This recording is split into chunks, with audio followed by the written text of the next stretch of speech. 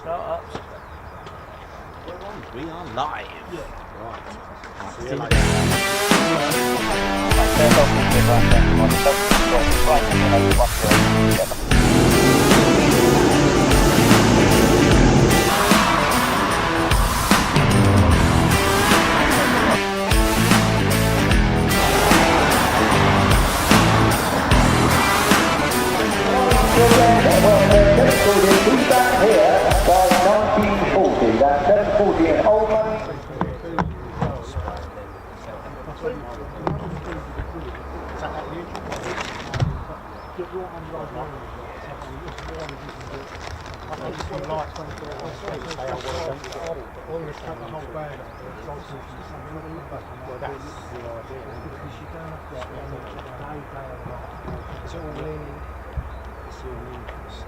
Right, Ted. Let's go, Ted. We're up. We're on. Oh, how are we doing? Well, very good morning to you from sunny Suffolk. Ladies, gents and teddy bears, welcome to the 48th Fighter Wing, home of the 48th Operations Group and the what? Can I hear the howl of an F-22? I can. I can just, sorry, welcome to the show. We do have 4 combat ready fighter squadrons that are based here, but we've also got some visitors, F-22s, and I can hear that distinctive, cute howl, which means I may need to go and get a model F-22, which I conveniently have. You know how it is.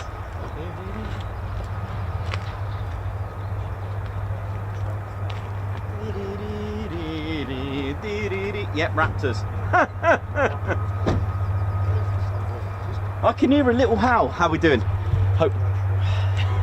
It's all exciting times when you've got 3 amazing fighter jets. So the 4 squadrons that are based here are the 492nd Fighter Squadron, the Mad Hatters, locally known as the Bowlers. Oh yeah. What's the howl? Guns up. And they fly the F-15E Strike Eagle. Next up, we've got the 493rd Fighter Squadron, who are the latest F-35A squadron. They converted their F-15 Eagle C and D models, exchanged in 2022 to the F-35A, the Grim Reapers. Oh yeah. Next up, we've got the 494th Fighter Squadron, the Panthers. Bleed red, the finest, maddest, meanest, something like that. I'll get it right one day. And if I keep mixing it up a little bit, you know, I'll get it right one time. But they fly the F-15E Strike. What's this? It is, okay, so we got an F-22 Raptor. 2 of them. Raptors, everyone. And just quickly, we've got the F-35A of the 495th Fighter Squadron, the Valkyries, who made RAF Lakenheath the first USAFE wing to operate the F-35A, and that was on the 15th of December 2021. Look at this! From the first fighter wing from Langley Air Force Base of these.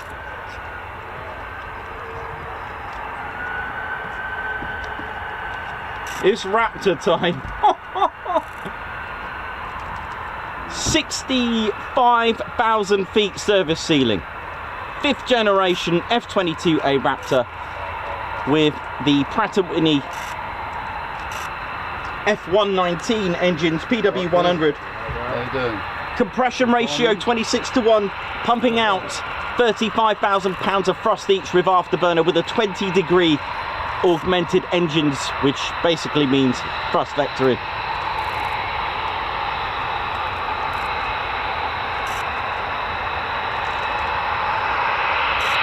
Oh yeah!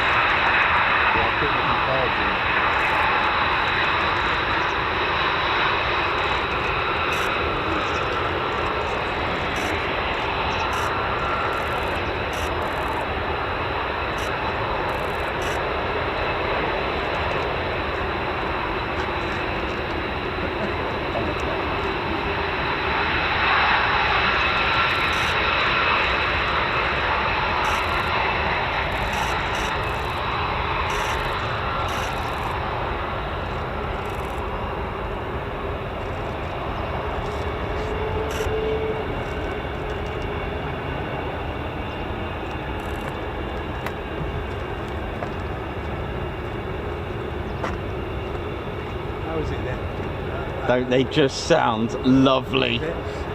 They sound delicious, as Wingy would say.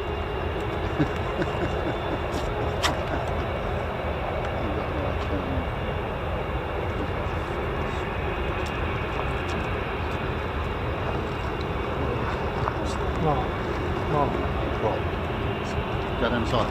We'll catch you in a minute, dude. See ya.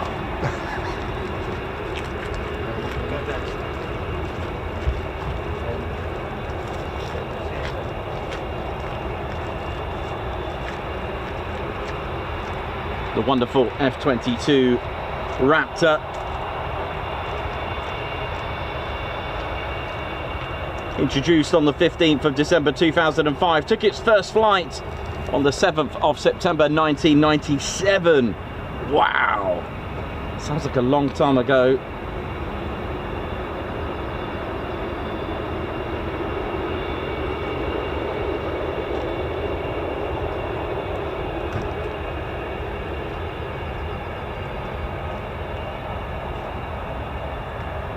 And of course, during its development stages, of the two prototypes that went head to head, the Lockheed YF-22 and the Northrop YF-23, it was the Lockheed YF-22 that won the competition and got the contract, of course.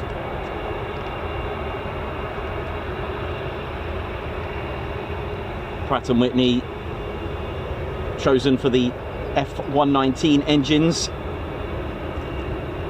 with thrust vectoring, of course.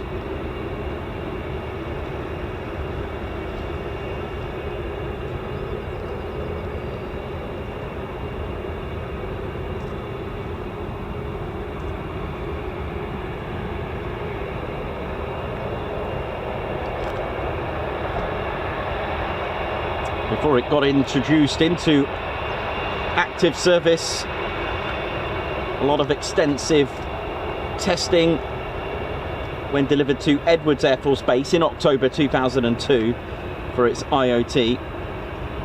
And the first went to the 422nd Test and Evaluation Squadron at Nellis Air Force Base as well, which arrived in January 2003. But the first combat ready is here. Tail code Foxtrot Foxtrot at Langley Air Force Base. It arrived and delivered to its first ever combat ready squadron, which is what we see here now on the screens, the first fighter wing, which arrived at Langley Air Force Base, Virginia in January 2005. It achieved its IOC, its initial operational capability, with the very squadron we're looking at now, I believe the 94th Fighter Squadron.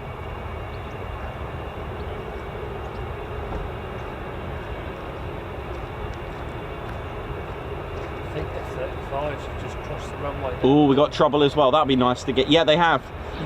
And it was given an opportunity to show what it can do, because let's face it, when new aircraft come out, let's say even the F-47 and the Tempest, we don't know its capabilities. We don't know, you know, when they develop, it can take a couple of decades to actually produce the aircraft from production.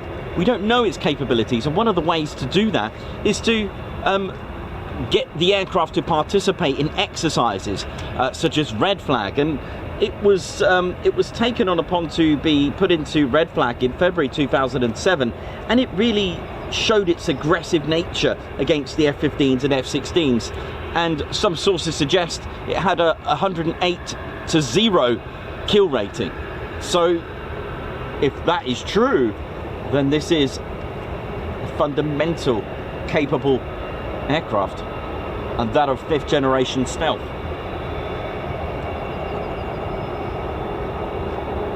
Now, although it sits really low, the F-22 height is 5.08 meters.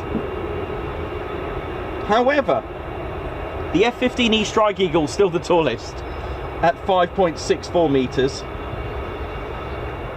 due to their tall stabilizers, and the F-15E Strike Eagle does sit quite tall. Now, you'd think the F-35A sits taller, but it doesn't. It's actually quite short at 4.4 meters.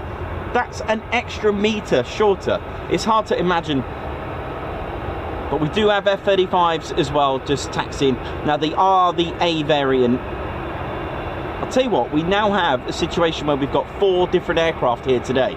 We've even got a C-17 at my sort of 1 o'clock to the left of tower as well.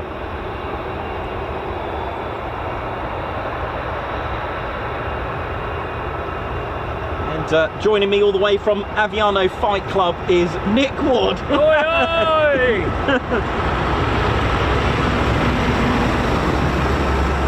Also got Richard Brown, Steve, and Mark, Mad Mark is back. Iona and Lewis, big shout out to them.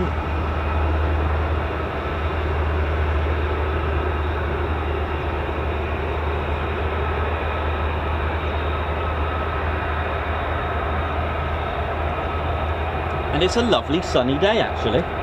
Not a lot of wind. Speaking of wind, let's have a look at the wind direction for Friday.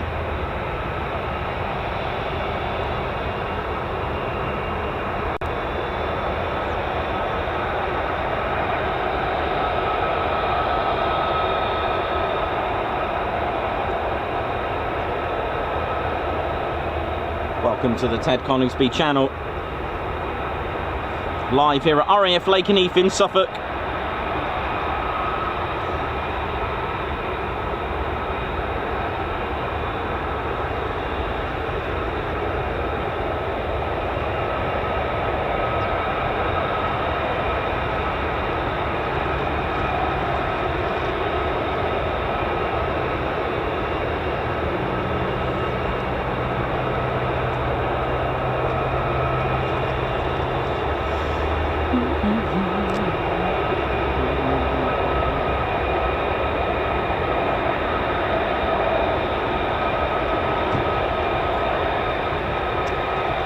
Now here's the thing, the F-15E Strike Eagle might be taller, but the F-22 is longer. Sits at 13.56 metres, that's 44 feet 6 inches. Whereas our F-15E Strike Eagle sits at 13.04 metres, that's 42 foot 9 inches. Wow. Yeah. Amazing, isn't it? You never know, one day we may get all 3 sat together. That would be very interesting.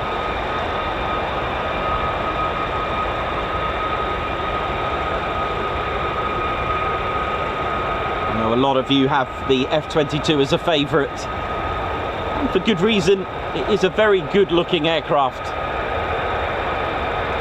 but its capabilities are what you want operationally.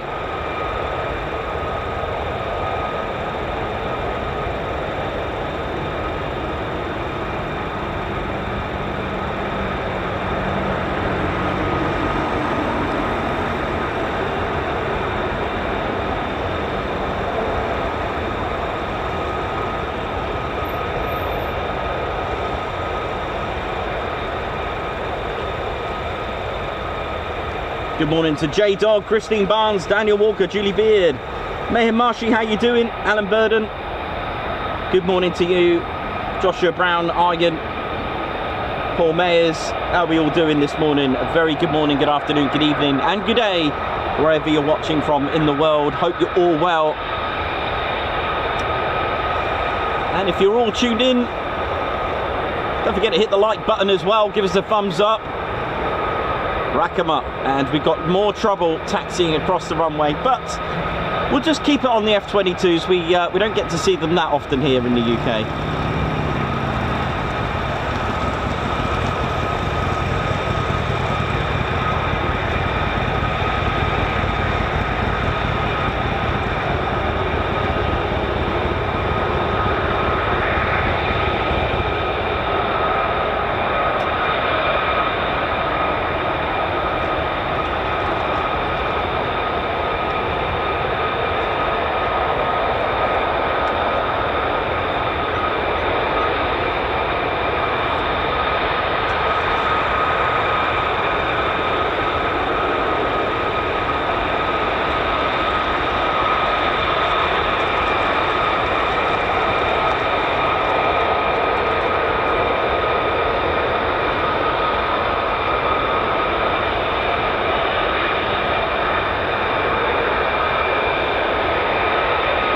are many operators of the F-22 at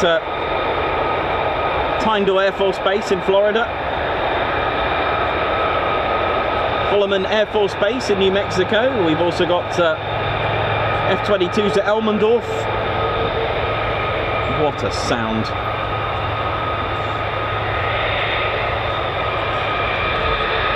There may even be at Kadena in Japan. Right, here we go.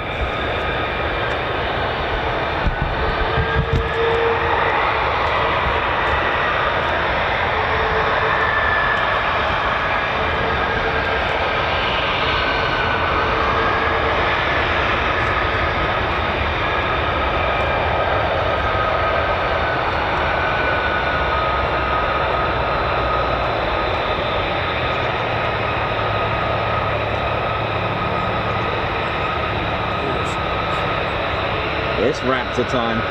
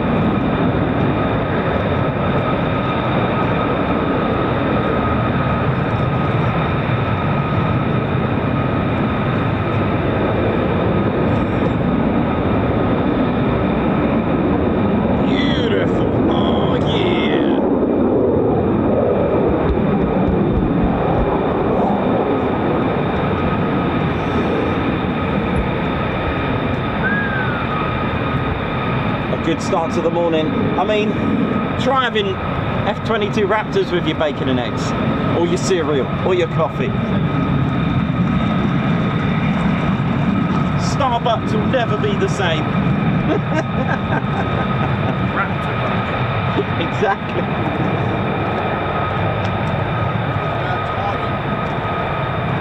All right. Not bad, eh?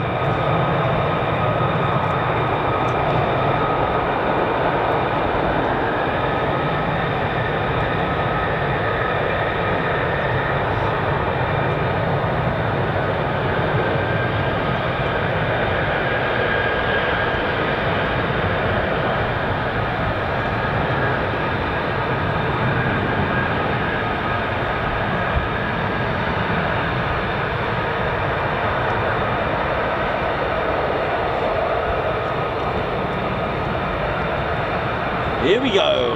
Now, from one generation of stealth.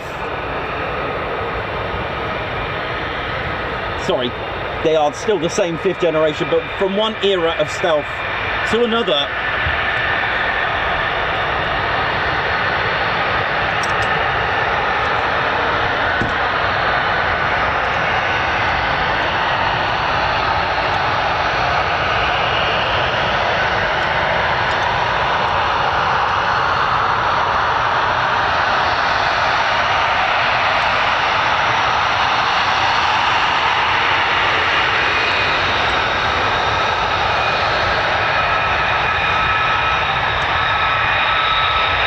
F-22s at your 12. Oh, yeah, it is, isn't it? We've got more Raptors.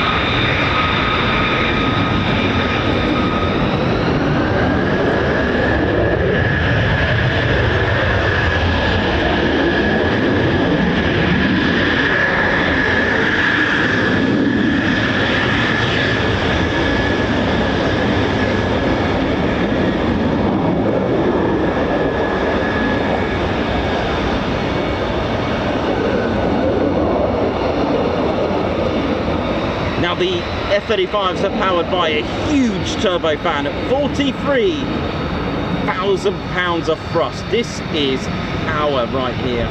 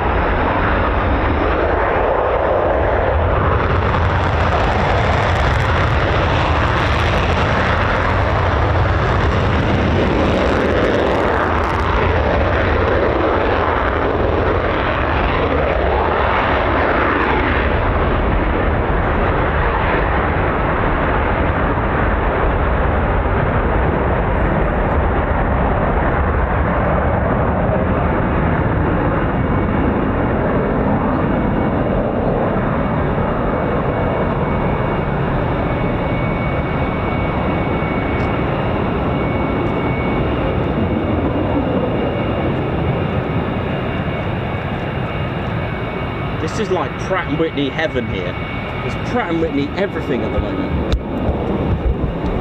And why not? It is historically a life-saving engine as well in the battlefield.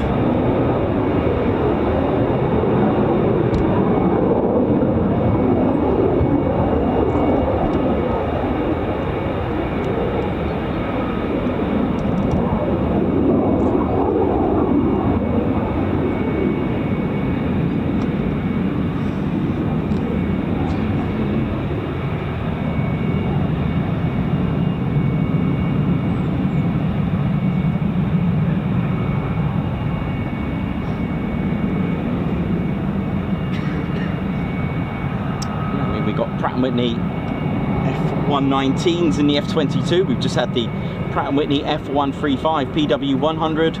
We hopefully will hear and feel the Pratt Whitney F-100 229s in the F-15E Strike Eagle.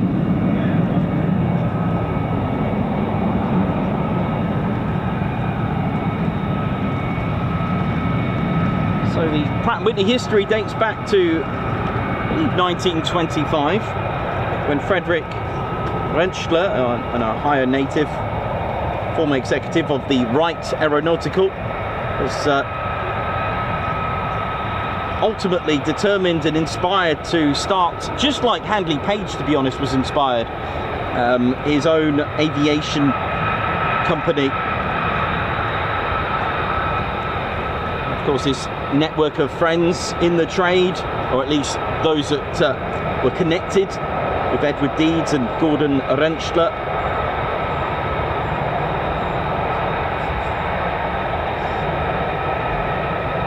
Who were already in the trade of being machine tool operators. And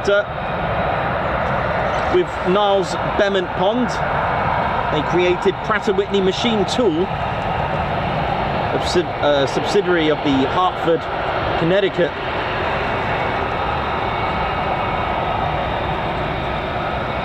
And eventually George Meade and colleagues, all formerly of the Wright Aeronautical, conceived and designed by Meade a new engine that would be a large air-cooled, which was a life-saving attribute on the battlefield, the radial design. All right, here we go, more trouble.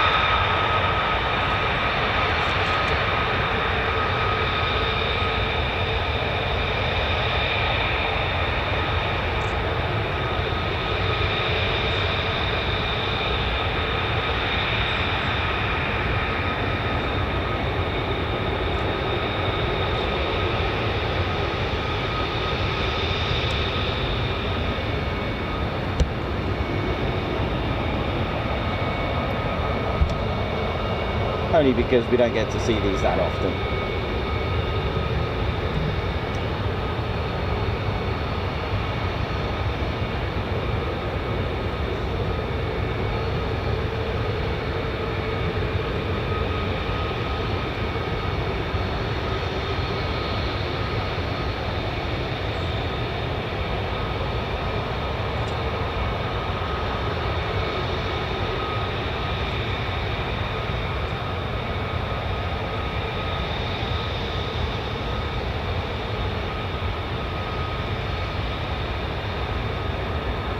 Christian Holtzell, thank you so much for your amazing support there, making 20 new recruits, a very generous gesture there, and thank you for that. Lovely to gift 20 Ted Coningsby memberships.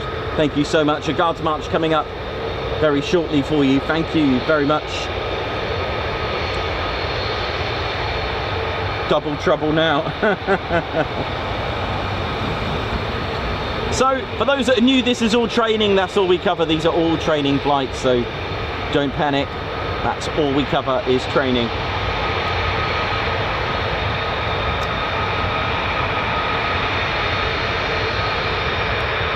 Now, the amount of movement, it's usually busy here. It's usually one of the busiest stations, but it can be quiet. There are days it will be quiet. This is for any base. You can go to Bryce Norton, it will be completely busy all the time. Through in movements here, there, everywhere. You can go to Middleton, it can be very busy as well. Yesterday wasn't. We've had one movement here before on a couple of occasions. We've had some days where, for whichever reason, not available to us, they didn't fly. It is possible. You have to take that risk, knowing that it could happen like that.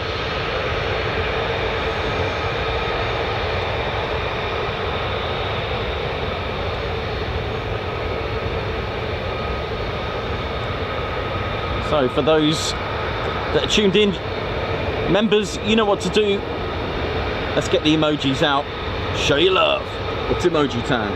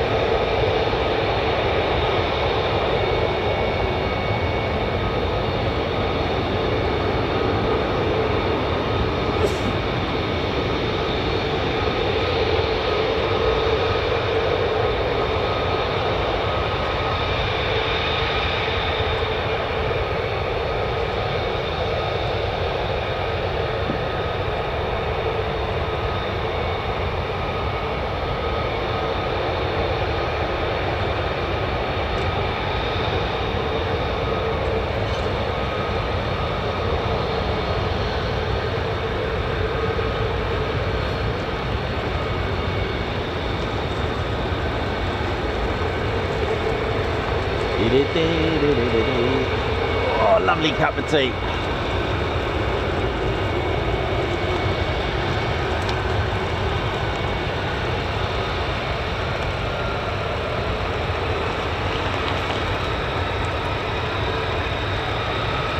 Okay, get ready for some more departures. Here we go. And it's the F-35s that will... oh, and F-22s. Nice.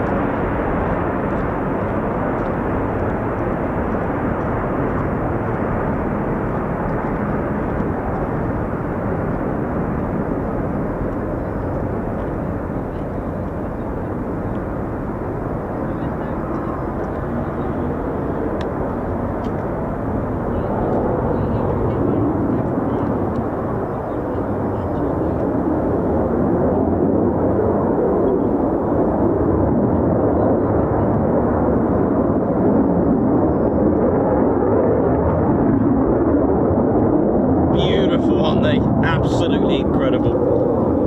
Wow.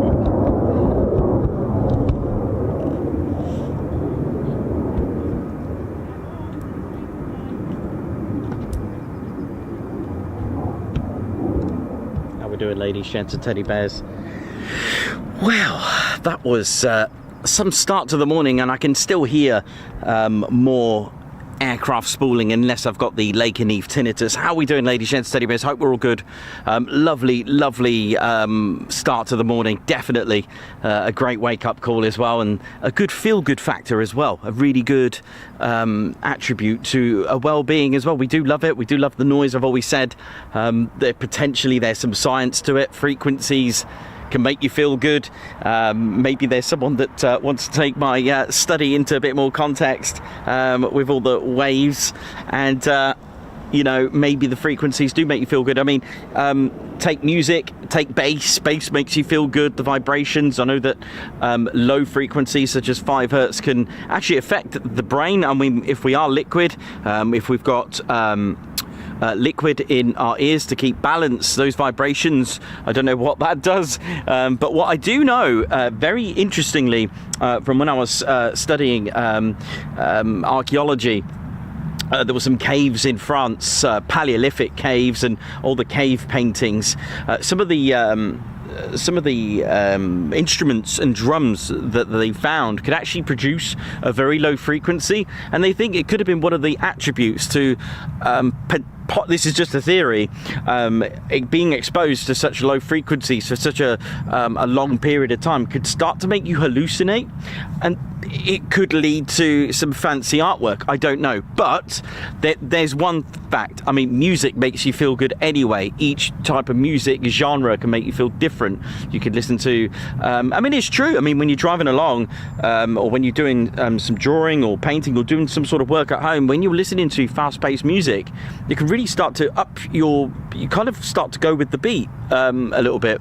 So I'm wondering if there is some sort of theory with the noise that you hear with a smile on your face, and obviously the actual scope of things as well. The look, the sightseeing of an aircraft can make you smile, and you know, it's just a great buzz. Everyone loves it. I suppose every hobby does have that instinct attribute to make you feel good anyway, but when you've got sounds exposed to smells as well, you've got to admit jet fuel does smell good, right? I often find that when you step off the plane off on holiday, you've got that diesely sort of jet fuel smell. It's quite nice, really. Probably not good for you, but yeah, we won't go into that. But there we go. My name's Nikos. I'm your cameraman, historian and commentator. Welcome to the show, and I hope you're all good and well. And what a start to the morning we've had.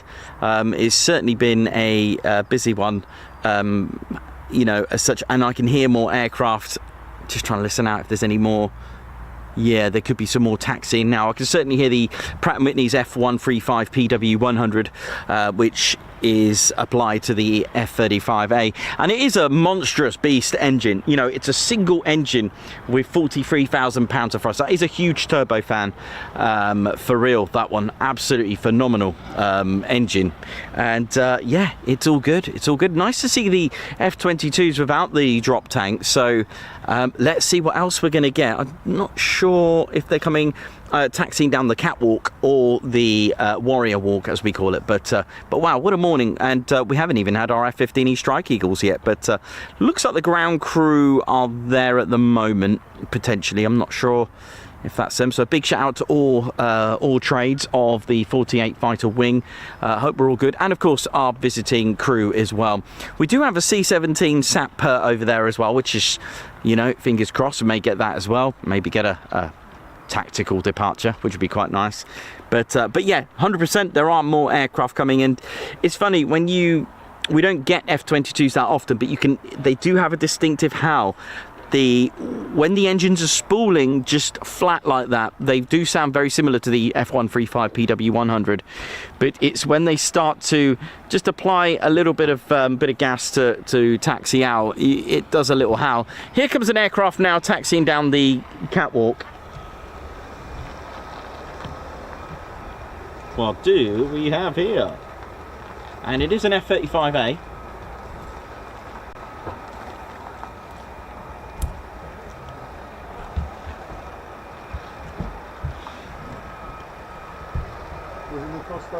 Yes.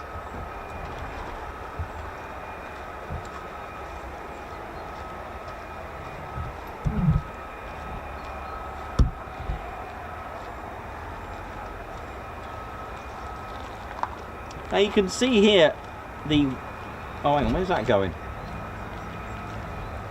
Looks like it's going back. Back? Yeah. Not sure. Oh, no, it's coming back again. I don't know what happened there, but that literally did genuinely disappear for a minute. Must be a new attribute. You can see how shorter the wingspan is on the F-35. The F-35 wingspan measures at 10.7 meters, which is a bit shorter than the Typhoon as well, being a delta wing. That's 35 feet for those that do the old money.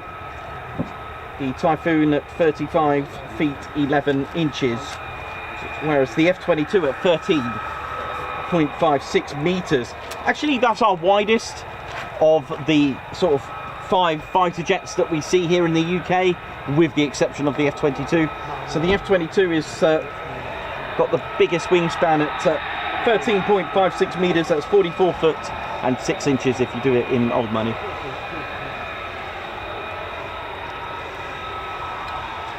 Second is the F-15E Strike Eagle at 13.04. I mean, the bigger your wing area, the better your lift.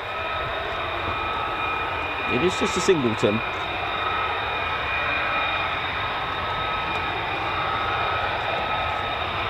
Just the one.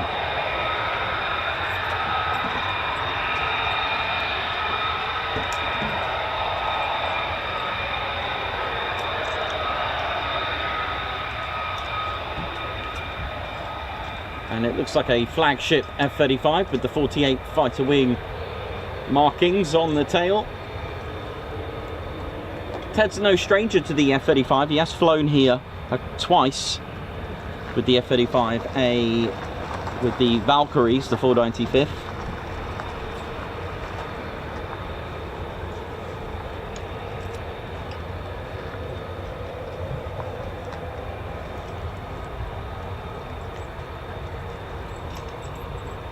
The F-35A is the only one with the internal cannon on the port side, which you can see a very long sort of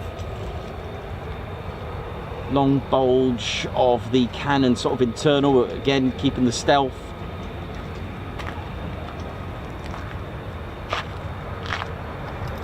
Oh, it's I think it's the gentleman's on the bike. Your glasses, sir.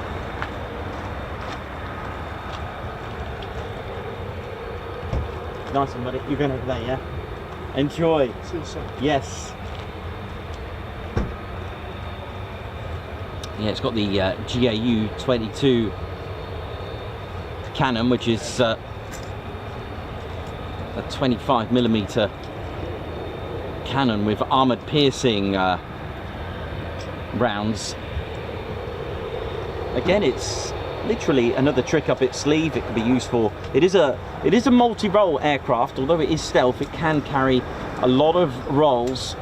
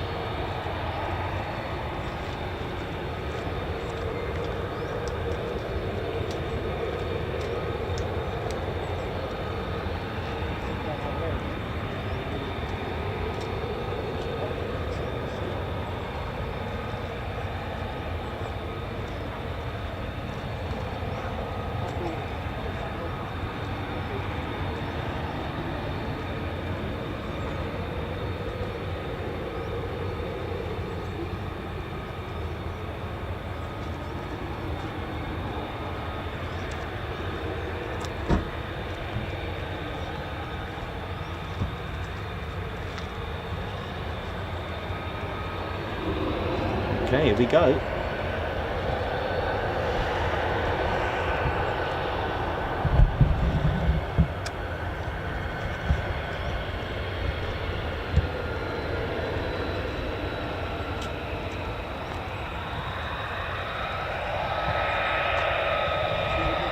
See you, man.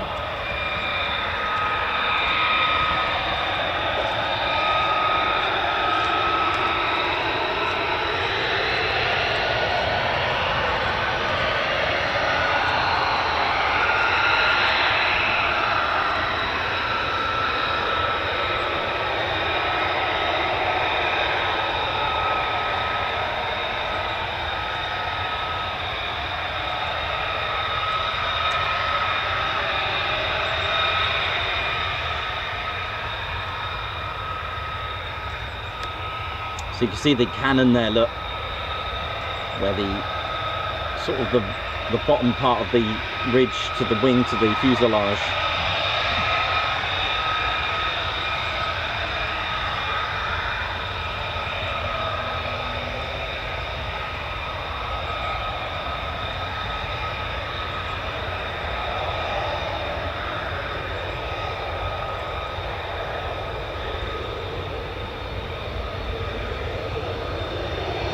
Here we go, let's ride.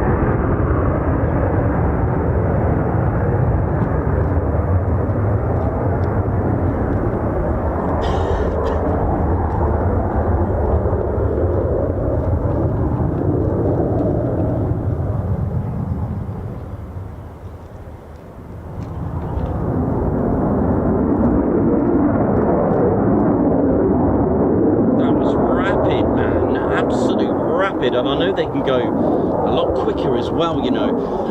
When it comes to panning on the aircraft, the F-35 is by far, as in acceleration, the quickest. It really is, and that's all down to thrust to weight ratio. And of course it depends on what you know, how much fuel you've got. It is, like I said, all on thrust to weight ratio. It depends on your payload, the fuel amount. Every aircraft, that's why you need to pay attention to empty weight. Have a look at the facts on empty weight, do the maths, literally get the thrust. So you got 43,000 pounds of thrust max with afterburner. If you divide that by the weight, that will give you a ratio. Okay, but of course aircraft can't fly without fuel, so you start adding full fuel with that. The payload on the F-35 A is 18,000, and the C is 18,000 pound of payload as well. And the B variant sits at 3,000 pound short. There's our F-15E Strike Eagles. You can stick in about 18,000 pounds of fuel as well with that.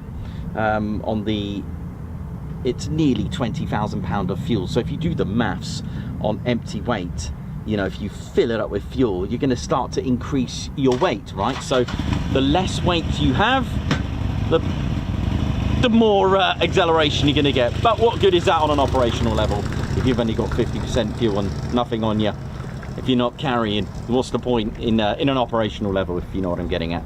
So there's our F-15E Strike Eagles.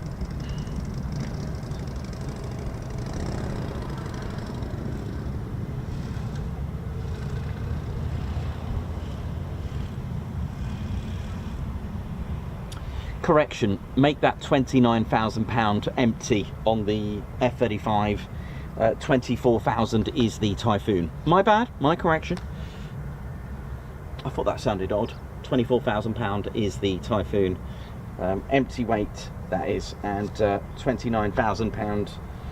32,472 pounds on the F-35B. The F-35B is a lot heavier, although it's got a nearly twice the size engine with that as well. Don't forget, it's got, I believe it had a little bit of trimming done to it with regards to the stabilizers.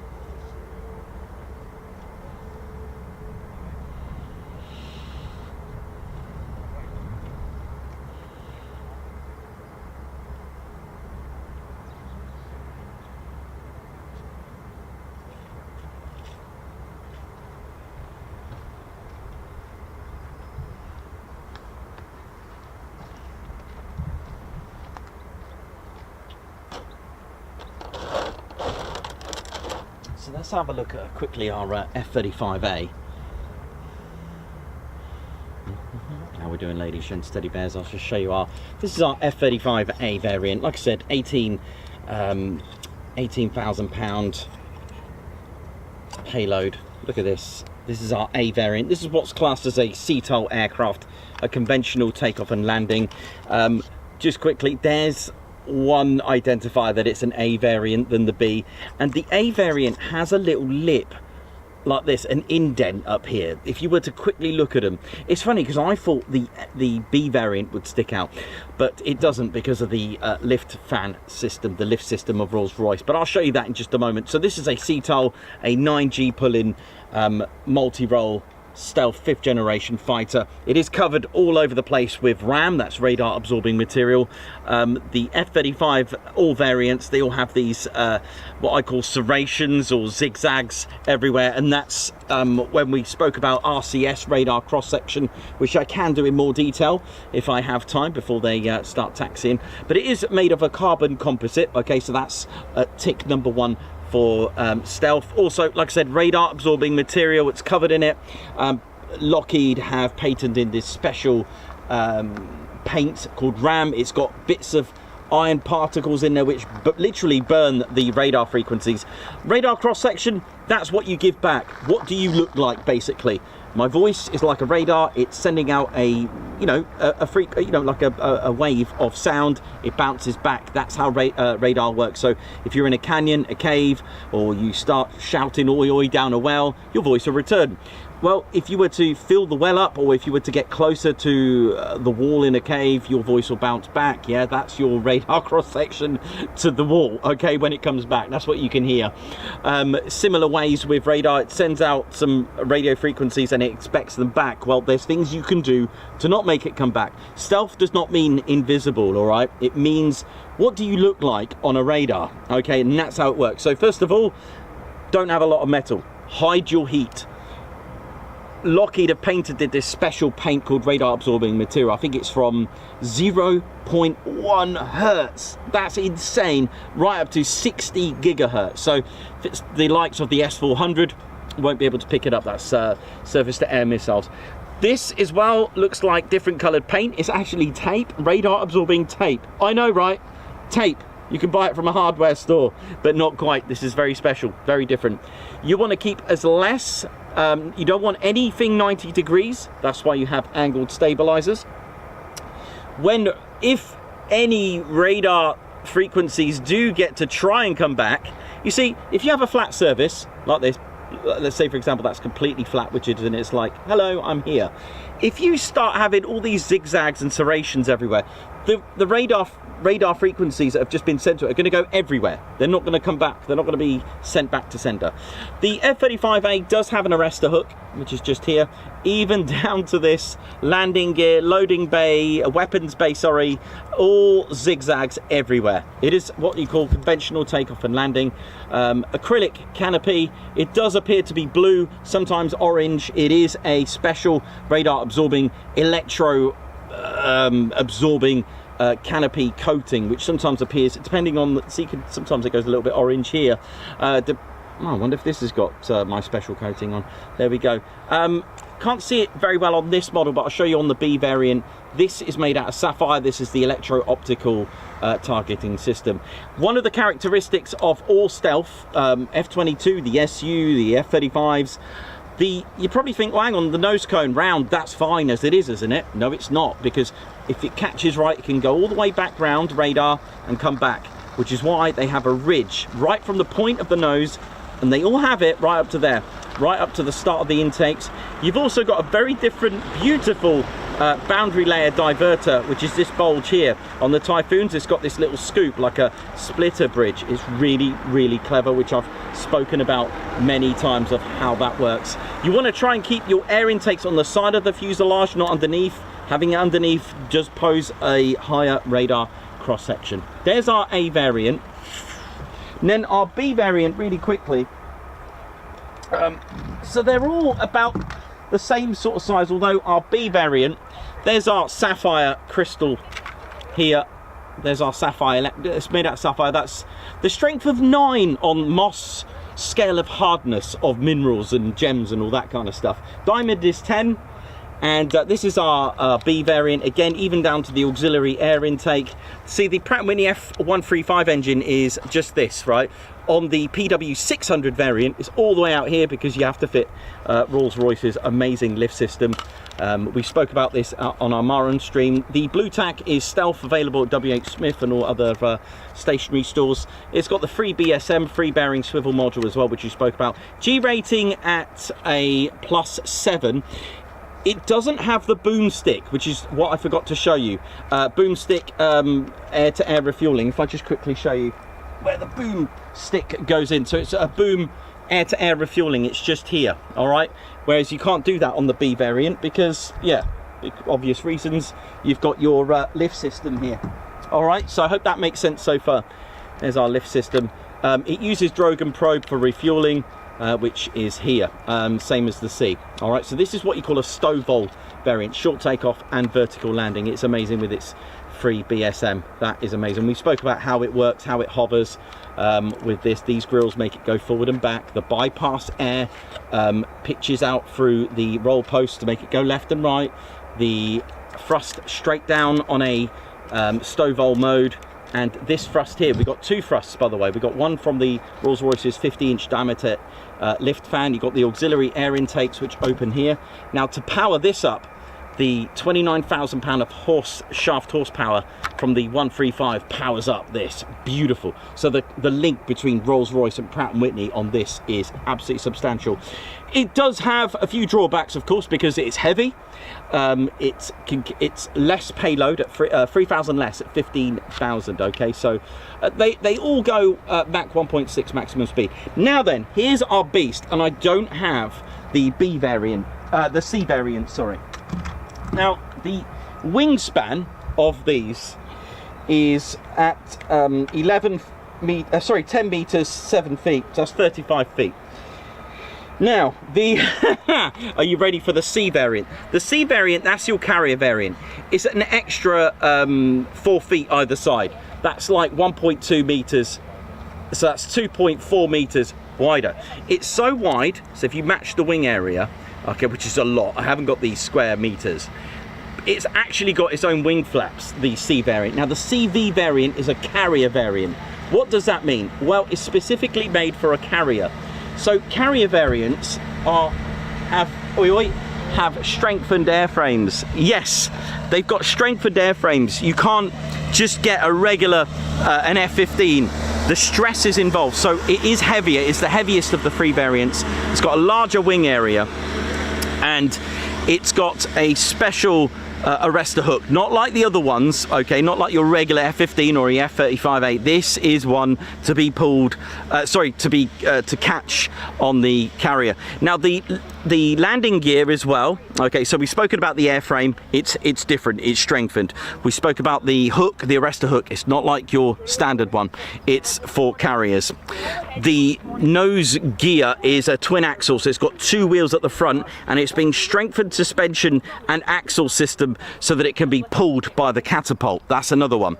So it's got quite a lot of differences, the C variant. Like I said, it sits up to about here, and it has its own wing flaps as well, with that, the only ones of the three. It is drogue and probe, the C variant, and it's got a G rating of +7.5, but they all go Mach 1.6 on those as well. Okay, so there we go. And it still has the Pratt Whitney F-135 PW100 with that on the CV variant.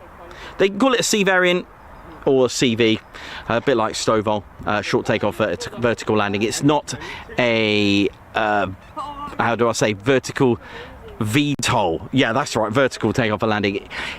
Because a lot of people do ask me, can the B variant vertically take off? It can, but it would need not a lot of fuel on it. They don't choose to do it because of the weight. It will stress the aircraft out a little bit. So you'll need, because it is quite heavy, the B variant, so it will need to have like less fuel and hardly any payload at all, really. But it can do it if it needed to, but they do what's called a short takeoff, which is why it's got a free BSM, a free bearing swivel module, which is thrust vectoring and goes to a 45-degree angle, and it does like a short takeoff. It is absolutely spectacular to watch. We do have an example of that on our channel on a very wet day, and the good thing about it being a wet day, you can actually see all the thrust that just sort of blows over everywhere.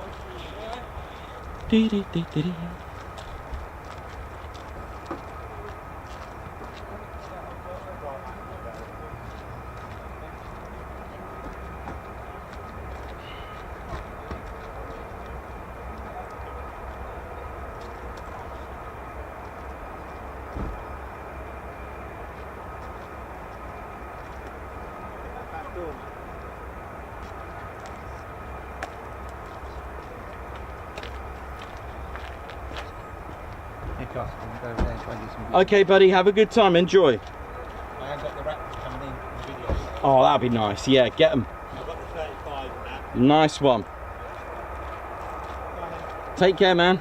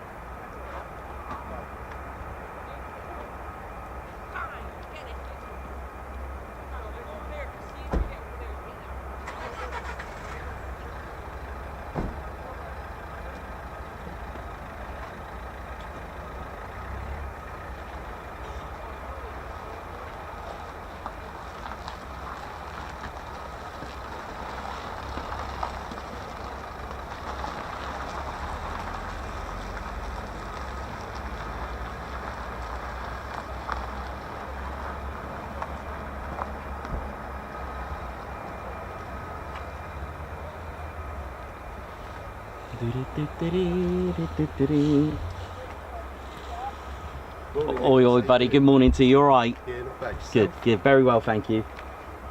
Turned out nice again. Oh, it's lovely with no wind for once. Pretty much the last couple of months.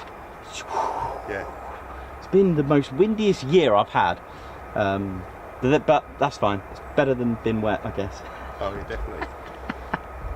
Oh dear. How many 22s gone up? Because you started Five.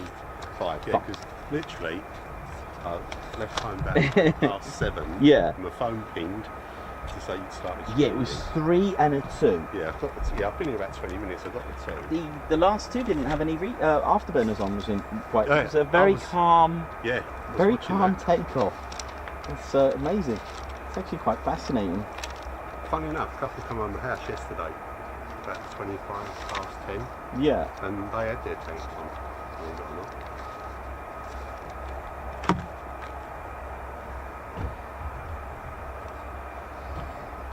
Look, it was sitting in the lounge because it's such a distinctive noise, isn't it? Oh wow! Yeah, yeah. And I was sitting in the lounge and I thought, that's like, That is. yeah, 2 of them It's all pushed good. over.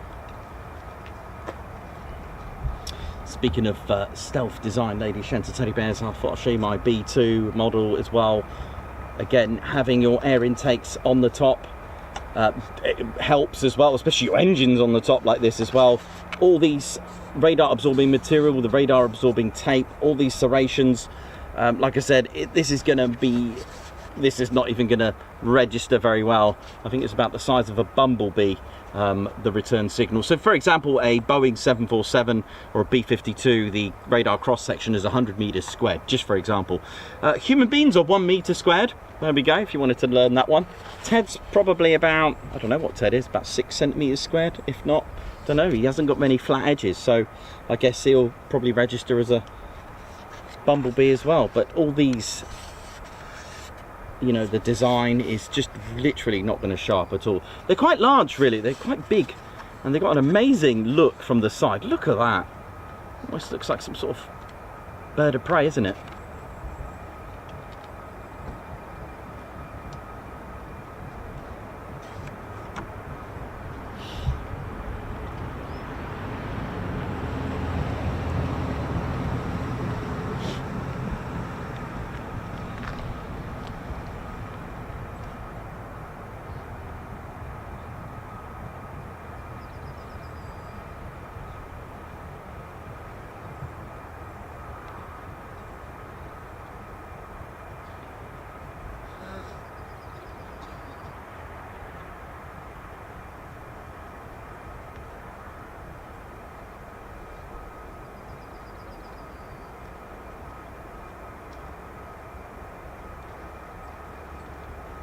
So we've got all these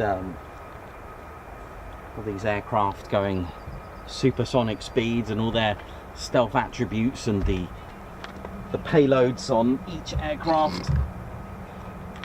And then we have this 1940, the first aircraft to operate here. That's right, the Vickers Wellington, with number 20 operational training unit that arrived from all the way from RAF Lakenheath. They arrived here in 1940, and let's not forget, over that direction, about 5.5 miles the way the backwards crow flies, was RAF Mildenhall, built in 1934. And then 5.5 miles behind me, at my sort of 5 o'clock, 4 o'clock, is RAF Feltwell, which was built in 1936, operated 37. Again, started off with Harrows, but then eventually went on to the Vickers Wellington bomber.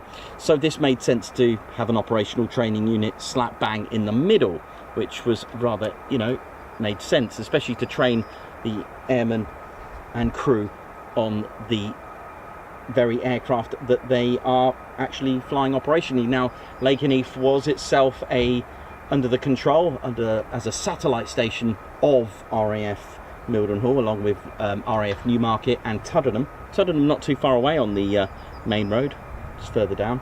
I think is it the A11? I think it is. Down there. But max speed of this, 235 miles per hour with a service ceiling of 18,000 feet. Rate of climb at sort of 5.7 meters per second. And with a bomb load of 4,500 pounds. It was a geodetic airframe, just like that fence there. Very easy to assemble, very easy to repair, or a lot easier. It can take a lot of battle damage. Our Vickers Wellington bomber, the airframe designed by Barnes Wallis, the legend. But like I said, that fence, you can see there, that chain link fence, that was literally how this was divided. You can see like a little sneaky view of it through that window there, look. If you can see that, that's how it's supposed to represent it. But Bristol started off with the Bristol engines, the Bristol Pegasus, eventually Marks 3 and 10, and those after 3, I think it was, they were all Bristol Hercules engines. There was a Mark 2 with Rolls-Royce Merlin engine, but they decided to have the Bristol Hercules engines. They were rated at 1,050 at first on the Marks, sort of earlier Marks with the Pegasus, but eventually that all changed.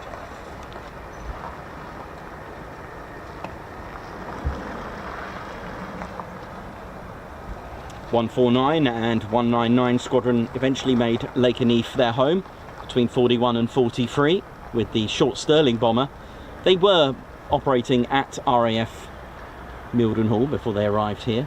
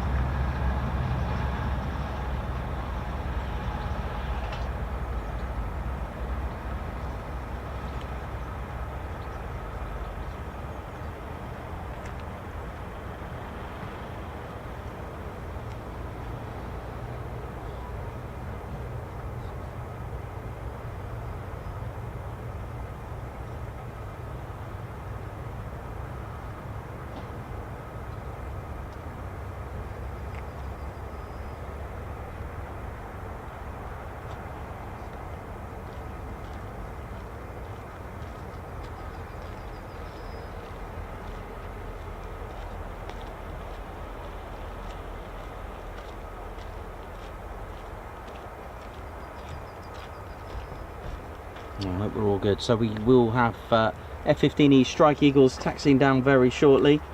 Hope we're all good, ladies, gents and teddy bears. Welcome to the show. Now, the F-15E Strike Eagle is flown by 2 squadrons here at RAF Lakenheath. We've got the 492nd fighter squadron, the Mad Hatters. They are locally known as the Bowlers, spelt B-O-L-A-R-S, and that's all to do with the headgear that they choose to wear in the traditional sense of the country's traditional headgear. So maybe they, if they were operating from Scotland, they'll wear the, I think it's called a tammy hat. So bowler hat being very, very English, they are called the Bowlers. And their traditional tail flash is blue. And I've just seen an F-35 just taxiing across the runway over there. There's a bit of trouble crossing the runway, as we say. The next squadron is the 494th, tail flash red, bleed red. The 494th, nicknamed the Panthers.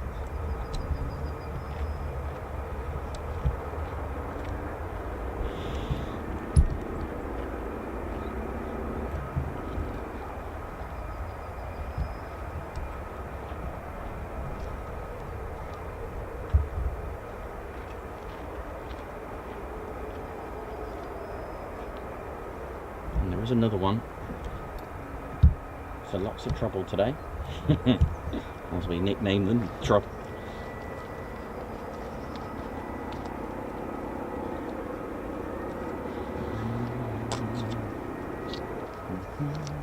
There's another one.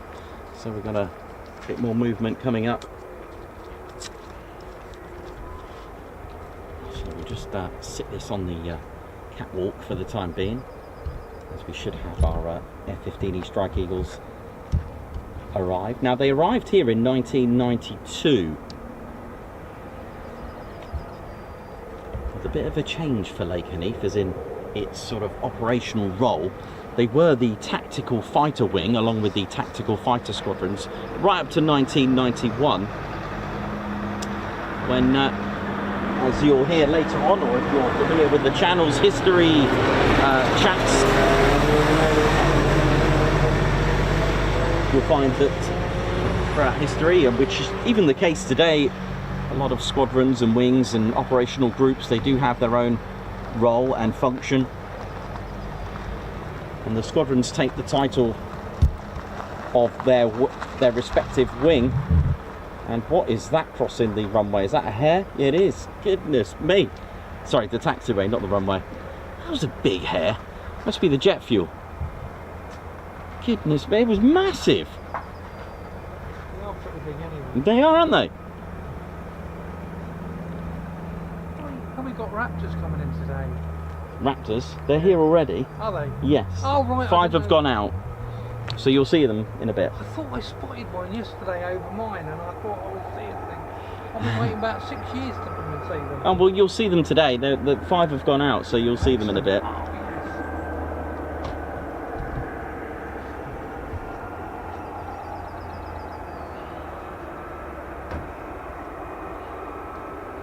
Yeah, so from 92 they dropped the tactical title and became the fighter wing, and the squadrons took the dropping of the title as well, so they became fighter squadrons. You'll know that this is quite common throughout their history.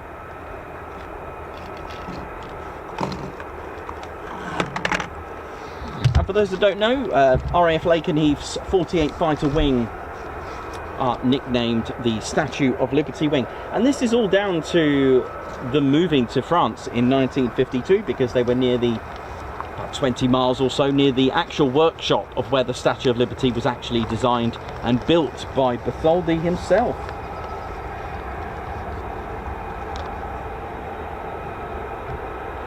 And they were a tactical fighter wing since 1958 right up to 1991, and in 91, saying goodbye to their F-111 aardvarks, they also said goodbye to the 495th, but they came back 30 years later, and you'll hear all about the 495th. They've been inactive twice for a total of 64 years or so. Okay, here comes our F-15E Strike Eagle taxiing down the catwalk. Hopefully there's no hares crossing the runway. That'd be quite emotional for both.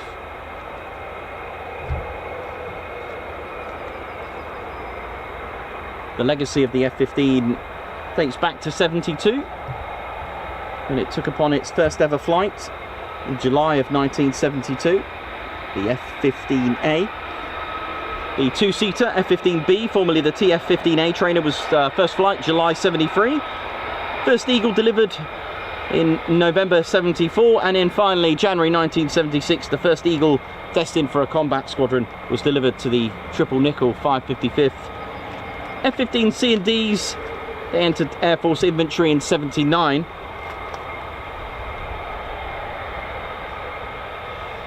But this two-seater, pilot and weapons systems operator, or WISO,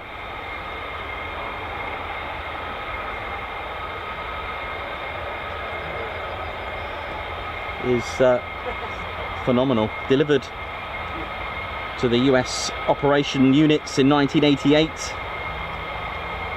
passing its initial operational capability on the 30th of September 1989 at Seymour Johnson Air Force Base, and was given to the 4th Tactical Fighter Wing, the 336 Tactical Fighter Squadron, in operation. Here we go. Look at this. What a sight.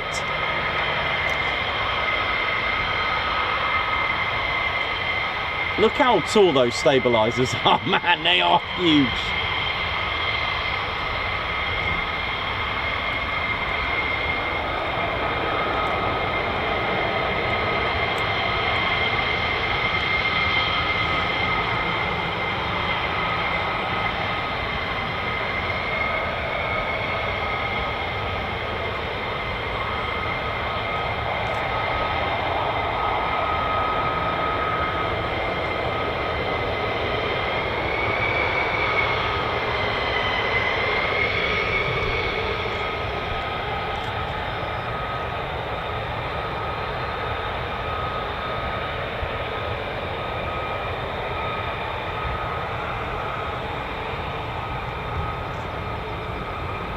So there you go, that's why they're called the Statue of Liberty Wing. They got their wing status in 52. Previous to that, they were a fighter group, or a fighter bomber group at one point. They did have their original 4 squadrons when they were activated in 1941, but due to the sort of like the organisation of fighter groups and how many squadrons, it was usual to have 3 squadrons per fighter group. So the 495th moved to another fighter group, the 407th Fighter Bomb Group, but sadly they became inactive on the 1st of April 1944. So it was just the 3 squadrons. Now these 3 squadrons moved eventually to England, to RAF Ibsley, before moving to France. But they were under the 70th Fighter Wing, and which is why, for those that know me from the very beginning of talking history, I couldn't find anything to do with Second World War and the 48 Fighter Wing, because they weren't a wing until 1952, but their lineage dates back to 41 as a group. And this is the mistake I made, but no worries, you learn as you go.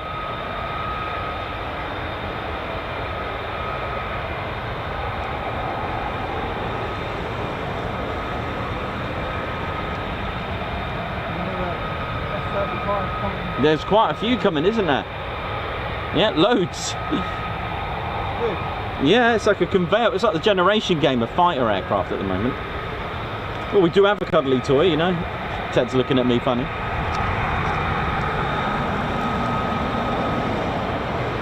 Some do set. Yeah.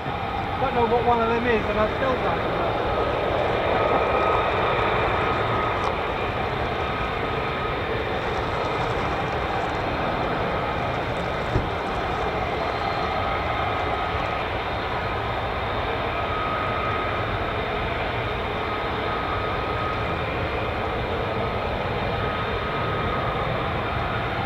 How we're doing, Alan Gates, Margot, Blocks, Jojo, Davey. How we're all doing, hope we're all good. Good morning to our USA fans as well. Big shout out to all of you. Hope you're all good and well.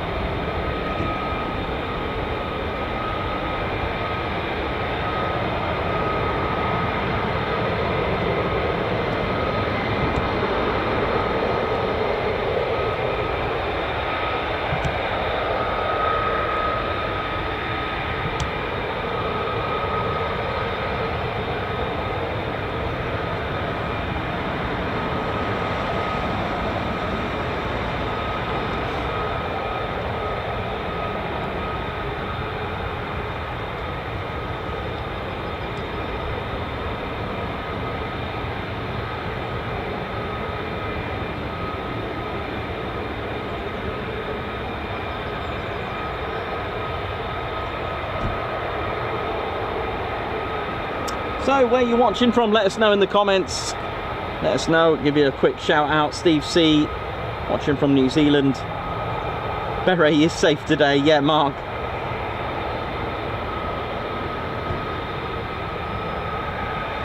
Maryland Afgeek, watching from Maryland, USA. How you doing? Hope you're good. Oi oi to you, Stephen C.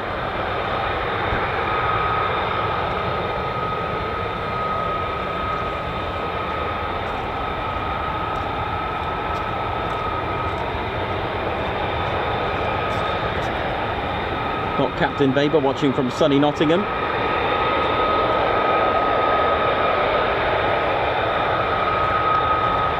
Michael Woodridge watching from the Netherlands. Got Dave Earl from North Devon, oi oi to you.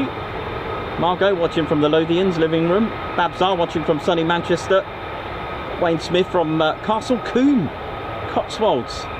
Martin Ford, Stoke-on-Trent.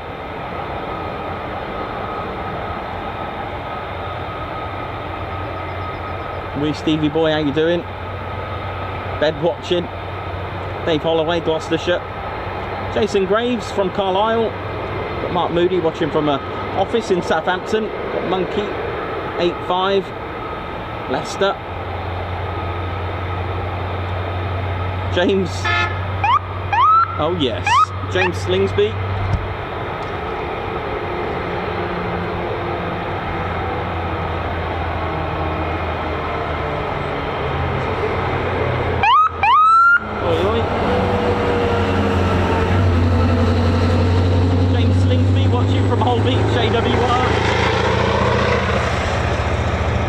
Karen Glenn from Castlemaine, Australia. Stephen Mann, Gatwick. Steve Evans from Southampton. Georgie Boy, Worcester, or Worcestershire. David Robinson from Chorley, Lancashire. Davey from Northumberland. Really sorry if I've missed yours, it's skipped. Let me see if I can scroll it back. G-Force Gaz from Folkestone, how you doing? Got Nick Menes from North Idaho. Mark Garwood, how you doing? Oh, we've got more, hang on.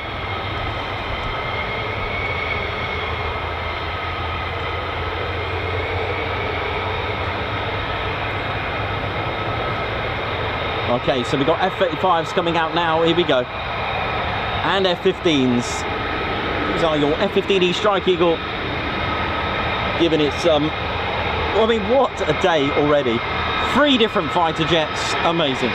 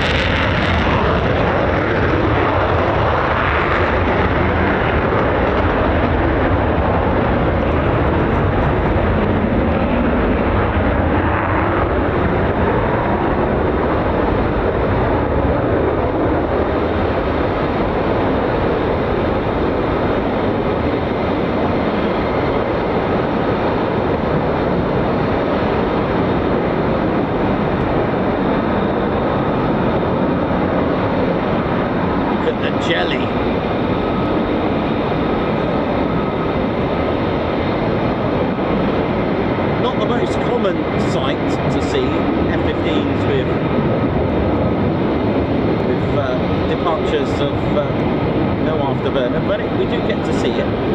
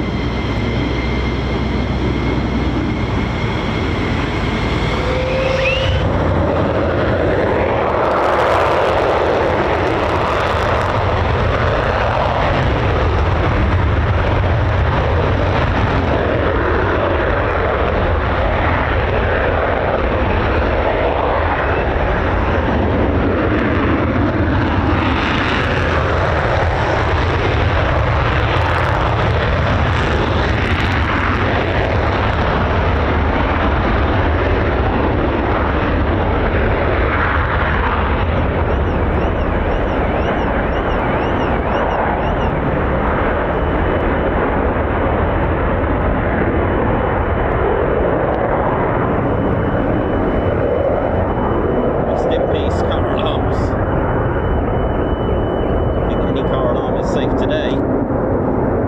What a morning. Look at this. Oh, lovely turnout.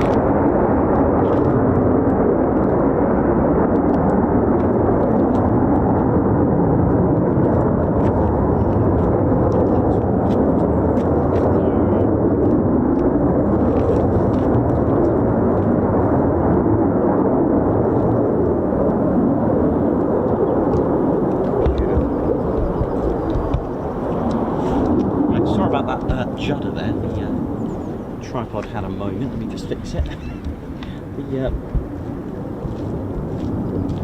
ball mount just came undone while I was just turning round, and it just collapsed. Not a good one. There we go, all good.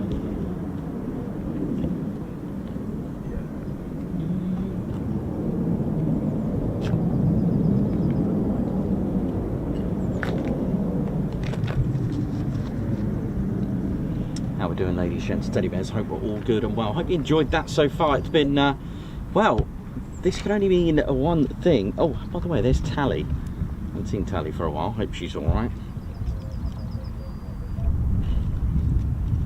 And where's she gone?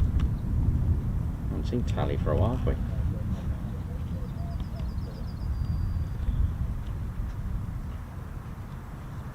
Tally, what are you doing? Where you going? Where you going? Just stay there for 1 minute. Give me a sec. Yeah, there you go. Thank you very much.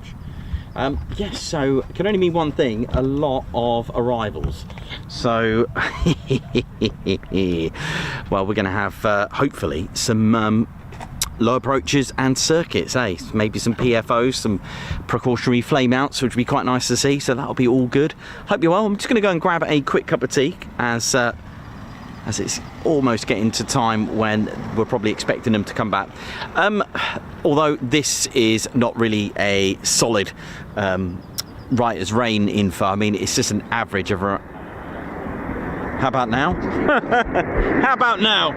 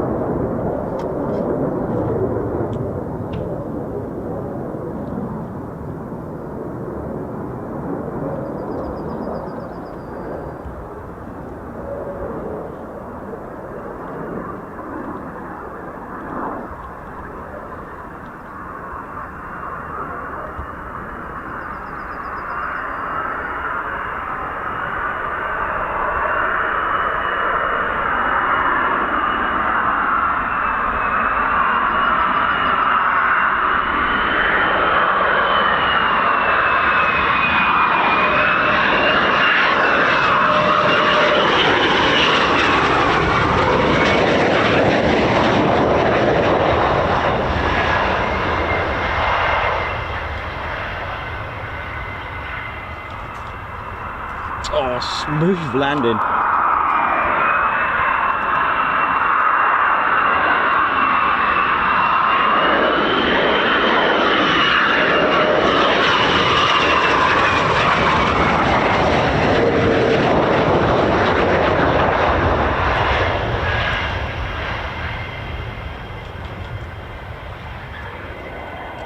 It's the second two without the drop tanks. Delightful. Well, there's our first two arrivals. They literally came in on cue. I was talking about arrival times, so that was definitely not 90 minutes. That kind of proves the point that it is a rough guide. As you can see, that was what, half hour maybe? So they can take anywhere between sort of half an hour and 90 minutes or longer if they are going out and having a bit of air-to-air refueling. They can extend that to maybe 3 to 4 hours or whatever.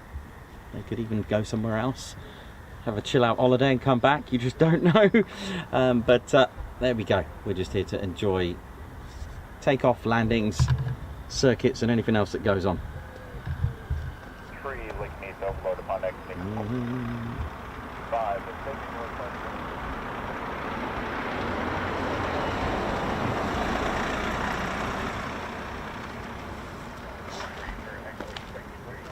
Oh, Jamie Meager, Yasser Nikos McMuffin on its way to my house. Weather looks mighty fine. It's a lovely day. Anonymous, Margot, Paul Mayers. I think it's time to have a nice cup of tea, I think.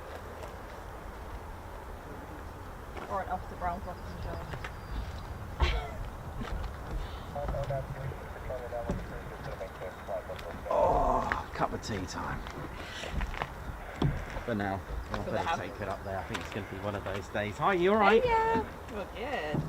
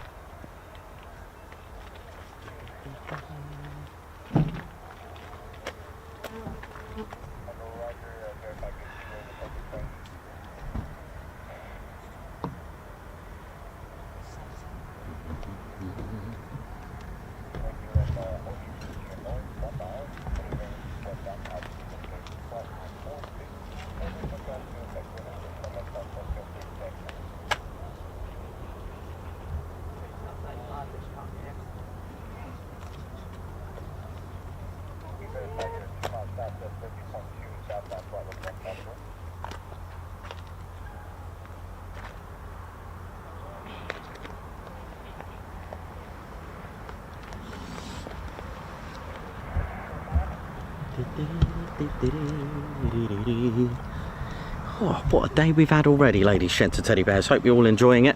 It's certainly been an enjoyable one. And yeah, I was looking at, as you know, looking at a little bit more detail. I'll have to get you a diagram, one of a Nikos special diagram of the fuel tanks that I've been self-sealing fuel tanks I've been having a look at. And it all started out with a couple of videos that I came across from the 40s, which were videos regarding the Wellington bomber and its assembly in the record-breaking time of 23 hours and 50 minutes. And I discovered that they flew it, okay, the next hour. Okay, and that within the next hour, they flew it in, the time was 24 hours, 15 minutes.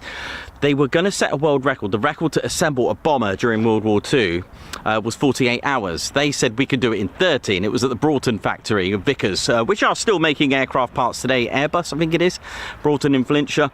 And I came across that, and the men and women in that video were just remarkable. There was a lady in full-on dressed to the nines, coming back from a party, as you do, just helping out. It was just amazing. I've always said it's like it was a people's war. Even 1939 at Lakenheath Village, they raised £9,000 for a Spitfire. That's what I'm talking about. Eriswell, in the village there, I think they supplied the plywood for the Wellington bombers, as in the mock ones for the decoy airfield here as well. So that was remarkable. And yeah, so that was an interesting video to find out that you know, it took, they were going to fly it in, you know, once they assembled that, they had to wake up the test pilot because they were 6 hours early to do that. In fact, when they were dragging out the Wellington, which I've got down here, they, let me show you it. Like I said, I mean, it was the most produced, bomber of World War II in the Royal Air Force. Over 11,400 were made, over 16 different variants. In fact, the 1,000 bomber raid, for those that know, 599 of those were Wellington bombers, so it was the mostest of them all, and it had a good reputation, you know, for a twin-engine bomber. But like I said, 23 hours 50 minutes they actually managed to assemble this. While they taxied that out, there was like one of the ground crew just doing some polishing, just do the finishing touches, and then they had to wake up the test pilot, and then in 24 hours 15 minutes it was flown. From that, I mean, you know, so from 0 to 24 hours 15 minutes, you know, from a few bits of metal, put it all together and fly it in 24 hours 15 minutes. So not only did they smash the world record, they actually flew it as well, beating the world record. It's just phenomenal. Halving that is just amazing. So that was the video I stumbled across, right, which then went on to the assembly of the short Stirling bomber. And for those that were tuned in on our Marham stream about the fuel tanks, I had a little bit more of a look into I haven't drawn anything yet, the self-sealing fuel tank, because that is a good question, because getting hit in the fuel tank, well, once you start getting hit in fuel tanks, it's going to leak fuel and cause all sorts of problems. In fact, it could catch fire, okay? It will go up into flames, and that's pretty much the end, and you'll have to bail out. So what was the cure? Well, I could not believe what I seen when I was hearing the commentary of one of the workers of the factory putting in the tank. It almost had some sort of coating around it, and it was around 6 layers. So if you imagine, just have a fuel tank in your mind, or if you want, Google it now quickly while I'm saying it.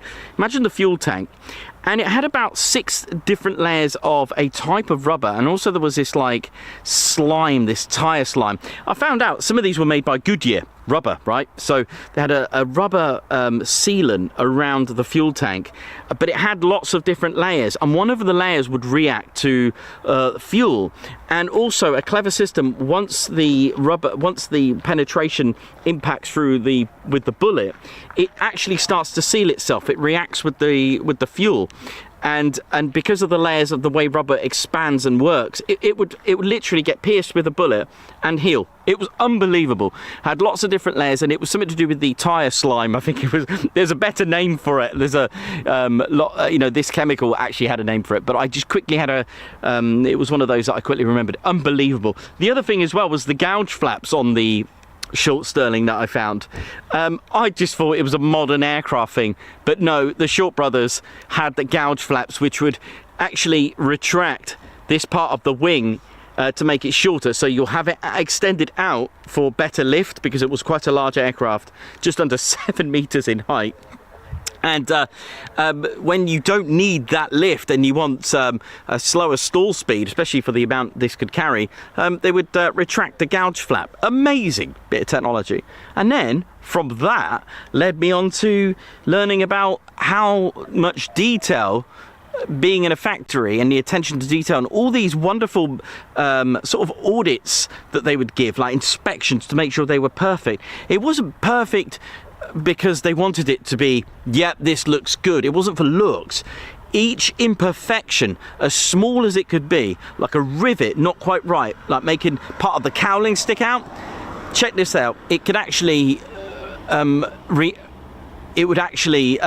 give out 25 miles per hour less performance on the Spitfire if you start having poor like fittings. It would amount to loss of speed, because what speed's enemy up there? It's drag. And it was unbelievable. And I was having a look at these diagrams of one rivet just sticking out and a bit of metal sticking out. It was colossal. The other thing as well, they had to make sure that some of the sealant was perfect. Any air leaks again would cause drag. It was amazing. And they fixed the Spitfire, as in put the parts together properly, and they gained back 25 miles per hour. Now in aerial combat, that 25 miles per hour, you know, as a max speed to the Spitfire, okay, for, you know, that's a lot. You know, 25 miles per hour gain is a lot, you know. And but yeah, and they found out that smoothing things out a little bit more, ground crew taking off they had metal studs on the bottom of their shoes, scratching the wings of the Spitfires. That led on to either having special felt actually mounted on, especially for the pilot to come off, but also for the ground crew to get up on as well. But they had these special plinth soles to walk on the aircraft, or they would relay this rubber matting while they were working on it. So even down to scratching the aircraft could amount to a drag. Amazing to even contemplate that. Fantastic. But that self-sealing tank, I was like, wow, that is incredible. And there's some really good videos out there, like real historic ones as well, of testing that performance. Amazing. You know me, you know, coming across and learning everything and learning with you and actually giving you that information. And one of the things yesterday, so I did a post yesterday for those that seen it on my YouTube channel. And it's really cool because I talk about the history here about this airfield used to be a decoy airfield, so an airfield that was a mock, whichever it was meant to be a pretend. So it was, this airfield was a pretend Mildenhall, so they built it to look like Mildenhall. And I've always told you about this this officer in a bunker. I found one, and they were built to that specification. They had the room, they had some like little metal ladders mounted on the wall, little steps to go up, and oh, it was amazing. I could not believe it because I found out this particular design was what they would use for all decoy airfields. So I could not believe what I've seen, and it was so close to home. I could not believe it. I just seen it on Google Maps, and I was like, you've got to be kidding me. And I pulled up, and I could not believe what I was seeing. And then I discovered that, yeah, this poster could be the poster I was on at. Point Charlie crew, here we go. So have a look at it, have a look at the post, and you'll get the idea of what a decoy airfield would look like as opposed to the bunker for the officer. F-35s.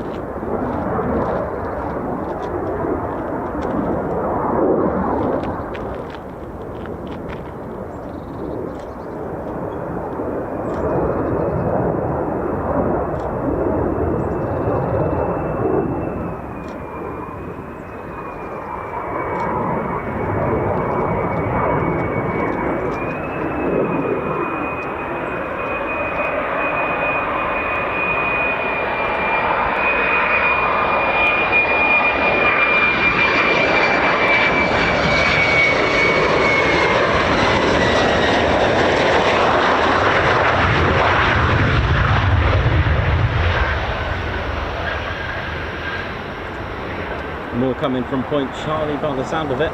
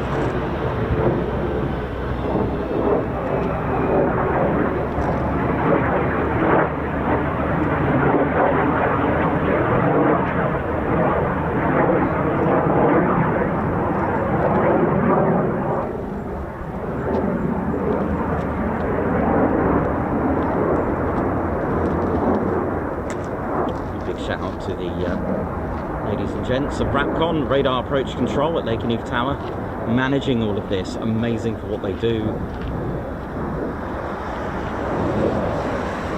There's air superiority and there's air safety. Also, speaking of safety, 48th Medical Group, 48th Medical, make sure everyone's fit and healthy to fly and operate. 48th Medical providing all the healthcare side of things for all crews of the 501st, the 352nd, 100th Air Refuelling Wing, and of course its very own 48th, which is amazing.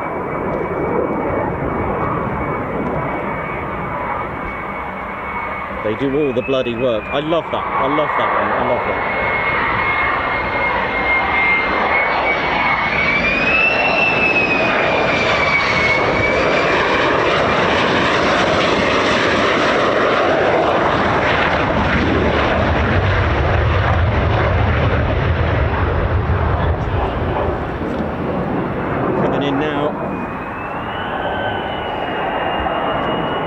A little bit of a different pace to yesterday. Don't forget, ladies, sheds, teddy bears, give us a thumbs up. You've been cleared, touch and go on the like button.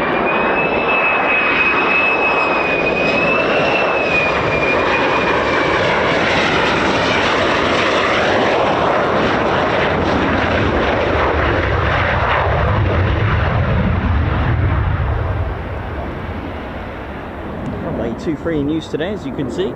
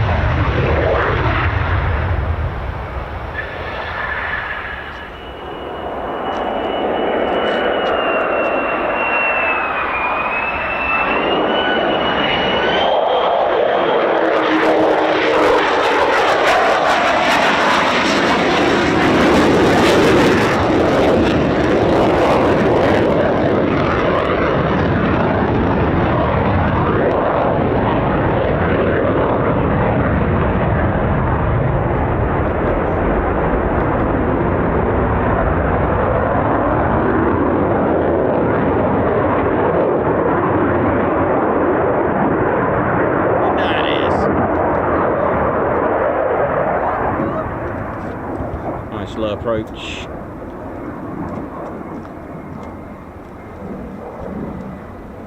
Sorry, give me 1 second. I just need to do a little adjustment.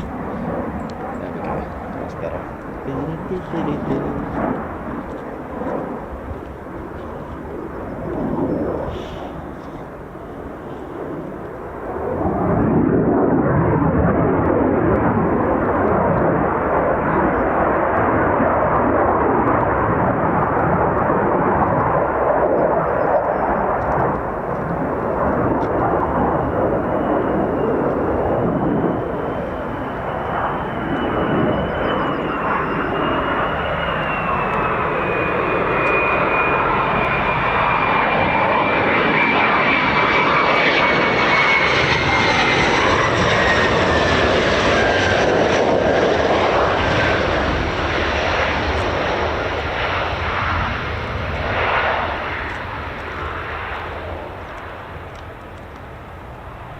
Beautiful.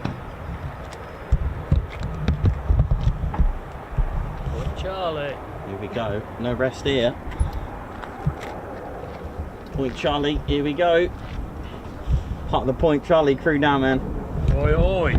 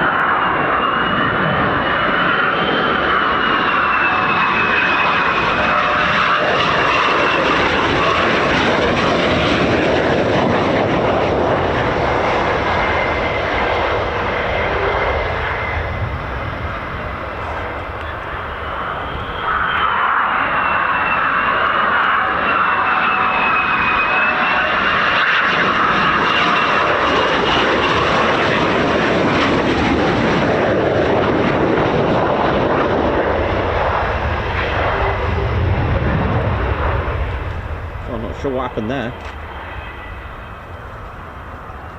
Little yaw there, wasn't it?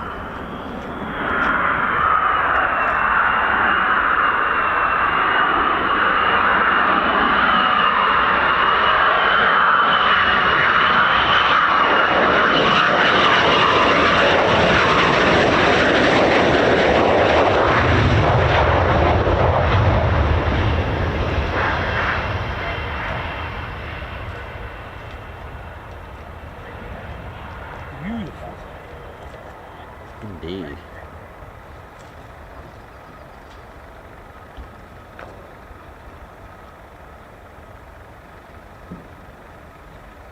Oh, nice bit of aero braking there.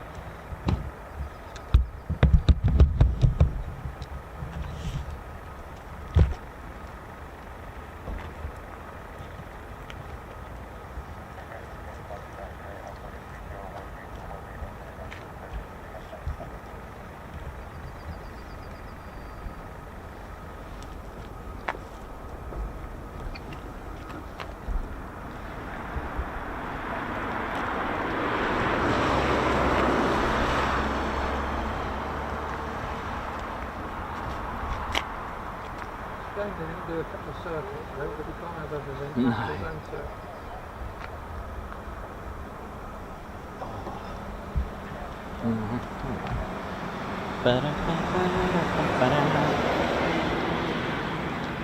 So that's all the Raptors back.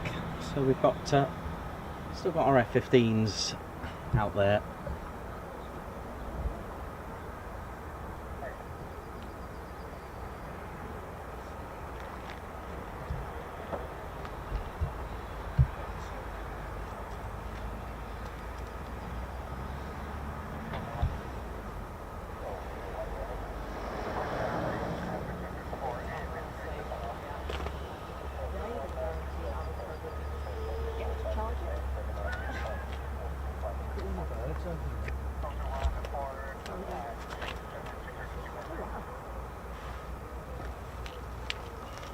That's a lot of birds. Yeah, so what you've seen there was called aero braking or aerodynamic braking. And it's to take the stresses of the braking systems and the front nose gear. So for example, you're coming into land, and I don't know, I've done it when I was a kid. I know many of my friends at school when we were kids, we used to, on windy days, we used to puff out our jackets, turn them into parachutes and try and sort of almost take off, well, usually fall back. And what you can do, okay, so traditionally, of course, you can just use your braking system when you come into land. But what you can do, you can sort of transfer the weight, cause a bit of drag, actually turn the whole thing into the bottom part of the carriage into a parachute pretty much. Basically what you're doing, you're creating drag, you're turning the whole underside of your aircraft into this massive sort of dragster, basically. A bit of drag, dragster's probably the wrong word to use, but creating a lot of drag and pushing all that weight down onto it to slow the aircraft down. Bit like a massive air brake basically, and it's just naturally using aerodynamics and drag to make the aircraft just slow down, and then gently does it, and then you can just let the aircraft roll down there now. So that's pretty much what it is, or just call it a wheelie, but the technical term is a aero braking as it comes into land and just uses all that undercarriage to create that drag. So that's why they do it. For those who don't know, it's quite common for fighter jets that we've seen to use it quite a lot. That's one way of doing it. There's our F-22 here, beautiful. Interestingly, with the markings that are here of the one fighter wing, the 94th Fighter Squadron based at Langley. The blue tack is optional so that the F-22 can land on your table or chairs or your dashboard of your vehicle, but I'm not sure if Lockheed Martin are going to invest in that yet, but we'll see.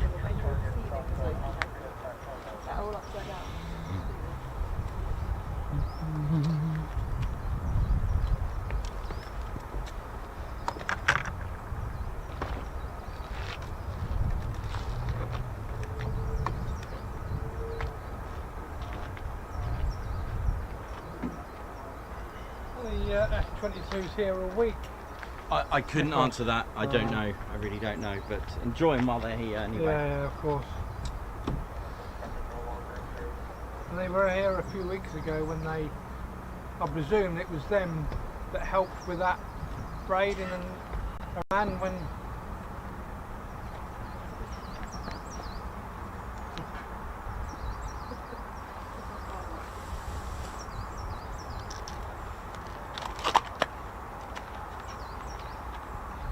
Aspen, how you doing? Thank you very much. Wonderful shots. Thanks everyone for the supers. I'll get Ted to do his guards marches just now. There's been many of you supporting the channel, and we are very close now to 102k. Woo! Oh no, there you go. That's the response. Very close. So thank you for your support. It's just climbing, literally like a quick climb. No words really other than expression on the channel. And Ted, you'll just come out to say hello. A very good morning to all of you, and of course good evening, good afternoon, good day, wherever you're watching from in the world. And what I didn't post yesterday, it was quite moving, but I'll tell you about that in just a moment. I did find the gravestone, the cemetery that I was looking for yesterday, so I'll tell you about that in just a moment, which is related to here. Of course it all happened from here. But in the meantime, for now,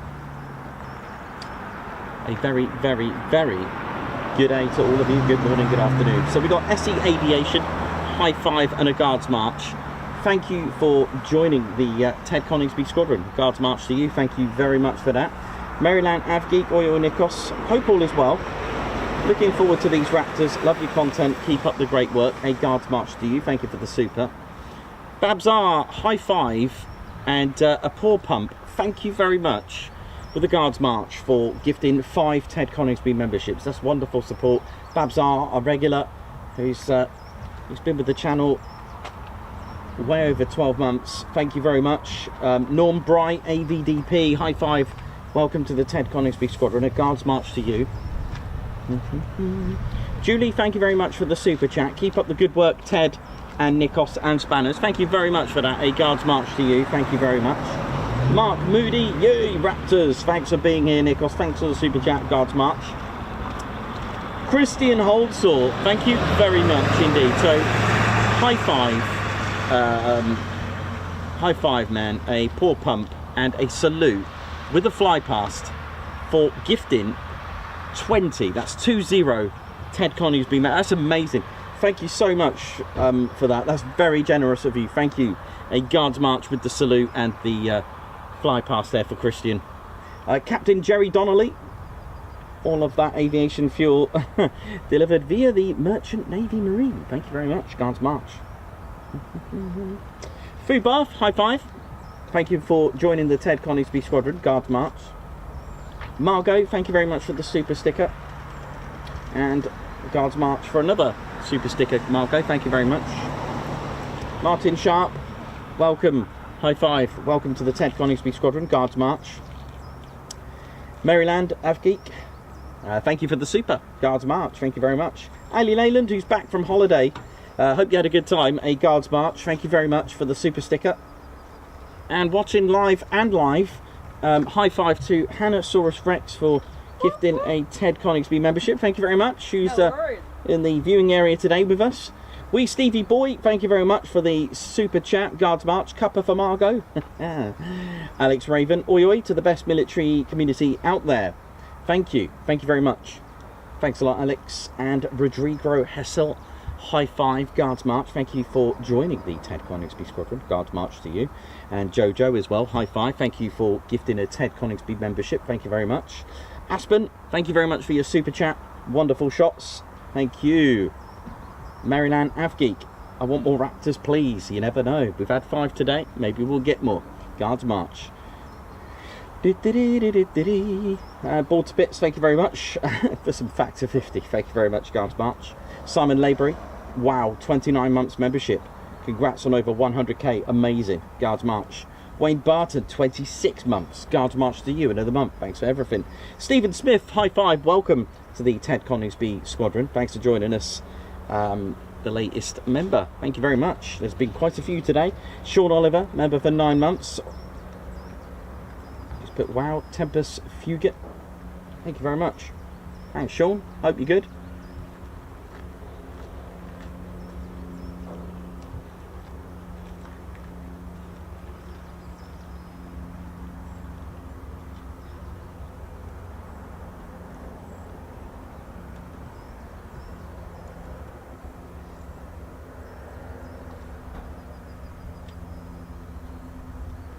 So we're just possibly waiting for just the F-15s now.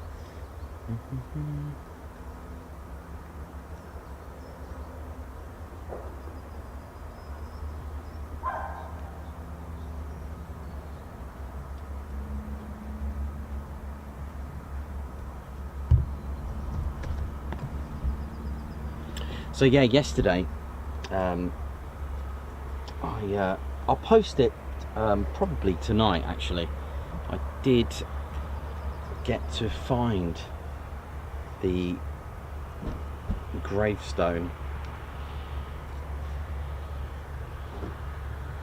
along with the brothers who sadly lost their lives,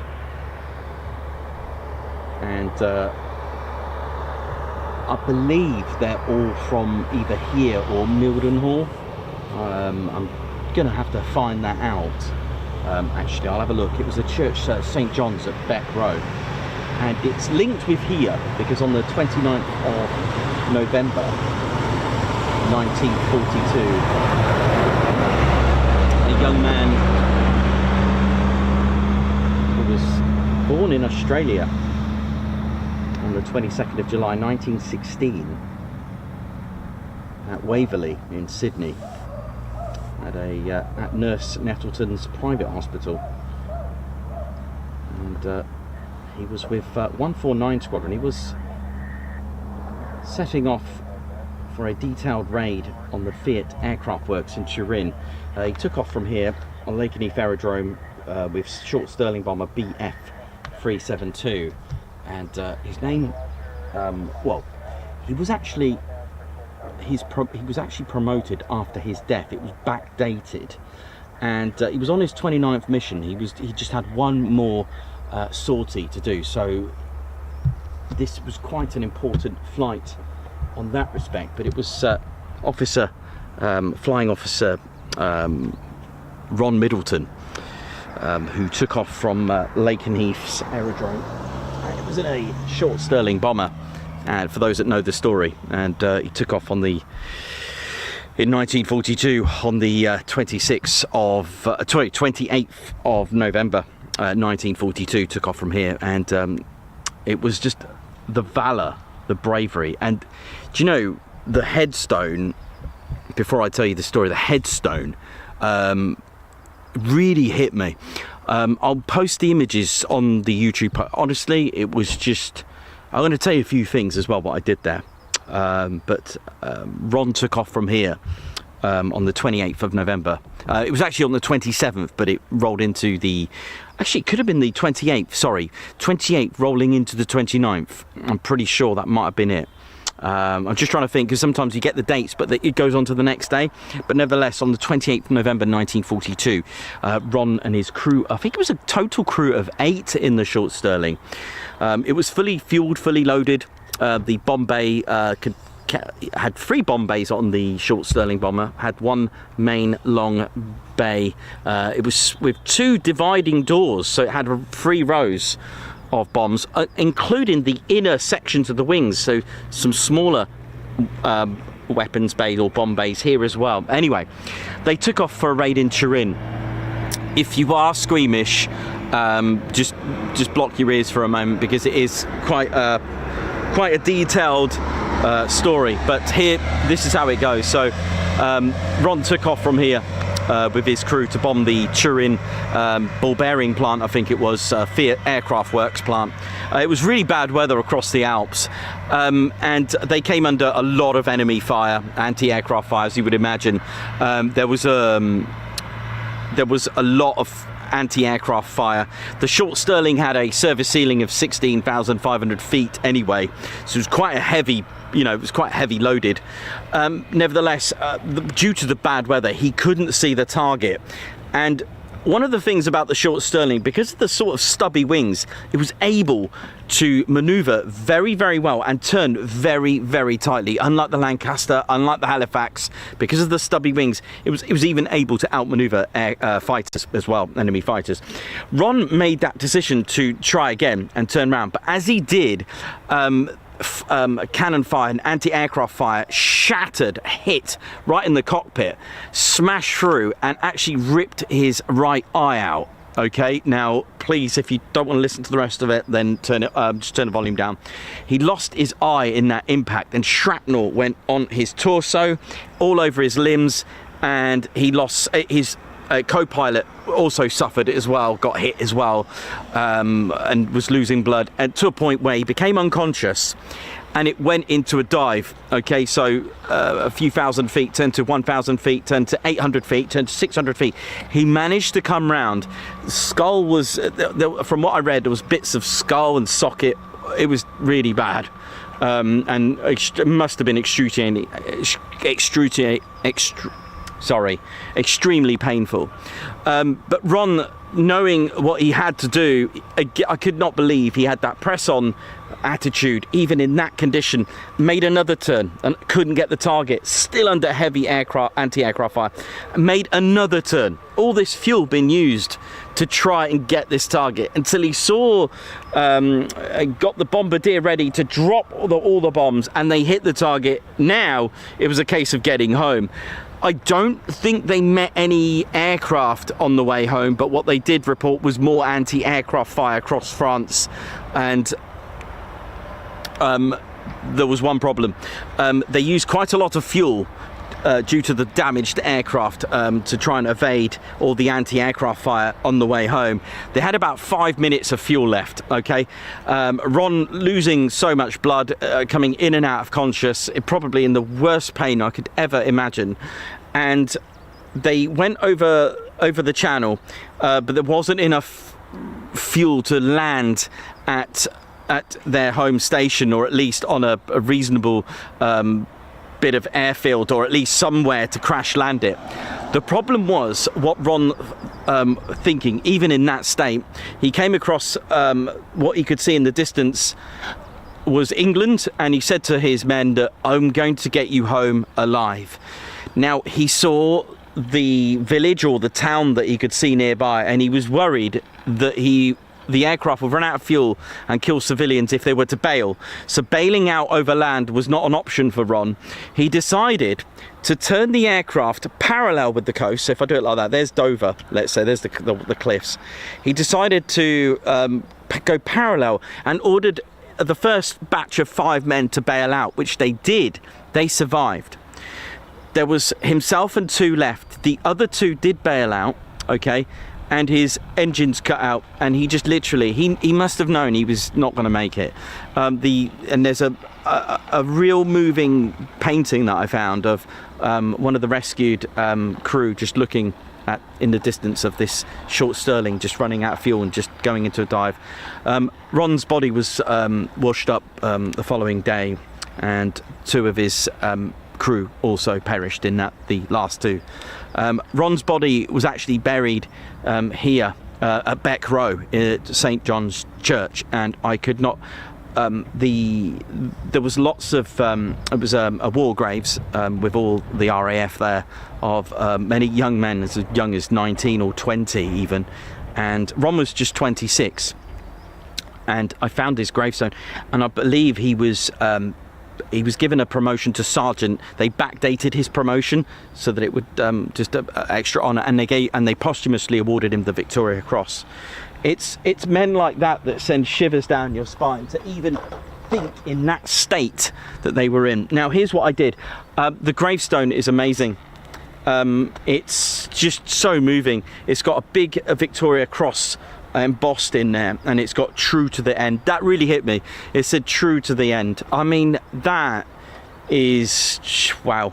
It was very moving, and I went to do I've got a video for potentially for the anniversary on the 28th of November. I did a 2-minute video with Ted. Ted, bless him, had a Ted-size Australian flag. We'll post the photos. I did a 2-minute video, and what I didn't realise is that Lakenheath is literally across the cemetery, and for those 2 minutes we had departures. Now, I kind of liked that. I quite liked that. It was quite an honour. I literally just pressed record, and you could hear the aircraft taking off throughout those whole 2 minutes. It was non-stop 2 minutes of takeoffs, and I thought that was quite moving as well. And I spent quite a bit of time there actually. But if you want to check it out, it's at St John's Church Cemetery in Beck Row. So near Middleton Hall, and just literally across the trees is the airfield of Lakenheath. It was very moving, and I'm glad I went. And it's a story that I tell quite a lot here, and just remarkable of what these men not only went through but did, even in those states. Just remarkable. But there we go. But I'll post them tonight for you. I'll put them on Ron Middleton's resting place here at Beck Row. His Victoria Cross, I believe, is in Australia, safe at I believe at an air museum.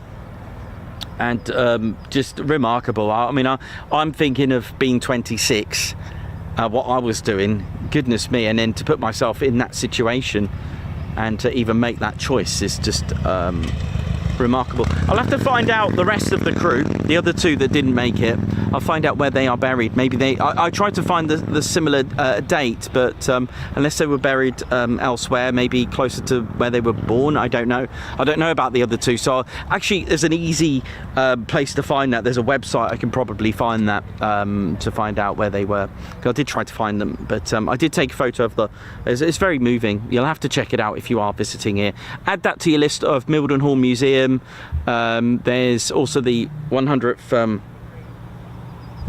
Okay, thank you.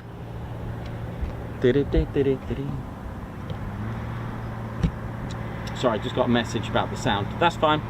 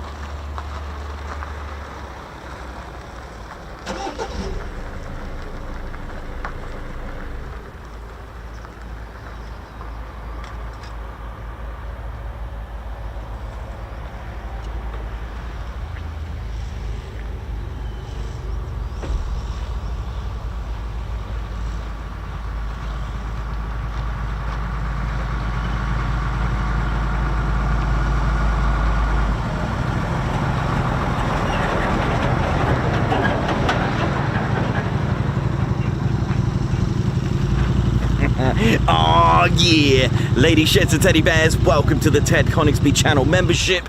I'm Nikos, I'm your cameraman and commentator. This is our squadron leader, Ted Coningsby. Just want to say a massive thank you to all our members. Guns up and oh yeah. Take it away, Ted. Ladies, gents and teddy bears, we want to say a massive thank you to all of our subscribers for getting us to where we are today. We have gone all over the country, from as far as Lossiemouth to Bryce Norton, and military areas such as air weapons ranges, low flying areas, heritage centres and special flights for TED 2. We cannot do this without your support, and your support will be rewarded. You can now join the Ted Coningsby Squadron and help fund the channel to get us around the country and provide us with the funds for equipment to bring you better content too. We have 3 exciting membership levels with awesome YouTube perks to reward you back for your support. Our first level of membership is the Ted Coningsby Squadron. You'll get a loyalty badge on YouTube, unique TCS emojis that you can use on comments and live streams, members only videos which include behind the scenes, deleted scenes, sneak previews and also music videos that Ted likes to play the electric guitar on. You'll also get access to members only Discord server and discount on all of our Ted Coningsby merchandise. All of this for just $1.99 a month. Oh yeah. Our second level of membership is the Posh Officers Club. This includes all of the squadron perks, private Posh Officers Discord chat room, Posh Officers discounts on all of our Ted Coningsby merchandise, and the poshness of supporting the TCS even more. This is just £4.99 a month. Our third level was inspired by many of our fans who have been supporting the channel massively. So we'd love to reward you back with this, and our third level of membership is the Ted Coningsby Fighter Squadron. This gives you a more personal experience with me and Ted, with exclusive live streams and content. You'll get a free Ted Coningsby Fighter Squadron patch, a private Ted Coningsby Fighter Squadron Discord chat room, a gold colour Discord username, and a higher discount on all of our Ted Coningsby merchandise. All this for just $25.99 a month. Ladies, gents and teddy bears, the Ted Coningsby channel cannot thank you enough for all your support, and it's this support that keeps the dream, keeps the stream. Thank you so much. Oh yeah.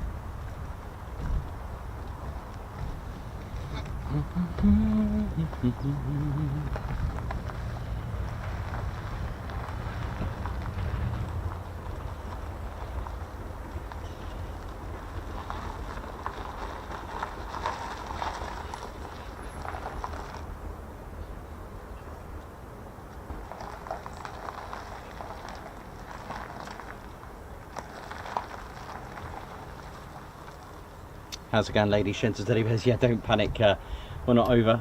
Just thought I'd put in a quick advert while I just did a few checks. Hope we're all good, ladies, gents, teddy bears. Welcome to the Ted Coningsby channel. And we've still got aircraft to come back, so don't panic. There will be further movement, I would have thought.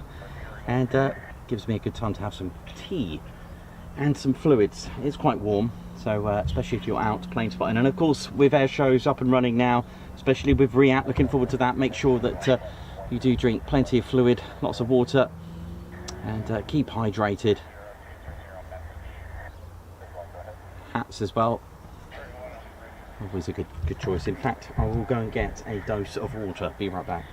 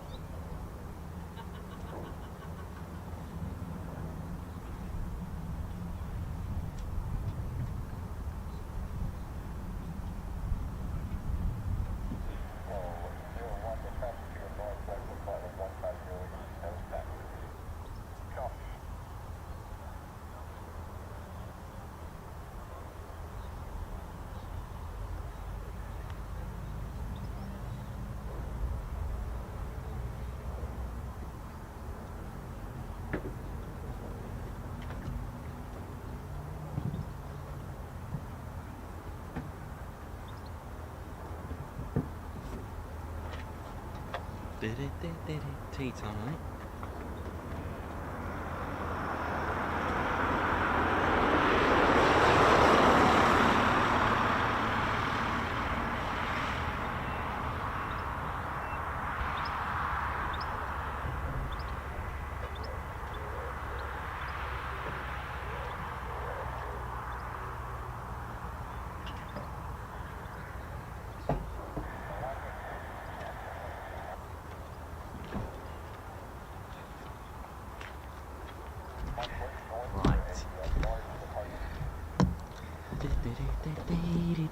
Just thought I'd have a bit of fluid, thought I'd have a bit of water and some tea.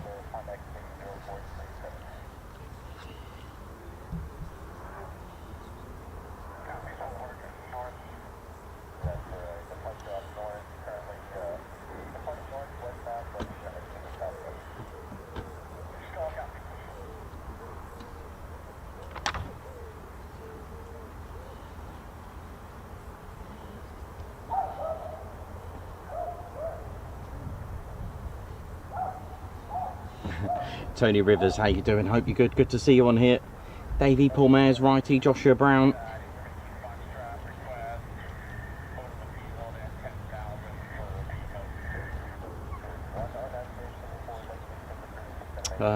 We've already had Raptors today already. F-22s, we've had them already.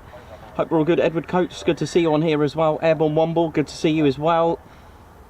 Nice one. Nice to see the regulars. Aryan as well. Righty 72 Point Charlie crew, how you doing?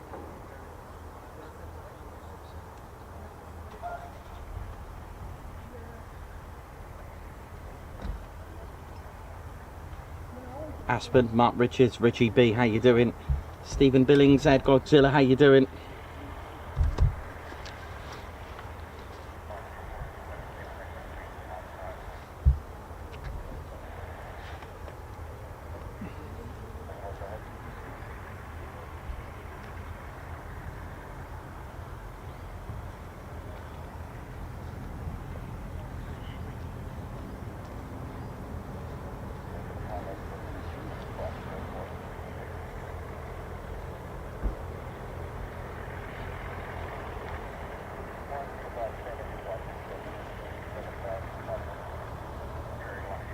Bex, how you doing? Good to see you on here, girl. Hope you're good. You're welcome. Who's put thanks for another awesome show today? You're welcome, Bex. Paul C, Gaz O'Hare, Margot, Mark Garwood, YT, Alan Burden, Paul C. Oi oi to all of you. Hope you're all well.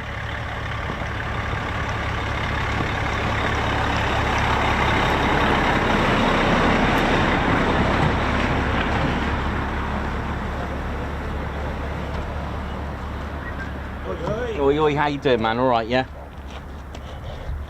I think we've got 15s on the way. Yeah, it was good, wasn't it? Oh, nice one. I weren't expecting that, but yes. No, nor did I. It was a sweet and neat one. It was good. F-22 out. Yeah, I love the F-22, man. It's got a nice little... Maybe they might not tweet, but they do a little howl instead.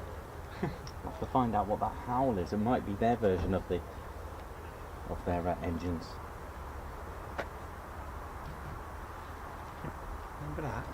That was last year in Oh August. yeah, that was good. That's what I said. That was nice. That was a good shot. Yeah. Nice shot, that. I was begging for Dad to send it to me. Yeah, you should have sent it, man. Be a nice water shot, isn't it? That was good. Right. Still 15s out, aren't they? Yeah. Well, I don't know how many went out. Couple of F-35. Hmm. Two F-35. Five. Yeah, it's 7 still, Edward James, we have covered that with our episode 11 of Lost Airfields. We did cover the bravery of SOE agents, female that is. We did cover that.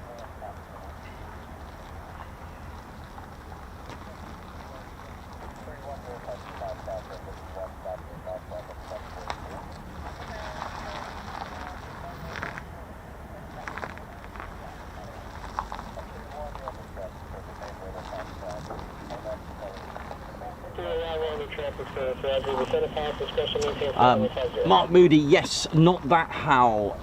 We are, so Mark, we're the design. Nicholas. 12 o'clock height, yes, so the design and the suction of the air intakes and the aerodynamics makes the howl. I'm talking about the howl on the F-22, which is clearly a mechanical reason rather than an aerodynamic reason, I think. Because they do it on the ground when they're starting up. That howl is what we're referring to. Yeah, so the Vulcan, the shape and the suction. The B variant doesn't do it, and I think it's all because of the different engine or the variant of the F-135 with the lift system of Rolls-Royce interacting with that. Look at that, like a rocket that is.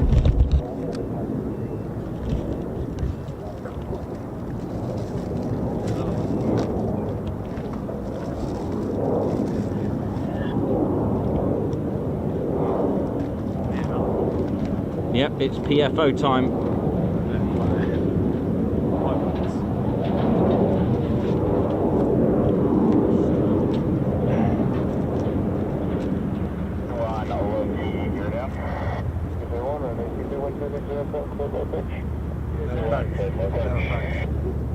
That might be just a tad too loud.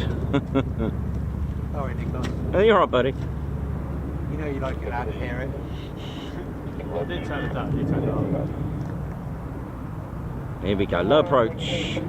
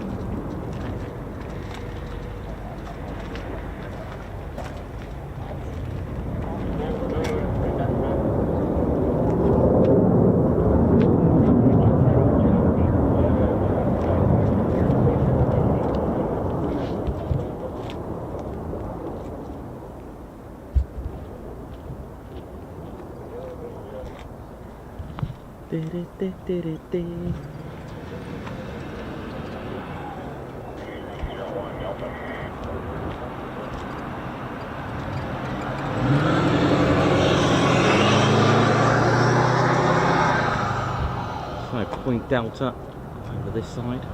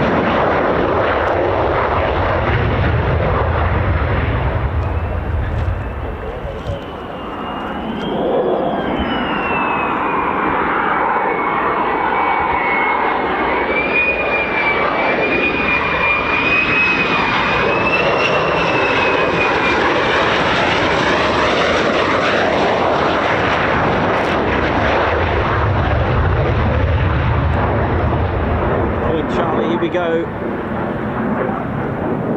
Now what we got now? F-15s, here we go. It is an absolute fighter jet salad today. Love it.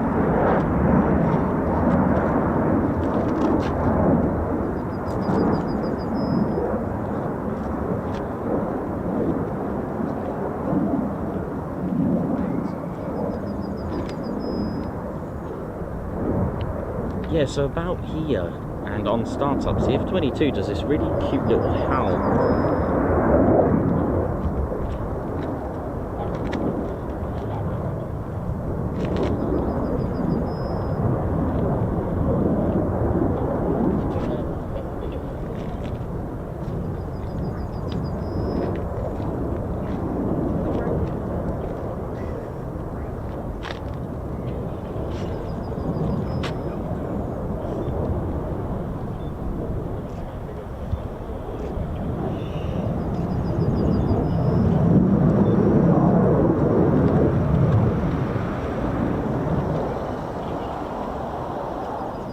Andy, hello. Hey man, how you doing?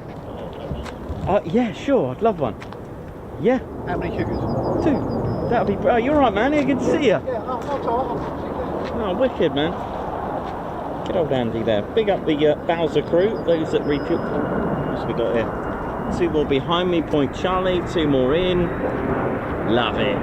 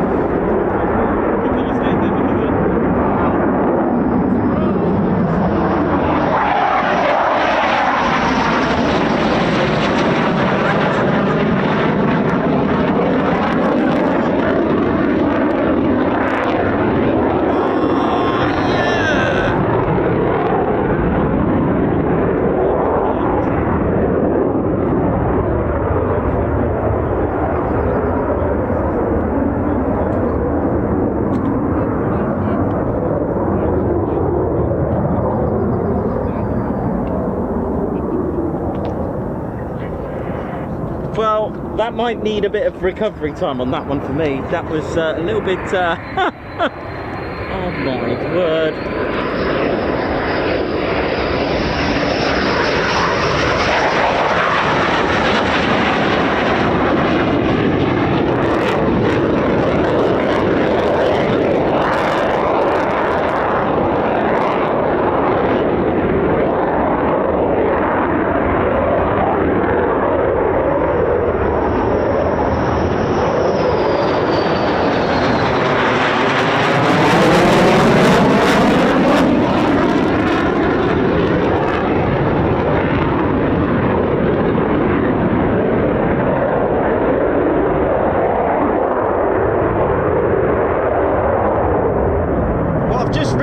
That I've just had a haircut.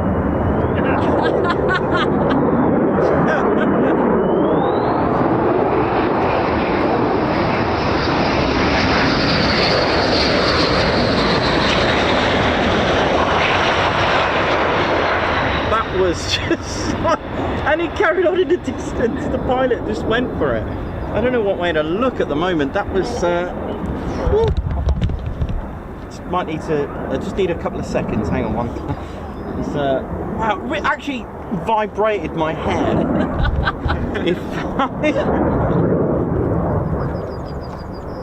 That was enough to wax the chest hair off Magnum PI, that one. Absolutely. Oh dear. That was unbelievable. I think I felt the what happened here?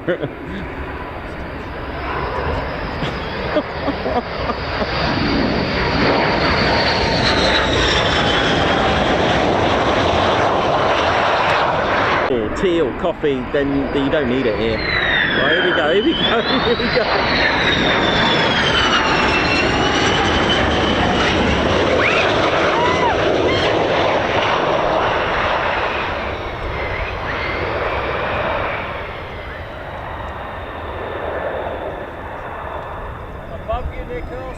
Oh no, not again. It's this one again. Hello. I think I may be the target.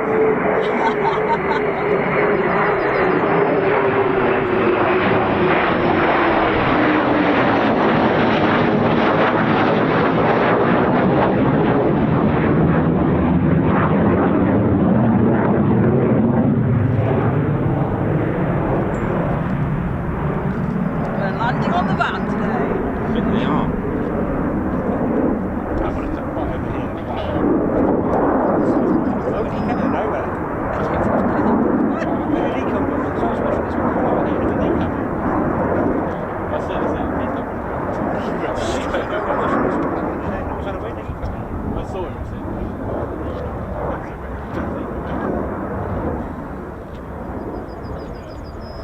Goodness me, I hope you experienced that on the channel there.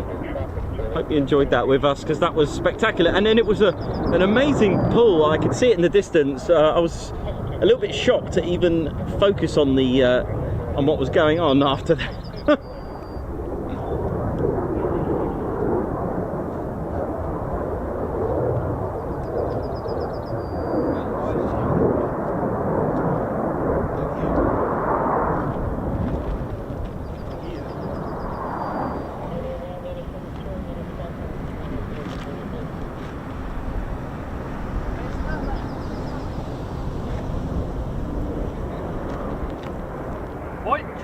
There's more.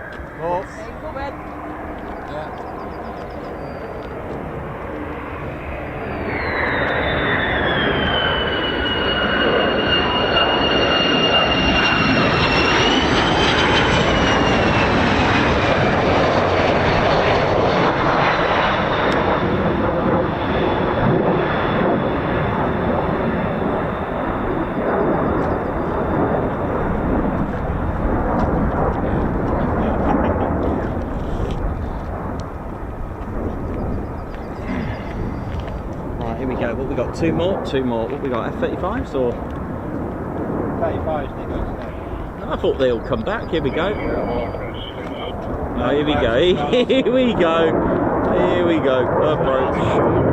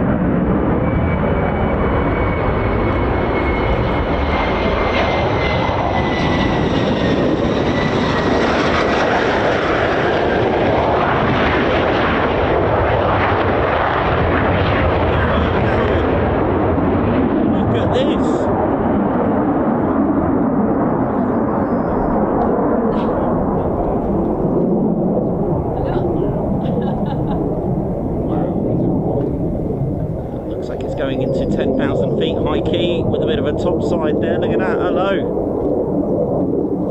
Goodness me. I'll tell you what, if you've never played Twister before, what you want to do is try and... Oh, look at that hobbycraft. There are your ribbons. Yeah, I can't move anymore because I look like the letter W. Oh, that's good. That feels better. Just give me one sec. Yeah, and now shaped like the letter Z. Right above us. Always reminds me of that scene from Maverick when he comes down to Earth from his Mach 11, whatever it was. Yes. Oh, When that he's thing, yeah, oh, when he then went, when he got a bit excited. he went Mach 10. Yeah. The way that it just drops down, like I can't even see. Oh, there it is. Here we go. There's 12 o'clock high, and so what's happening here, ladies, gents, and teddy bears? This is a precautionary flame out, a PFO, practice flame out. To remain clear of active Lakenheath airspace. And a flame out is not a stall. The engine, the compressors, everything's still spinning. There's just no fire to it. It's not combusting. So what are you going to do, especially when you've only got one engine, gravity being your enemy, with drag playing its part? What the pilot will do, will take it into high key, and literally, to simulate this, the pilot's now going to put the aircraft into idle. Now, you can only have 4 in the circuit when you're doing PFOs, according to the US Air Force 48 Fighter Wing Manual, which I conveniently have. And literally, oh, look at it. It's literally like bump starting your car, except don't take your car 10,000 feet and drop it. Here we go, look at this.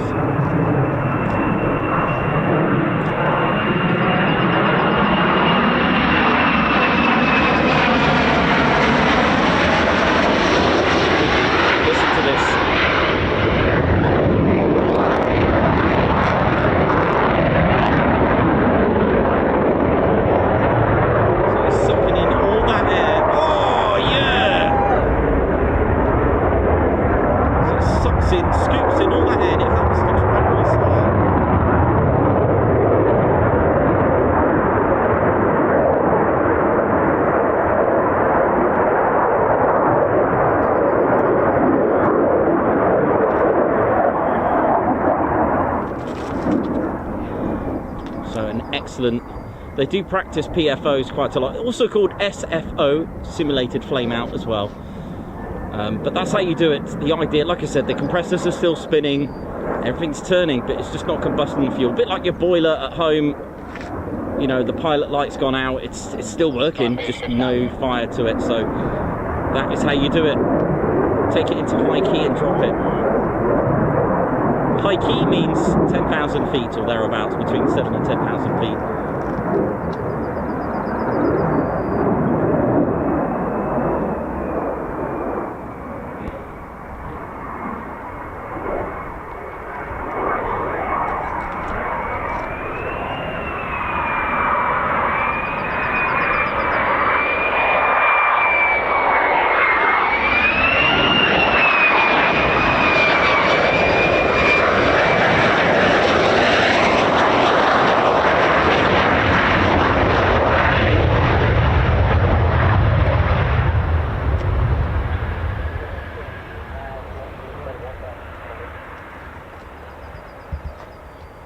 Beautiful. There we go. Finishing operation since contact for the charter is 5 minutes by Twin Otter at 50150.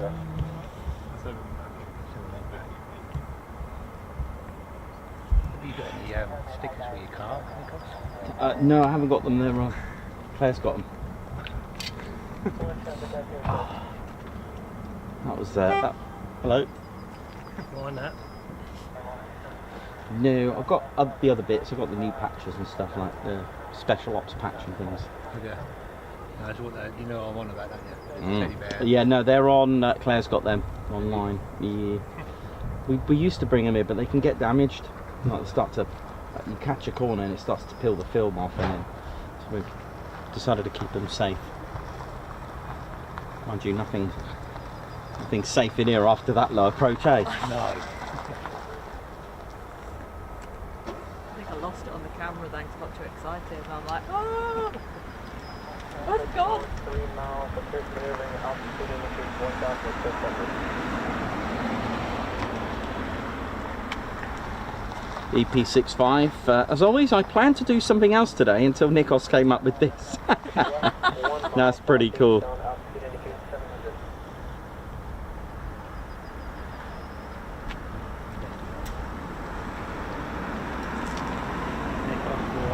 Alright, right, buddy. It's going up, so. Yeah, good to see you both. Take care, Lewis. Take care, man. How was your exams? All right. Yeah. You had exams, right? Is that right? He's had them, yeah. Yeah. So get your results. What, next month?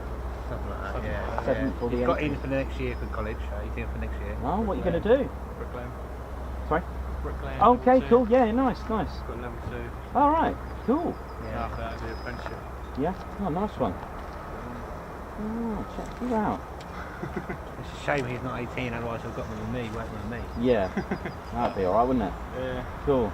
By the Right. way, Well, take care, you two. Good to see you. we'll watch the stream on the way Yeah. back. All right, buddy. Take care.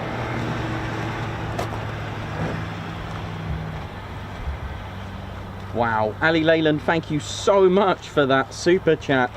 Who's put, just noticed you reached 100k while I was away. Absolutely incredible and well done. Lots of love to all the TCS family. Honestly, that is just remarkable. Thank you so much, Ali Leyland, and I hope you had a really good holiday. And Ted's just coming on now to give you a guards march. Ali Leyland, thank you. That is amazing. So that deserves a high five, a paw pump, and a salute as well, and a fly past. Thank you so much, Ali. And that's really kind of you. And like I said, I hope you had a great time away. Thanks, Ali. Guards march for that wonderful super chat. Thank you so much. He's been a long time supporter. Steve Billings as well, Guards March, Air Godzilla, love the sneak pass, certainly got you, it did indeed. Bex, high five, Guards March, thank you for gifting a Tad Coningsby membership. And also Bex with 32 months, and also a member of the fighter squadron, who's put very moving story of Ron Middleton and told beautifully. Thank you, Nikos. Thank you as well, and sorry it's a little bit graphic as well, it's quite deep and emotional really, but you know, these stories need to be told, they need to be remembered. Righty 72 Point Charlie crew member for 28 months. Big oi oi to the Point Charlie crew. Oh yeah, we'll be back soon, missing you both. All three. How many are you in the Point? I seem to be growing. There seems to be more an addition. Philip Knoll, glad you like the Red Arrow Hawk. Nikos, thank you very much for that. Philip Knoll for showing me that. Sean Oliver, thank you very much as well. Thank you for being a member for 9 months.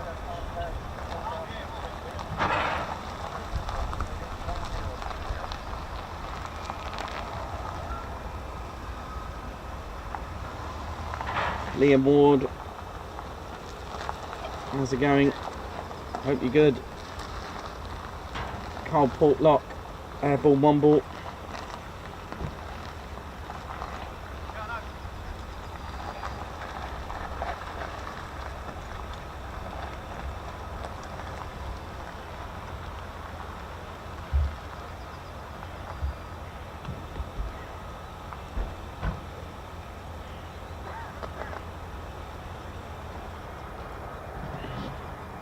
Well, what a day we've had already, and it's certainly been a fun one.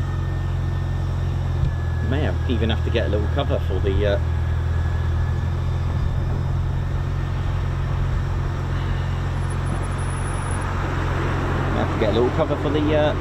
camera. It's quite warm actually. It's not too bad. It's got a nice little breeze.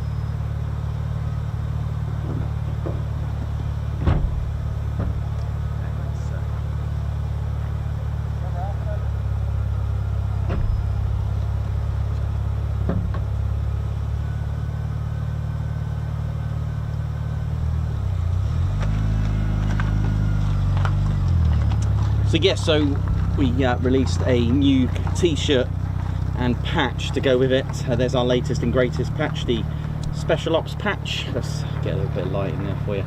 There we go, it's done in that Special Ops sort of subdued, sort of low vis Special Ops look. Look at that, love the way it catches like that. It looks different in lots of different lights as well, of course, being Special Ops, and that's available on our website now at tedconingsby.co.uk. If I just turn that around, that might be a bit better there, look. So yeah, it changes sort of reflections done in that Special Ops, like I said. Also got these as well, don't forget our regular patches, don't forget our regular patches need some love as well. We are away, of course, for React, so if you are placing your orders over the weekend, there will be a 2-week delay because we are away. There'll be no one around, and the bears will be on holiday with us as well for React. But you can still place an order, so when we come back, it will get us stuck in. Well, Claire Bear. But there we go. There's our. All our patches do come with Velcro. All right, so you can either apply it to existing hook and loop, or do your worst to sew it and then hide to make it look like you did a really amazing job. There we go. Same with these as well, so do enjoy that. We've got various range of patches from our regular one, from our Blue Skies one, like this one, Special Ops. We've also got the limited edition. We've got the Beret Recovery Team one as well, and we've also got a PVC patch as well, so lots of t-shirts available, and we've got a Special Ops t-shirt. You should be starting to receive them soon from that delay for a couple of weeks as well. You should be starting to receive them in the next few days for those that ordered from the 16th.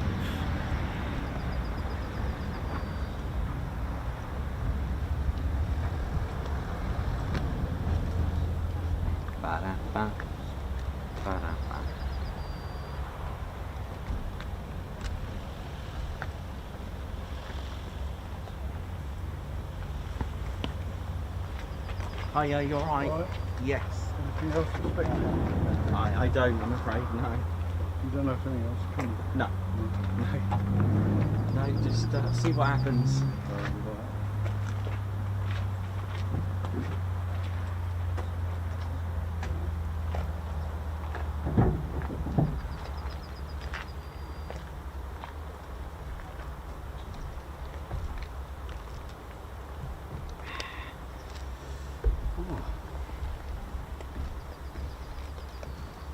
There we go. Right, so how we're doing, ladies, gents and teddy bears. Hope we're all good. Don't forget to stay hydrated in this heat. We are in the official viewing area if you are if you're interested in coming in. There's plenty of parking, and there is like an overflow with it. So yeah, there's our viewing area for Lakenheath. We're lucky enough, there are some military bases and places. I think Coldrose had one, didn't it? Coldrose's got a viewing area, and we're lucky and fortunate enough to be able to do it. If there isn't any space in here, you can park sort of along the road that leads to it. There is a burger van and an ice cream stand as well. Flint's, is it Finch's or Flint's? Flint's ice cream as well as Dave's burger van as well. Yeah, I think the ice cream stand is there. Yeah, I'll just have to double check the name again, actually. I think it was Flint's. So yeah, all is good. Dave's burger van, there's bins provided, although they are full, and which is why we've always recommended to bring a bag so you can put the rubbish in and take it home with you, especially on these sort of busy warm days and holidays as well. There are no toilets, unfortunately, so you have to improvise. The other thing I'm going to mention as well, please don't touch the fence, climb the fence. Certainly don't climb it, especially in this day and age as well. And me and Ted have been working on something that we're going to raise awareness for, looking at certain things that we need to be a bit more vigilant, especially in this sort of times that we have, these sort of tough times the world's going through at the moment. It's not the best, but this is why it's a safe zone, a safe place for the Ted Coningsby community, just to put that aside. Whatever you believe, whatever your political views are, just put that to one side. Come along, be safe, and enjoy the aircraft, which is what we do. But we do also need to be mindful of the things around us, and we're coming up with some things where you could maybe have some info in front of you, where you can react and what to look out for when things don't look right. All right, so I'll be showing you that hopefully soon. Right, I'm going to go and have a cup of tea. See you soon.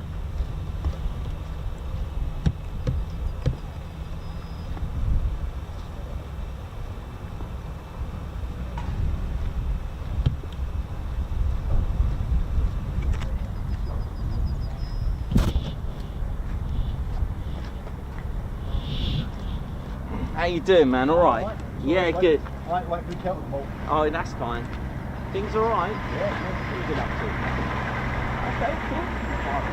Fair play, that's what it's all about. You help me out with that.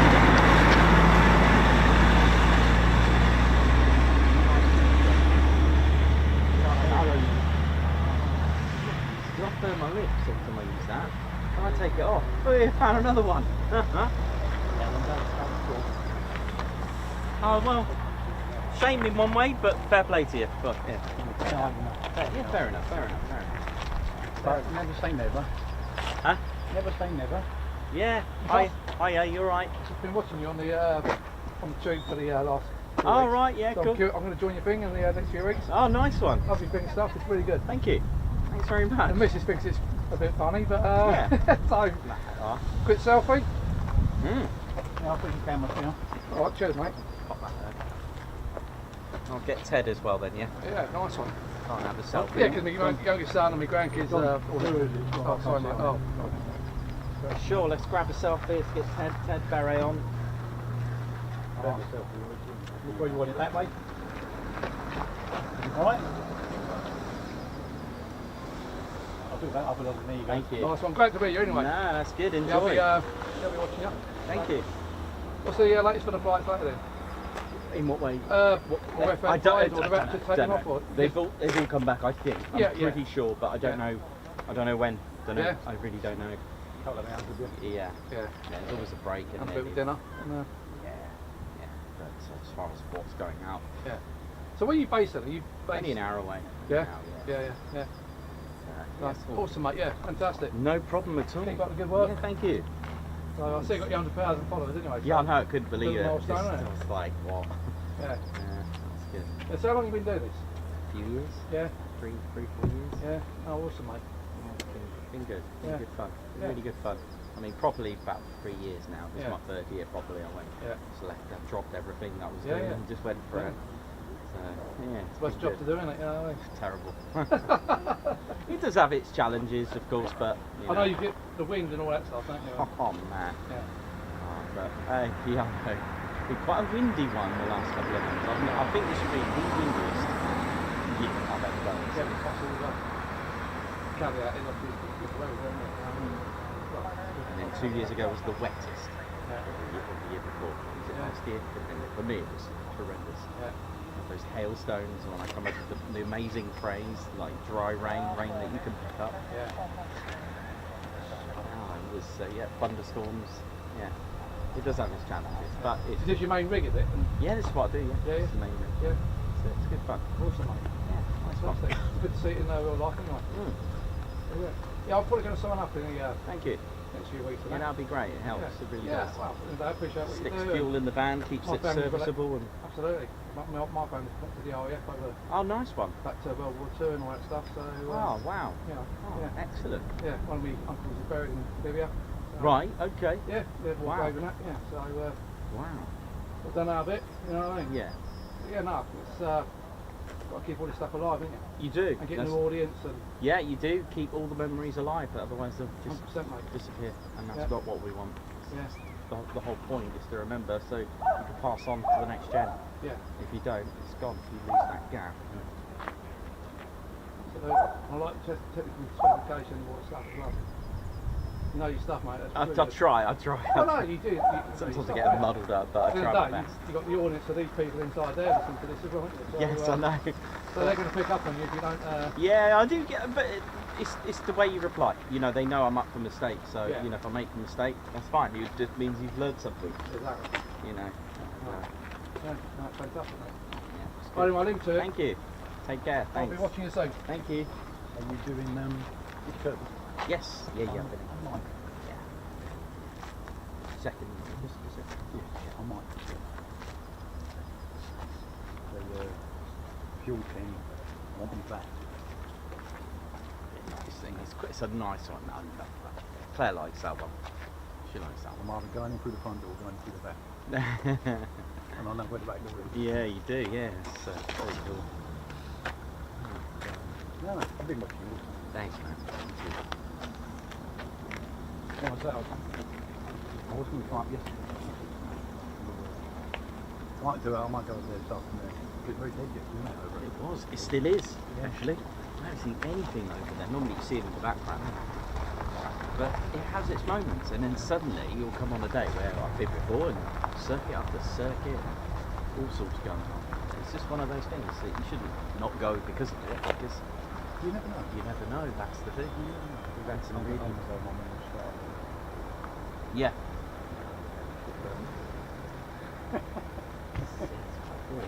Oh, the second thing you didn't see that? Well, it was there when I got here in the morning. Just been sat there, so. It's nice, really. No, it's not hard. Yeah. Very expensive. You don't see the rest. It looked good. It looked really good. See, I saw one yesterday. Yes, there was two here that went out and came back into the moon. With moon after them. Very different. I've seen that before.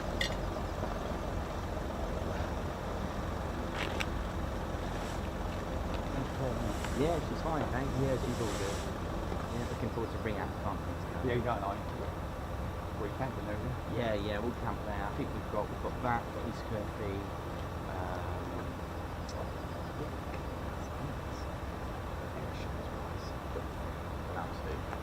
Yeah, that's it. I've been applying and applying, but either a no or just not. Yeah, so I can't Yeah, I tried to email Pip, nothing. It's fine. It's fine, no problem. Just what I ask. Yeah. Other than that, I'll just go to filming. That's no problem. Doing old Buckingham, but not live. Just doing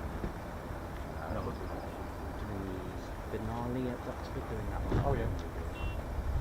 Just a, Oh yeah. then off to Lossy Mouth in September. Yeah, I was up there in May. Nothing happened. So one beside me.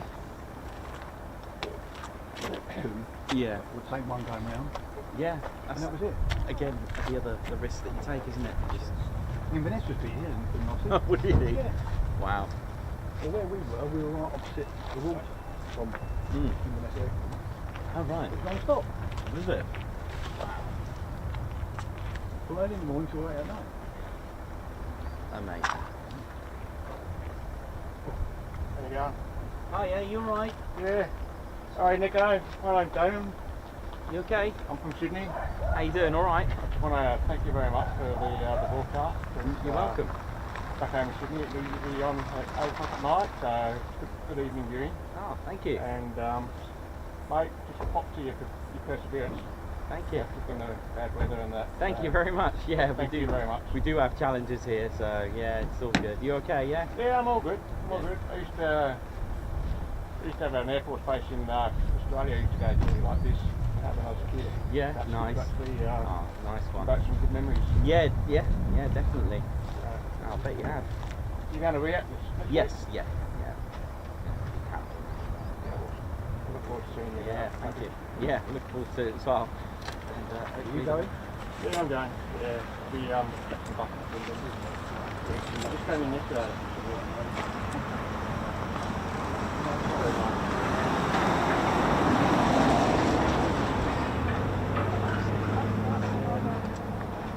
Before you go, yeah, Waverley, is that far from where you are? It's pretty close. Yeah. Yeah, 15 minutes on that on the train.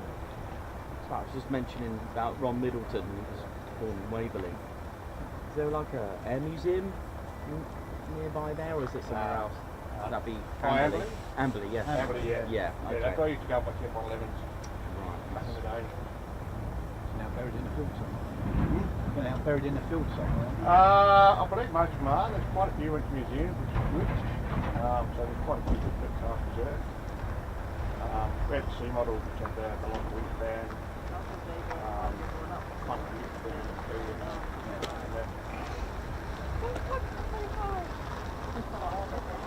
Yeah, I used to go on the bike for a lot of reasons. So things are a little bit more difficult now. Are you getting up here? It's quite a bus inspection. So, yeah, it's a bit warmer than I expected now. Yeah, it's Wait till tomorrow. oh, it's warmer, isn't it? Yeah, come on. Be alright. So I've just found the War Museum's in Canberra. That's where I was trying to think of. Oh yeah, no, they've got a good museum there. Yeah, that's the one. There's a great one in Moore. They've got some really cool stuff. They've got a Canberra bomber, Meteor, Wow. yeah, a couple of Spitfires. When are you coming over? I don't know yet. I don't know. Give me 5 minutes. Yeah. Mate, it's 24 hours from Well, there. it's really bizarre because I do have an Australian flag. Do you? Awesome. Yeah. We went to the cemetery of Rob Middleton at Beck Row, Yep. not far from here, and we just did a couple of photos with his grave, which we mentioned the story.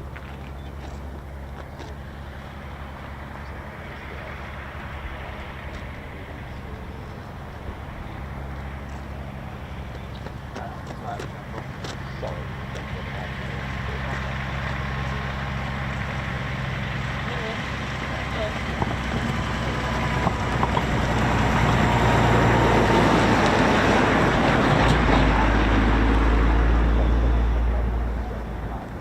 It's lovely, really nice. Hey mate, you alright? Hi. I just wanted to actually take Coningsby. Yes, I watch your videos for the now. thank you. Did you see the F-35 that went low? We saw the went- F-15 that took my hair off from here. Me too. Oh, we were Found his literally hair, right look. under it. Found his hair. We got right under the F-35 as well. Yeah, nice. And the sound though. Oh yeah, it was amazing. Do you want to hear it? Yeah, that's the howl. The Vulcan. It sounds like Yeah, the Vulcan. it except does, it's it not. does, and it's got the same sort of, not intakes, but just happens to be coincidental of the design over the suction creates know. that sound. We actually saw the Vulcan like a few days ago at Warrington. All right. We were on holiday because Scottish go on holiday early. So we've been doing like a tour of the RAF bases for the first bit. Okay, nice. We've been to there, we've been to Coningsby, all the Typhoons Night X. Went to Marm, there was absolutely nothing except for the family and Hercules. Then we came here. Was saw that the- yesterday? Yeah. Yeah. And then we came down and then finally we saw the F-22s. I've been really wanting to see the F-22 the whole time. I think a lot of people have. I know, and I finally got to see them. Yeah. Lucky that they're here for, they've been here for what, a week or two now? You know, when they're here for you. I don't think they were supposed to be here, were they? I think they weren't scheduled. Nice band though, really good day. Thanks. I always watch the things though. I remember at the start always the nice music with the teddies in it. Yeah, well, we still do that. We still do that. Cool. Still do that. Where are you eating tomorrow? Just ask. Don't know yet. Don't know yet. But I'm here Friday. I know I'm here back Friday, so I'll we'll have probably be here for a bit of Friday. I'll ask Ted what we're doing tomorrow. We're not sure yet. Yeah, I'll probably We'll just pop up. No, on Friday. They normally close on the Friday. I'll go and close on a Monday. It was Friday was closed. quite Closed late. here Monday. Monday. Yeah, it was closed here Monday, wasn't it?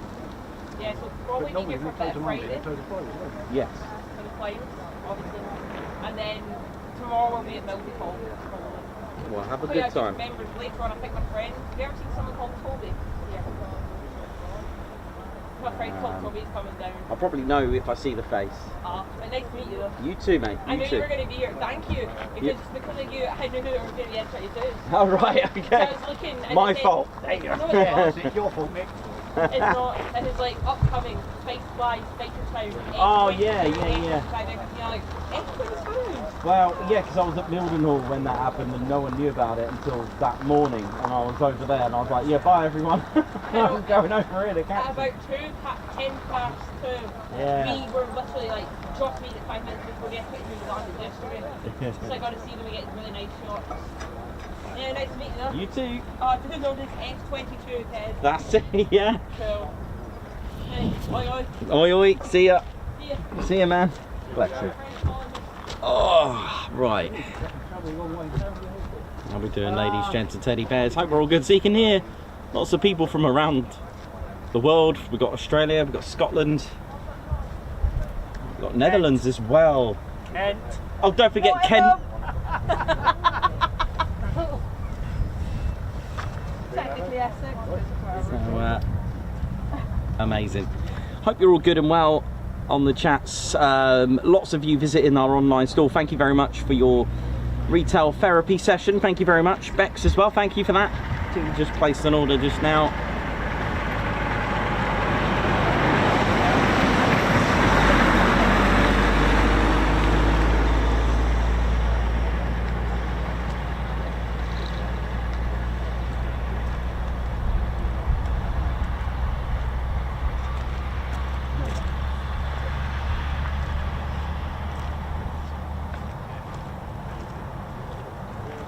You alright there, buddy? Hello. How's it going? Okay. Alright, mate, you? Yeah, good. It's been in all day though, we just not noticed it. It's been there all day. Yeah? Yeah. How you doing, man? Alright? Alright, yeah. Good. Yeah, no, it's been there all morning. I didn't see it come in or anything. It's been hiding. Yeah, it's fine. Well, I was here about 6:30. And it was still here. Yeah, we got here just before this.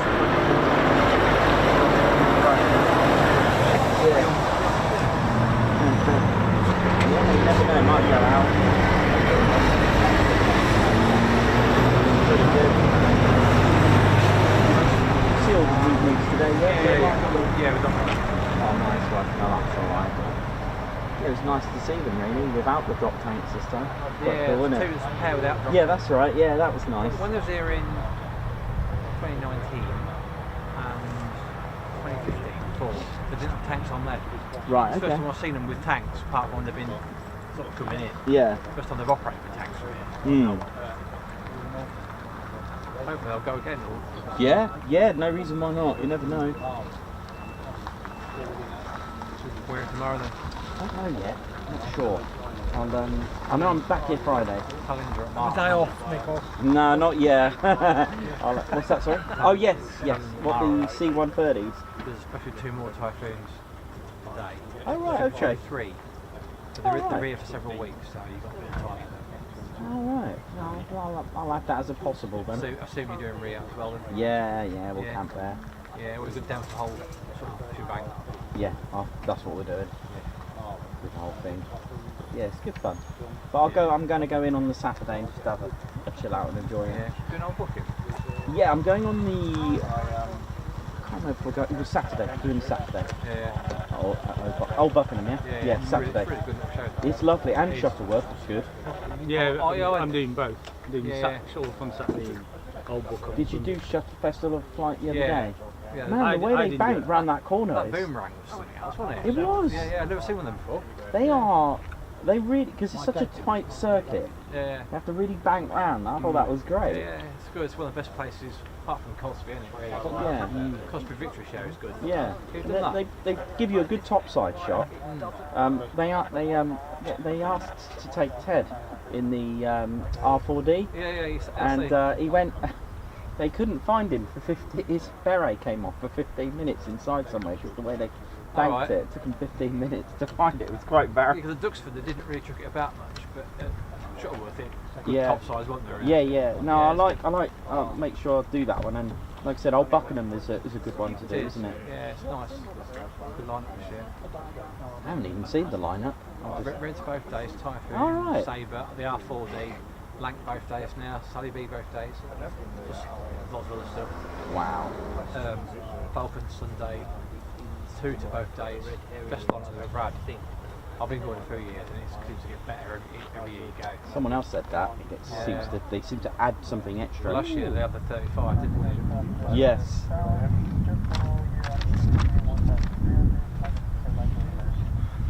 Kristen Horn has been sacked with Red Bull. Has he? Yeah. Who? Breaking Oh right. Been sacked Oh, by Red Bull. Dear. Christian Hall's been sacked. He'll go Yes, somewhere Christian else. Horner. He'll go somewhere else. No. He's been sacked, hasn't he? Verstappen's going to Mercedes. You don't get much time off this time of year then? No, no, but that's why I'll take a holiday in October. Yeah. Just go away for a bit. Go lost and after a week. When are you going? No, you. I thought that's you. Oh, no, I'm going in September. Yeah. Going in September for a bit. It's a long way to go for not a lot. I went up last year the 2 days. Sure. It's different, but it's not busy, is it? No, but I think Claire and I went a couple of years back and it was busy. Yeah. It was really good. And we had 2 F-35s tomorrow. Just avoided this bird strike, which is quite. Yeah. It was that was interesting. Do you call Rose? Rose. Call Rose in Cornwall, the helicopter. Cold Rose. I went once. Didn't see helicopters, but I saw the blue Draken, the Falcon that they use for QRAs test practice. That one I saw that. That was it. Yeah, it's Merlin Central. But I saw the Merlins, but not there. We were around it. We went to go spotting. Didn't see them fly, but then when we went to like St Ives, we saw them. Yeah. So. Do a stream from that. Yeah. Be interested. It's massive, that viewing area. Well, it's quite big. What? About this size maybe? Probably bigger than this, isn't it? Yeah, it's quite good. Yeah. Ableton. Not done that one. Yeah. Yeah, it's good fun anyway.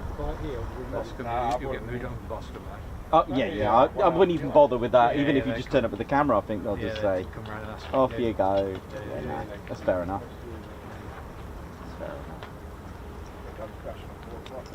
You can only ask. Yeah. If they say no. Okay, no worries. Yeah, you ask these, ain't you? Yeah, oh yeah. They're pretty good, aren't they? Yeah, very. I mean, come round and say hello and all. Yeah. Well, you've been on there. You've been on there, Thomas? No, not yet. I've been on Middleton but not here. I'll get. If I do, it means I can't stream. So. Yeah, I thought you did one Friday morning. They took you on the flight line there.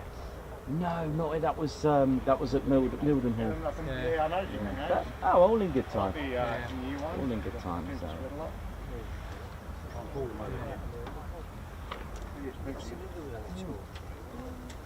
It's quiet. Yeah, those should start up in a bit, isn't it? Yeah. Well, it's pretty manic this morning, wasn't it? The Bangor jets out. Yeah, it was good. Good this morning. Nick, did that thing ever move? No. You say they parked it down to wait. What the vehicles, the security ones? They do move, yeah. But usually they'll leave it for the whole day and then they'll move them. There's somebody in it now. Yeah. Yeah, because in fact, I remember last Friday during the show, it was more like, oh, it's pointing the other way, so they do move them.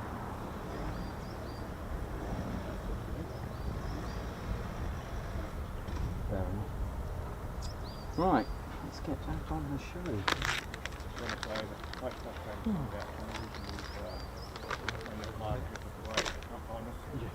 But yeah, holiday in October for me. Yeah. Nice. You're going abroad? No, just actually going to Somerset. Yeah. I like it there. It's nice and chilled out. Helicopter. Yeah, I mean, we could do Yeovilton, so could do it. But I might get told off because it is supposed to be a holiday, so Claire will kill me. Hey. Lots of good things down there though. Yeah, no, it's alright. Yeah. Yeah, no. I went to the army. Oh yeah, there's the Fleet Air Arm Museum, isn't there? That's good. That's really good. Yeah. So the one at Middle Wallop as well, the Army Air Corps Museum. Oh, right. Army flying. Yeah, I've not done big, that. It's alright. I don't know, Middle Wallop, that's a place you can do. I'll have to add that to the list of places to visit. Yeah. You ever been to the RAF Lakenheath? What's that? How we doing, ladies, gents and teddy bears? So now it's just a waiting, bit of waiting now while we just hope for movement. It could be any time. It could be now. It could be an hour. It could be a few hours. It could be 5 o'clock. You just don't know. It's just one of those things. Or they could be done for the day. You just you literally don't know. And there we go. And I'll tell you what, that is a lovely little gentle breeze. It's quite nice. Makes a change.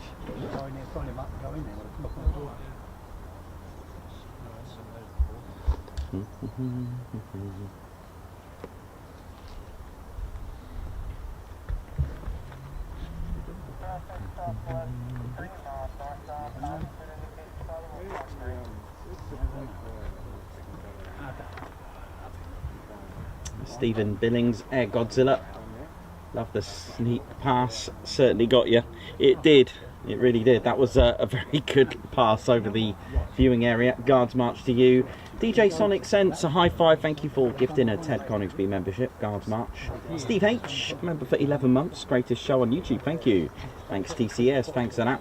Perez Matman Bush, who's part of our Spanner flight and a member of the channel, celebrating 6 months on the fantastic Spanner flight. It's such an honour to work with such a dedicated bunch of volunteers making the streams sweet and neat. Ted Coningsby, thanks man, and thank you as well. High five, thank you for the super chat there, man. DJ Sonic Sense as well, high five, Guards March. Thank you very much. And we got Heather Postlethwaite. Sorry, I'll say that again. Heather Postlethwaite, thank you very much. Welcome to the Ted Coningsby Squadron. High five, Guards March. Thank you very much for joining the squadron. How are we doing? Hope we're all good, ladies, gents, and teddy bears. Welcome to RAF Coningsby. Coningsby? Welcome to the Ted Coningsby channel at Lakenheath. There we go. I'll get that right in a minute. What I was going to tell you is have a look at the post I put on yesterday regarding the decoy airfield bunker. I couldn't believe I actually stumbled across it. It was actually a lot closer to home than I thought. I just couldn't believe it. I really couldn't. And I got to see what it was like inside a bunker. Okay, it's had a wear and tear and a bit of abuse, but the layout, the little steps are still there, the little searchlight porthole, the engine room is still there.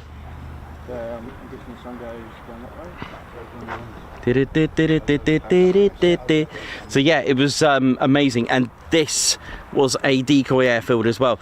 In October, you may have heard, en route on holiday, I have kind of persuaded Clad for me to take a little detour on the way there, so it doesn't count as part of the holiday. We're on our way there, but I found a decoy sort of a city. It was part of Operation Starfish, which was basically decoy cities and towns. So we've had decoy airfields, but I've managed to locate a sort of like a mock city to basically a decoy city, so that the real city wouldn't get attacked. It was really amazing. It involved a like a film crew team, a film studio team would do all the pyrotechnics and all the lighting system to make it look like a functioning city. I think the one we're going to is a decoy Bristol Temple Meads, probably, with the way it was described. But I'll have a look. I'll have a look at the room that the officer would have been operating in. I don't think we can go in this one, but you can on the decoy airfield. The one I found was for apparently RAF Wittering. It was about sort of 7 miles away from it, so that it probably makes sense for about here as well. This is about 5.5 miles away, the backwards crow flies. So absolutely incredible to even use, you know, what I would call a primitive method of deception, which obviously is, you know, obviously works. Obviously it became priceless really and saved the real airfield. So like I said, you got 1934 RAF Mildenhall, 1936 RAF Feltwell, which again they operated before the build of RAF Lakenheath, which was completed in 1940. Absolutely amazing. And then the first squadron to arrive was all the way from RAF Lossiemouth. But the actual history goes back to prehistory, and we've spoken about what was here before. 8,000 years ago we got a natural spring where the old air traffic control tower was, which was on this side, not where the traffic control tower is now, which is just on this side, as you can see it there. The original one was over this side, and that obviously is not there anymore. But the springs, the natural springs, and I've always said this in our sort of survival as human beings, we rely on water, and especially 8,000 years ago, if there's water, then that's a source of life. You have a source of life, you then have, you know, then you start to settle, then you have settlements, then you start to farm, then you have the defence. But what's interesting is the fact that Lakenheath itself has that connection with military, and I find that fascinating. The fact that, you know, it has its roots further back. In fact, it was the Anglo-Saxon period. Really amazing to even think that. And the viewing area as well, there's even a sign there that says that the actual area is built on medieval earthworks. You can see some mounds behind me as well. They're not natural, they're man-made. I can see some form of, you see, Stonehenge, for example, had like an earthwork around it, and I could almost see some signs of it. It's kind of raised, which is why I think some of the fencing is just sort of leaning a little bit. You know, it's man-made, and there are some Grade 2 listed buildings from the Second World War. I think there's, where was it? Like a pillbox. I don't think you can see it from this angle. Where is it? Somewhere down here. Oh, is that it there? Here you go. There's all sorts. Everywhere you look, there's a lot of history. Everywhere you look. And it's something I may have not shown you before, actually, even though it's right in front of me. Let's have a look if we can see it. Is that it there?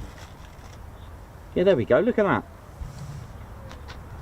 So some of these are Grade 2 listed, so which means they are protected as buildings, and you can't just knock them down. So they are subject to being protected in that respect. They're pretty cool, and there are quite a few of them. Not all of them. I don't think all of them are protected in that way, but some of them are, which they still remain, and sort of gives you glimpses of history. And when we've got like medieval earthworks scattered about, it's quite interesting. Pretty cool, isn't it?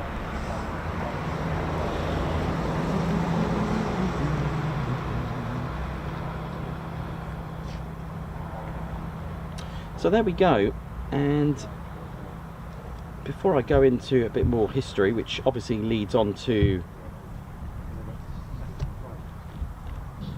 the movement, hopefully, because that's why I do it. You know I do it like that so we can get aircraft starting. But yeah, so one of the things I like to learn about is go in a bit more depth of what we've actually got here. Can I hear? No, it's Lakenheath tinnitus. It's fine. So like I said, you've got 8,000 years worth of what I can trace back of history. You've got water supplies, then you've got the Anglo-Saxons, 5th and 6th century, so that's what, about 1600 years ago, so to speak. And Thetford has got an Anglo-Saxon village here, but here did have a military connection here. That's right, Lakenheath has a military connection, and like I said, it dates back to the 5th, 6th centuries. What you've got is the very first excavations in 1959 from a lady called Lady Briscoe, who was the founder of Mildenhall's Museum. Now, with the help of the Suffolk County Council Archaeological unit, they assisted in excavations, and they did find Anglo-Saxon remains. They found beads, they found all sorts of things, and you can see this at the Mildenhall Museum. Now, not the base itself, this is actually available to the public in the town. Do check out Mildenhall Museum, have a look at the opening times. I believe it's, I can't remember if it's Saturday or Friday, they have an extended hours there. But do check it out. But it took, what, until 1997 and then on to the early 2000s where they really found something. While the base, although was built as a Royal Air Force station, it was sort of, it did swap to a United States Air Force role in 1948. Now, as things expanded and expanded through time with different aircraft, different buildings to accommodate a, you know, a thriving Air Force and more personnel, things start to develop, and you've got potentially new dormitories. And one of the things that they did was to have new dormitories been built, and you can see them today. as you're driving along the A1065, just to your left before you get to Gate 1, the main gate of RAF Lakenheath. You've got what looks like, they're not new builds now, but they were in the early 2000s, and they're kind of like that beigey terracotta sort of colour, but they're there. But before they did that, while they were going to do all the groundworks, this was the perfect time for excavations, and one of the things that with the help of Suffolk County Council Archaeological Unit again, they thought this was the perfect time while they're doing all the groundworks to do the excavations, and they did find something substantial. There's the baseball stadium, which is probably an athletic stadium, or the baseball stadium. When they did the excavations over the next few years from 1997, they found a total of 427 graves. Now you're probably thinking, what's this got to do with military? Well, they did find 6 men with swords, 2 of them with horses, 3 minstrels, that's men buried with levers, and 1 man buried with a quiver of arrows. Amongst those 427 graves, 96 of them were female. 2,500 glass beads. They found all sorts of arrowheads, spears, heads, lots of things that would indicate as well evidence of a military theme here, especially with what they found, what they named him, the Lakenheath Warrior.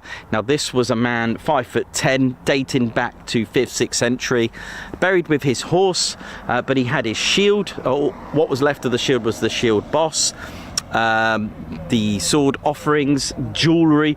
Now through time of the Neolithic and Bronze Age period, when they found the single burials, it was very uncommon. Well, the fact that they were exposed all that time, and if they were lucky enough not to get looted through time, because obviously they are just a mound, those were fortunate to survive and to be excavated to find out what was left. The jewellery would indicate who they crossed paths with, who travelled here, who they where they travelled, who came here, who they interacted with. So basically, if you've got if you've got glass beads, you can then trace it back to the Roman period, and lots of things like this. You can then find out if something is from, let's say, ancient Greece, then how did they get it here? So burials can actually tell you a lot, and especially when you find out that someone's been buried with their horse, shield, jewellery, and then when you look at other burials and communal ones without the jewellery and dressed up, then you obviously think, well, these people were clearly important. So this is why they named him the Lakenheath Warrior, and you can see this example of how they found it at the Middleton Museum. So this person who was living here as a warrior, which is why we call that section the Warrior Walk, you can go to Middleton Museum. So add that to your sort of like little aviation holiday, shall we say. And there's a lot on RAF Middleton there as well. As time goes on, we've also got the Norman period. Now, they were responsible for bringing in rabbits. Now, rabbits are quite magical because the next day they seem to multiply. Now, rabbits were a source of food, and someone's laughing at that. They were a source of food. Sorry for those that love, those that are vegan and love animals, but that's what they did. They were using them as a source of food, and also to have as a form of headgear, which was used later. I'll explain. So hence why this area with all the forests is called Lakenheath Warren. So when we started to go into 18th century, you got gamekeeping and rabbit warrens. So you got Lakenheath Warren, you got Eriswell Warren or Eriswell Lodge, you got Lakenheath Lodge as well, very posh, I say. They were these really fascinating halls, and the rabbits nearby, they would use them for hat making, so they'd use the felt from the rabbit. But one problem is, and one thing I like the quote because it's related to here. So you got Thetford not far from here, and certainly Brandon just behind me. There was hat making companies that would use the rabbit felt, but they would bond the rabbit felt on the hats using mercury. Now, mercury and bloodstream, they have an effect. And startups, as I talk about history, which is brilliant. That's what we wanted. When the mercury would go into your bloodstream, you will go a bit strange, and that's where the term is mad as a hatter. So I like the fact that we've got the 492nd here, who are the Mad Hatters. So that goes quite well, doesn't it? That's pretty cool. So there we go. So and then during the First World War, and around that period, as well as 1916 as well, there were actually quite a few World War I airfields nearby around here, and they were training the US Army Air Corps crew and pilots to train them on flying various biplanes. So it's always had this strong connection with military. Here. So this whole vicinity was used as a bombing range as well, so you would have had biplanes dropping bombs, and don't forget, biplanes in the military were quite a new thing. It wasn't that long ago when two biplanes of opposing sides would just fly past each other, because the earlier biplanes weren't actually armed. They were just used for reconnaissance, or a bit like a close air support, but without an armed close air support. Okay, so they'd have a look, and there were stories of these opposing two pilots just waving at each other. Then they realized, hang on a minute, that's the enemy on both parts. So next time they visited, one of them thought, I'm going to take my pistol. So they tried shooting each other, and then came the idea of, hang on a minute, why don't we mount a gun on there? Mounting guns, then you start to develop technology into shooting your machine gun through, and then having a co-pilot with you or a crew behind you as the earlier weapon systems operator, so to speak, and then so on and so on, and then trying to develop technology to shoot your machine gun through the propeller, which I find that absolutely amazing. I don't know how they can do that, but it's done. So on and so on. And of course, with biplanes, with the Wright brothers, the earlier sort of aircraft being very skeleton looking, the Wright brothers' earlier designs had the propeller on the back. A lot of the fatalities happened not because of the crash itself, but because when it crashed, the engine would crush the pilot. So they decided to put the engines at the front. But, you know, little things like that. Evolution there, a little bit of evolution on aviation there, just a little bit into the military world of things as well. So you've got the bombing range, you've got the RAF Mildenhall being opened in 1934. They flew a huge biplane, first of all, the Handley Page Hayford bomber. If you don't know what that is, imagine an absolutely huge biplane, but used as a bomber. It was huge. It was amazing. So that's that way, and just over this way, about the same sort of distance, 5.5 miles, you've got RAF Feltwell that opened in 1936, operating the Handley Page Harrow, then eventually the Wellington bomber, and around that time, the Wellington bombers were also been operated by RAF Mildenhall, and it's got a really strong connection with the bomber command groups that were here with the Wellington bomber. If you go to Ely Cathedral, you've got a Wellington bomber. If you go through some of the towns here, they've got a Wellington bomber on their sort of like their village or town signs that you go into. So it has a strong resonance with the Wellington bomber here in this region. So 5 Group Bomber Command actually formed over at Mildenhall, but eventually moved sort of Ted's County in Lincolnshire. 1939, the village of Lakenheath, like I said, they raised money for a Spitfire. Like I've always told you, the Second World War was really a people's war, everyone getting together, and they raised £9,000 for a Spitfire. And it wasn't unique to Lakenheath. This was actually, I found a poster that they were doing this quite a lot.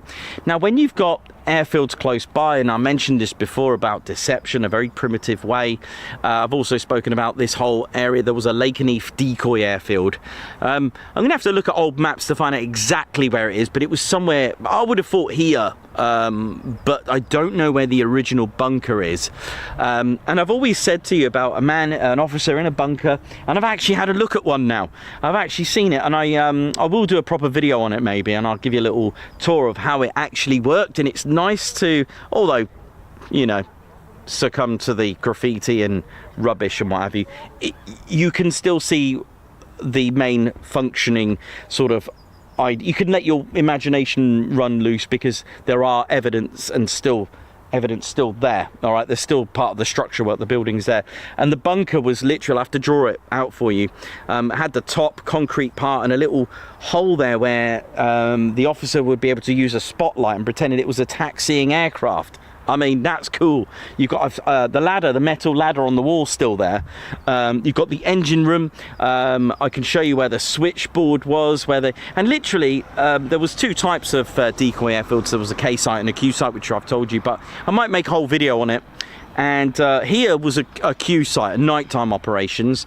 Have come across a source to suggest that it was possibly a K and a Q site, K for daytime, but Q site needed a little bit more sort of assistance and protection from the locals, because they would need to turn off their lights on the streets. They would need to, if they are going to venture out, they would need to put tissue in torches. If you were cycling, potentially use red light. So you needed a bit of cooperation with the locals as well, and the surrounding villages, because if they put on all their street lighting, then they'd probably think, you know, if you were a night fighter or a bomber of the Luftwaffe, you think, oh, hang on a minute, Lakenheath village is just there, it must be here.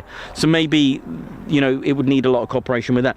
Lakenheath, I found out, was attacked 5 times as a decoy airfield. That could only mean one thing, and it was a decoy airfield for Mildenhall, which means that it saved it 5 times. So it worked.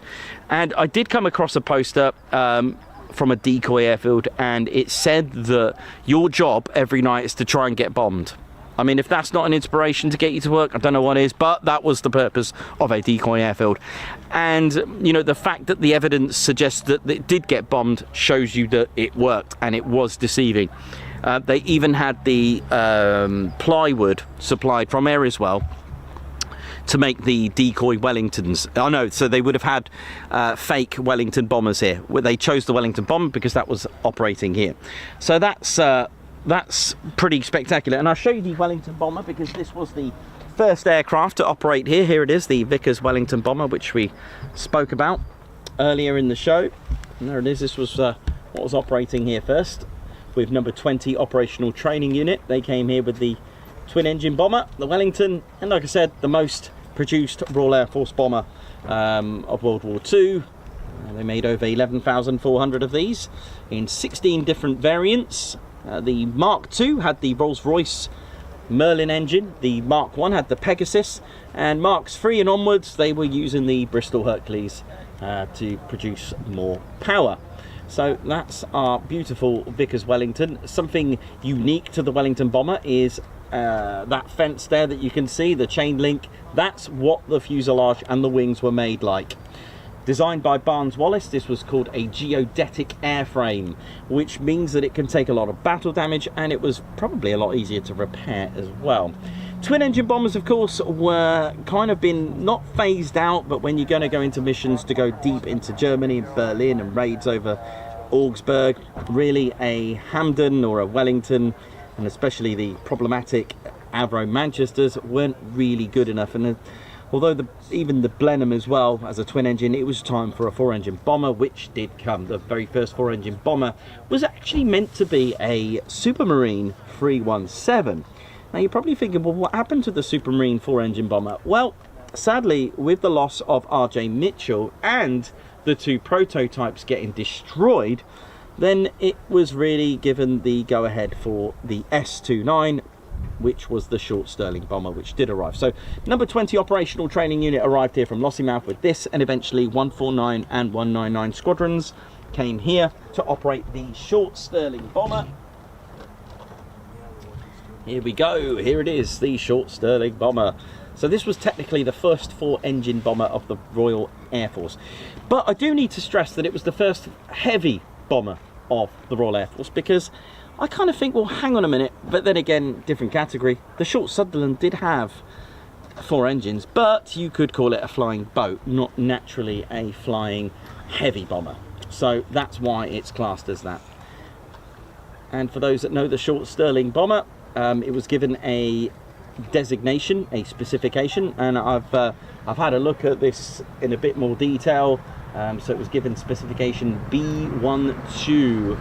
36. Now 36 on the air specification tells you the year, and the 12 or 12, if you want to call it that, the 12/36, 12 suggested it was the 12th application. Now when it came to the Second World War, there was a few factors that you need to remember. Can you just make an aircraft and go, hey, Air Ministry, we've got this, what do you reckon? Yes and no. There was actually a specification that was put out, and what does this all mean? Well, it could actually mean a lot of employment, and it could also bring and boost economy in towns and cities and villages as well. So I've said, People's War. You want to have a look at the video I watched at the Broughton factory during the 1940s when they were building Vickers Wellingtons. Men, women, round the clock. Women, men finished their parties straight in the factory, helping out, building out. And they were making Wellington bombers, by the way, at a rate of 28 a week. Now, the short Sterling bomber, given the specification of 1236, okay, now what does this mean? There was details of that specification, and it did say the limit of the wingspan was 100 feet. Now, the myth suggests that this was because of the hangars. Wrong. Hangars could actually open as far out as 112 feet, maybe more. It was because of the, I had a look at the Boeing B-17s, I had a look at the Halifax, I had a look at the Lancaster even. They had way over 100, I think the Halifax had 102 feet, and the Lancaster about that as well, about 100 foot. And then the B-17s, I think 104. So what does this all mean? Well, the myth is that it's not true. The myth is absolutely not true. It was just a specification, although the very, very long fuselage of the Sterling, the Short brothers, what they did, if you have a look at the Short Sunderland, it's very similar to the Sterling. What they did, they chopped away the bottom deck, the hull, they got rid of the gull, they kept this sort of angled bottom part of the fuselage. This was so that it didn't get a lot of sea spray originally, but what they did, they literally just took off the bottom, added and thickened the wings. But what was fascinating about the Sterling is that they added this these flaps, these gouge flaps. Amazing, absolutely amazing. They were retractable flaps, so when you didn't need the lift and needed a just thinner wings, you could. And the good thing about the Short Sterling, it was able to outmaneuver almost fighter aircraft because of the stubby wings. You couldn't do that in a Lancaster, and you certainly couldn't do that in the Halifax. So because of its stubby wings, it was able to retract the gouge flaps and actually be able to outmaneuver at times the attacking fighters. Yes, it was heavy. Yes, it was nearly 7 meters height, which was absolutely wow. With that design, the Short brothers also added the capability of having 14,000 pound of bomb load. This was the main bomb bay. Now, the main bomb bay, sadly, I say sadly, you work with what you got, had 2 dividers in there, so had a row of 3 bombs here. Problem? There will be, because I'll tell you what happened. They also had 2 extra bomb bays here, these squares here, so it had 3 weapons bays. The problem with those dividers and these extra doors meant that you couldn't add anything heavier than a 2,000 pound bomb, because they were making 4,000 pound cookie bombs, 8,000, so on and so on, especially the 14,000 pound tall boy. You just couldn't fit them in there. Clearly, it was obviously too much. You know, it would cause design problems to actually make that wider. They didn't, so they kept it like that. So what was the problem? Well, with the thickened wings and the gouge flaps on there, this could have a service ceiling of only 16,500. Now, the twin engine Wellington bomber could do 18,000, although could only carry 4,500 pounds. What does this all mean? Well, it was a, you know, it did have a reasonable, I mean, pilots loved it. Pilots loved its maneuverability. It can get them out of a situation if they were being attacked. It could take a lot of battle damage. I mean, this thing was huge. But it did have a good time as a tow bomber. It became a bomber that didn't bomb. What does this mean? Well, if you take the likes of the Horsa glider being towed by the Dakota, this Short Sterling was meant to carry 14,000 pounds of bombs. Well, this means it was very good at towing aircraft. So at RAF Fairford and RAF Brize Norton, this played a major part during D-Day. In fact, 218 Squadron actually took part in Operation Glimmer, which was to drop window. Now, what is window? Window is like chaff, bits of metal to fool enemy radar, and it did. So this, my friends, was the positive sides and a good side of what was believed to be not a good bomber, but for me, I think it was, because of those reasons. I, for one, as I've got to learn about it, I actually thought it was a fascinating aircraft. You know, okay, it didn't have the service ceiling. I mean, it's quite poor, really, if you think about it, 16,500. However, it did have its pros. It was able to maneuver well because of the stubby wings. Gouge flaps, you know, reducing its stall speed. It was very, very clever. And it was made to pull and become very successful at towing the Horsa gliders for the drops on D-Day. Because, you know, if you think about it, this could do, what, 280 miles per hour? The Dakota C-47 couldn't. So this was very effective as a towing aircraft for the gliders. I thought this was, you know, very good. Anyway, back to, sorry, I've left Lakenheath for a minute, haven't I? Back to Lakenheath then. So the short Stirlings of 149 and 199 Squadron, the squadrons here got their independence here from Mildenhall. It actually became its own functioning station. Many raids took off, including the 28th of November of 1942 of Ron Middleton Victoria Cross. In 1945 and 1944, there were supply drops to the resistance by 149 as well, doing SOE missions and clandestine missions. And finally, it was time for the base to close, because in 1945, Lakenheath, as well as Marham and Sculthorpe, was actually chosen to become a VHB base, very heavy bomber base. What does this mean? Well, they would have to have closed the runways and the aerodrome for 2 years, but this was made use by the signal school for the next 2 years as well. We had the RAF signal schools, but it was making way for the new bomber that was going to arrive here. And when it did in 1948, it was time for the United States Air Force to operate here at RAF Lakenheath. It was the 7504th base completion unit that arrived here to open the base, and we got to see B-29s and B-50s as well, which was the upgrade. I haven't got a B-50. I'd love to show you the differences between the B-29 and the B-50. The B-50 was extended in its fuselage, had really powerful engines. It was the Pratt Whitney's R40 360 35, 28 cylinders. 28. I mean, that's just ridiculous. It was a 4-row as well, air-cooled radial piston engine. So when we think of Twin Wasp, double that. So we're talking about 3,500 of power, of horsepower each. It was amazing. It was absolutely amazing. Really was. It could also have 2 of the General Electric J47 JE23 turbojets, 5,200 pounds of thrust each. They were auxiliary engines for the KB-50J tanker only.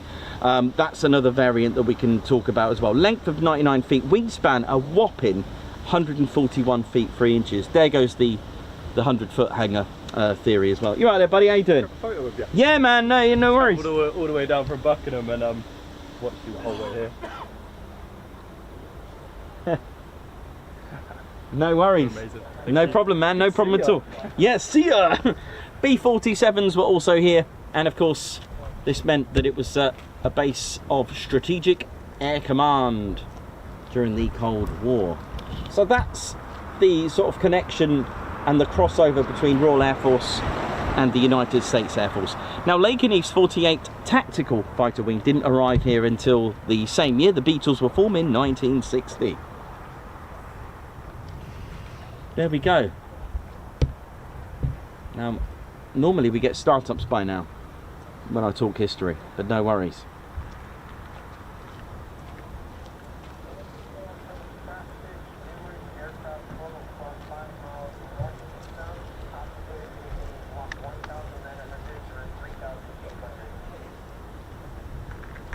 Ginger Bailey, how you doing? Hope you're good.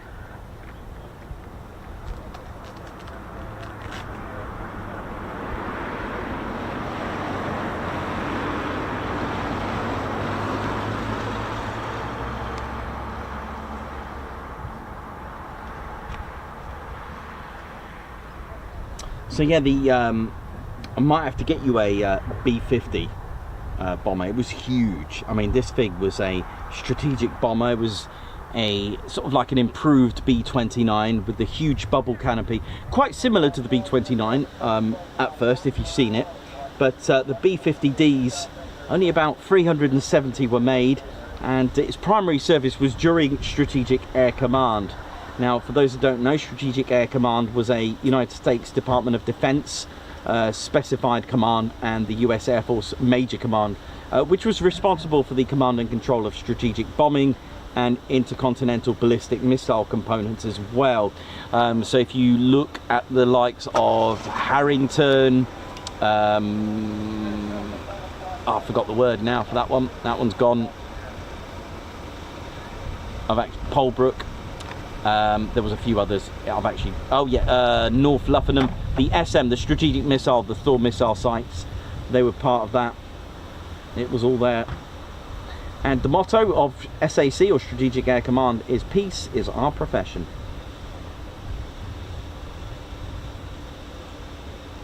Would you like to see an official Strategic Air Command badge? The answer is probably yes, so I'll go and get you one.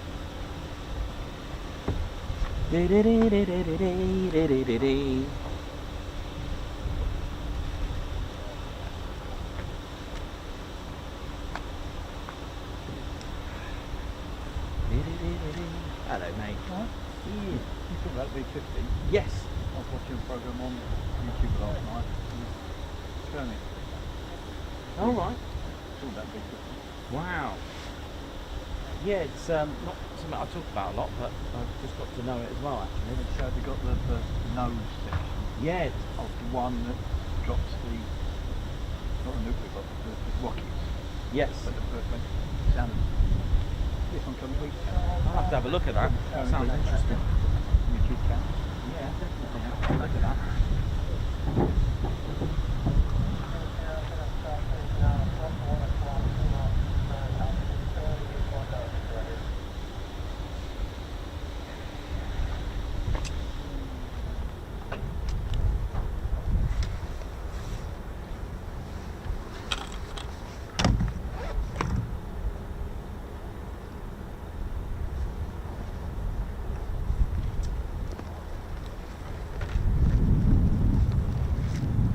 Let's see what we got. There we go. We've got those.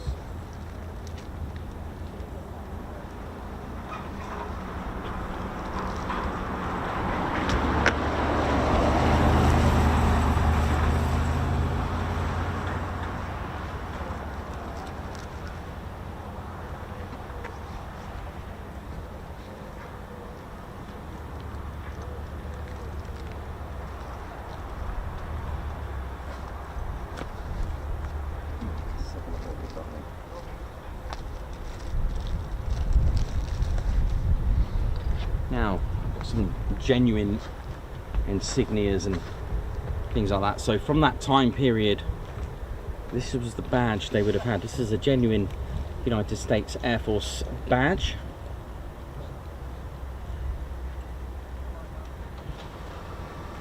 That's the Strategic Air Command. So, and then something to go with that, sort of Second World War and Cold War era, although I'm going to date this back to probably in the 40s, is a cap. Look at this.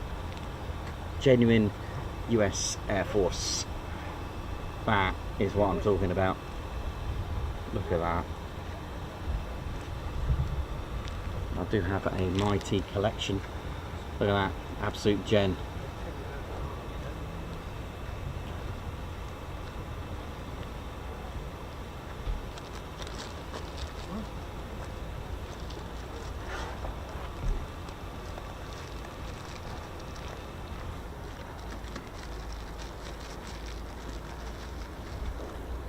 Again, from my other museum collection, I've got a genuine 492nd TFS, that's Tactical Fighter Squadron. So the Tactical Fighter Squadron, that's going back some. This one was probably dating around about between sort of 1977 to 91. I'm going to put this one. And with that, looks like it's from the time period of the F-111s for that one. So that one's pretty cool.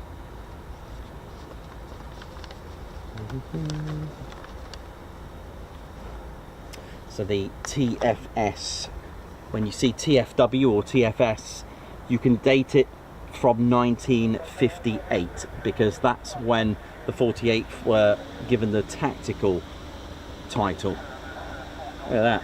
But that finished in 1991. The tactical dropped. I think I've got a bug on the screen, which I'll diffuse very shortly.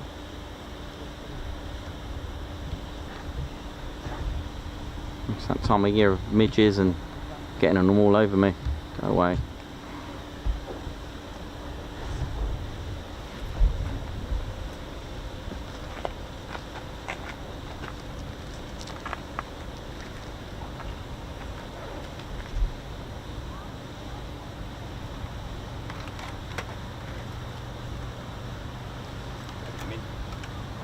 You right? Yeah, I just can't short check that.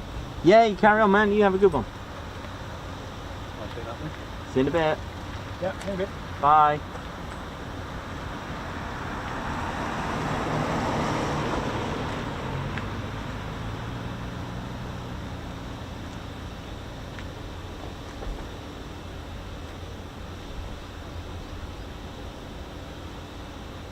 Nice one, Davey.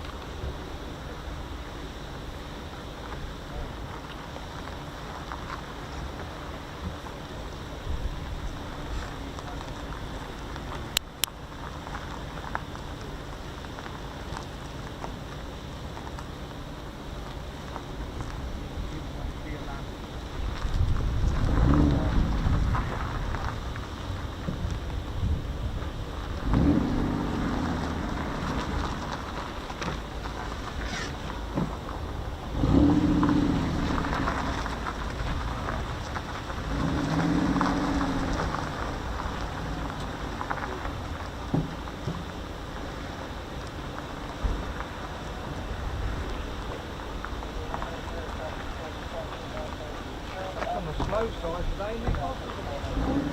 That's all good. All good. Got to take the rough and the smooth, I say.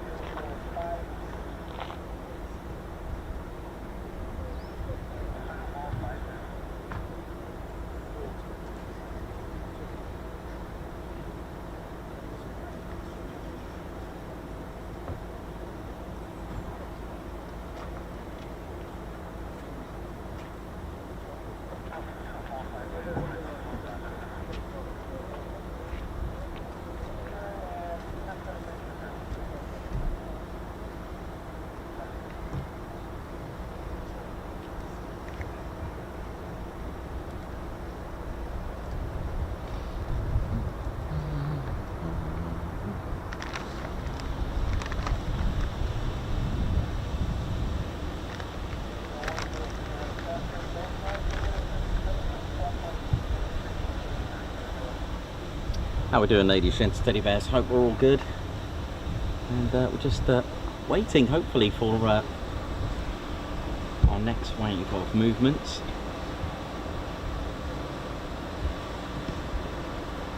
Sort of C-17 now, a little C-17. Get small ones, big ones now, just kidding. That gleaming proudly there. Whew.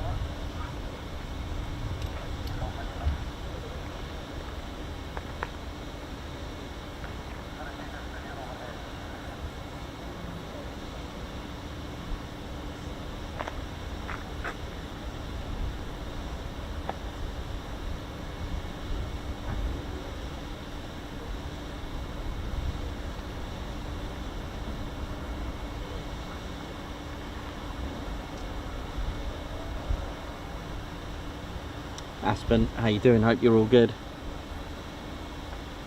He's wore that badge on his uniform. Nice one.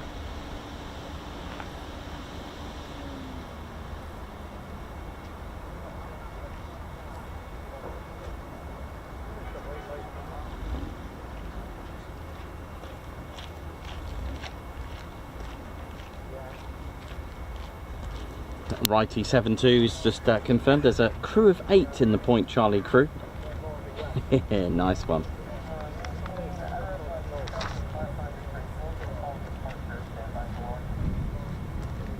Ginger Bailey, how you doing? Good to see you, man. Christine Barnes, Margot, Chris Morton.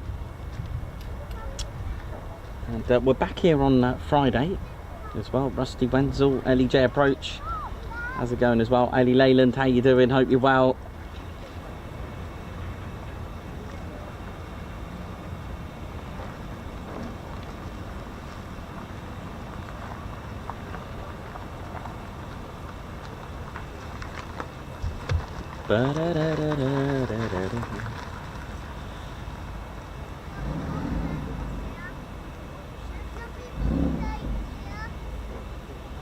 So yeah, this is what it can be like, you know. It's waiting for potentially a second wave.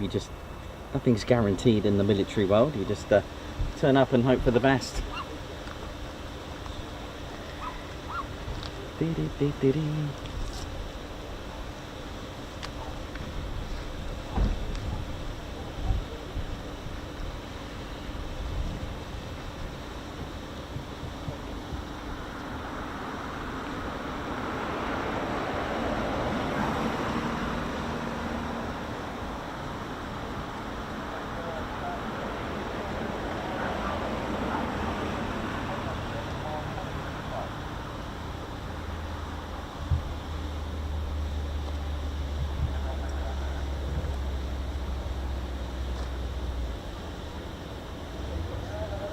Silver Trig, how's it going? Hope to see you soon.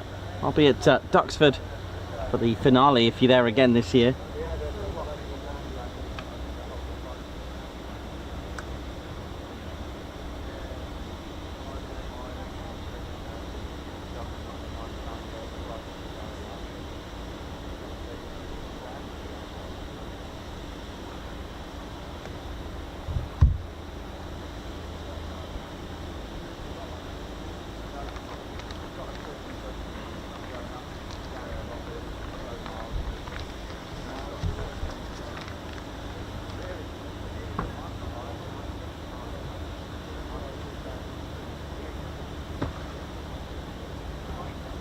Certainly picked up quite nicely the weather today. It's about 23 and yeah, about 23 degrees Celsius. Just got some movement from Mildenhall. I can see in the distance there. Doesn't appear that it's been that busy today at Mildenhall, but there we go.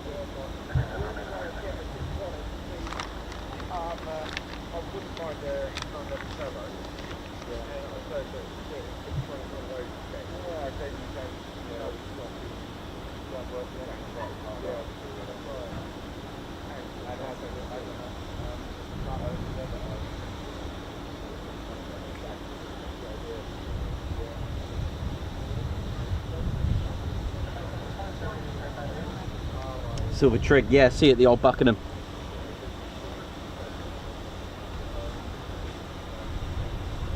If you want to know where we are for air shows, you can go on our website, tedconingsby.co.uk. We do have no TEDs for those, for the air shows and big meetups like that. We do publicise those online, so do check it out, tedconingsby.co.uk.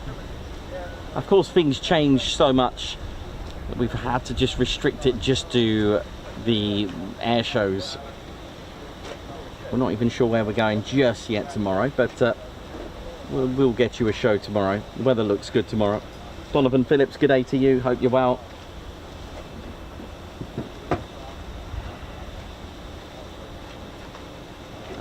No, we're only doing the October. We're only at Duxford in October for the finale.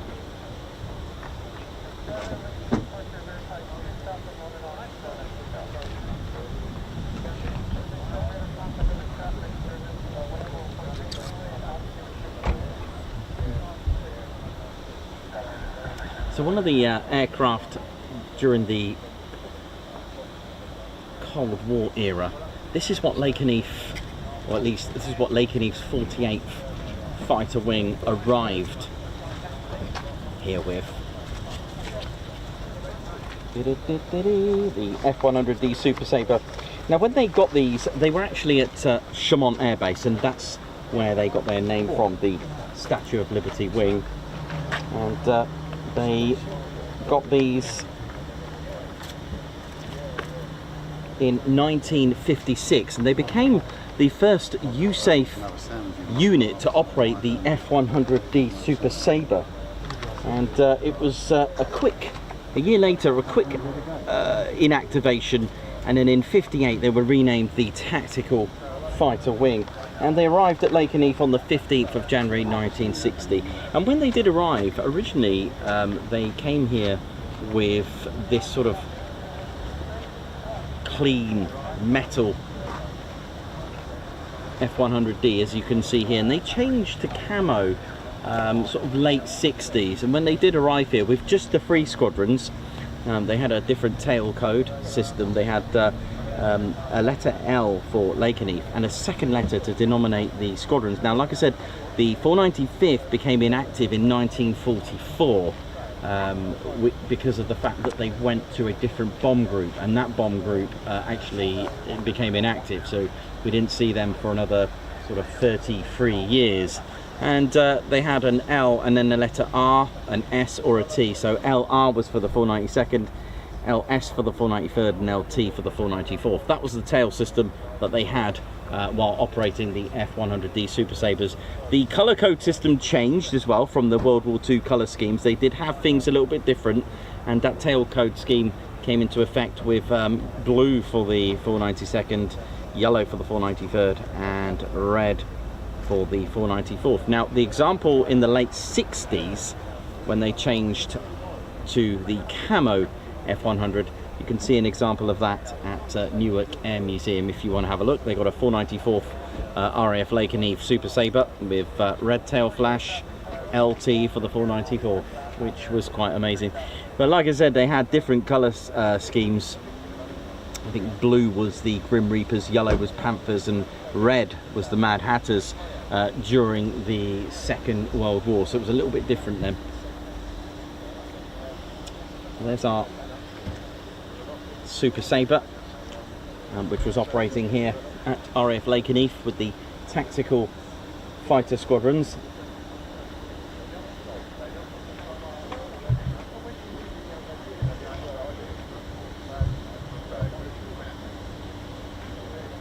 And the Super Sabre, North American F-100 Super Sabre, was able to go supersonic. It was the upgrade from the F-86 Sabre that they were operating in.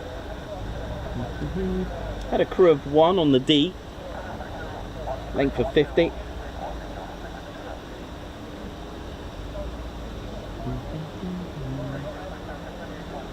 I may have got that wrong actually. I think the D was a twin. Did they do a twin seater?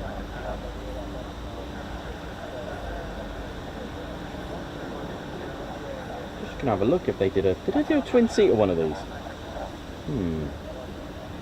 Or am I thinking of the F-107? I might be thinking of the F-107.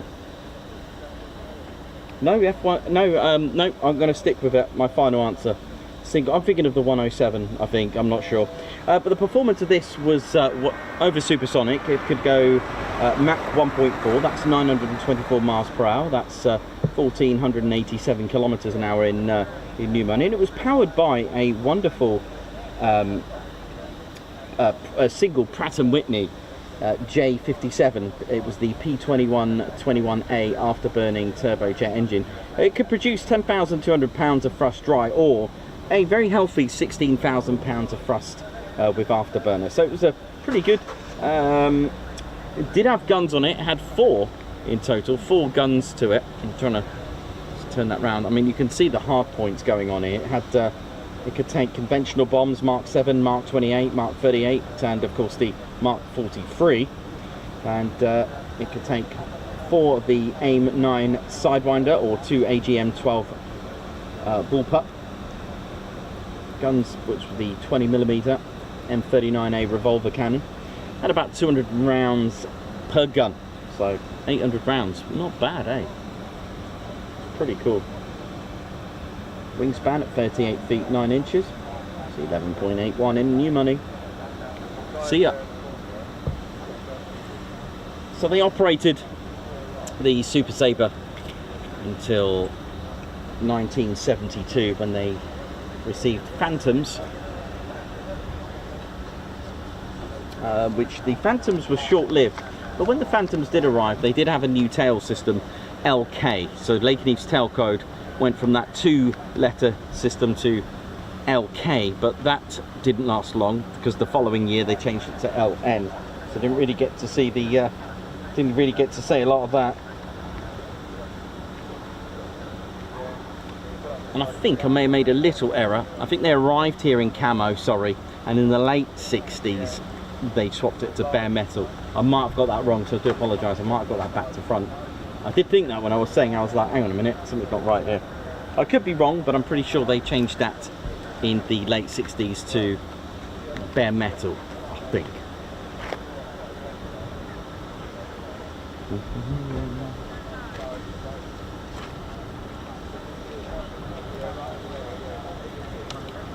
Right, I'm just gonna have a quick cup of tea. Hey man, how you doing? Nothing yet. Huh?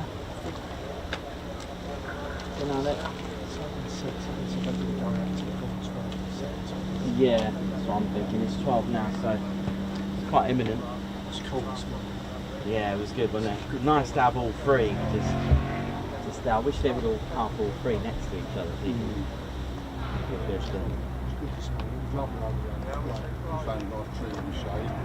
Oh right. It's literally dead opposite.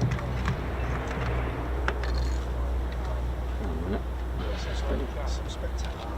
I'm just going to have a look at your t-shirt. Hang on a minute. What? You want to have a look at it? No, hang on. Yeah, it's okay. That's the EOTS bit on the bottom.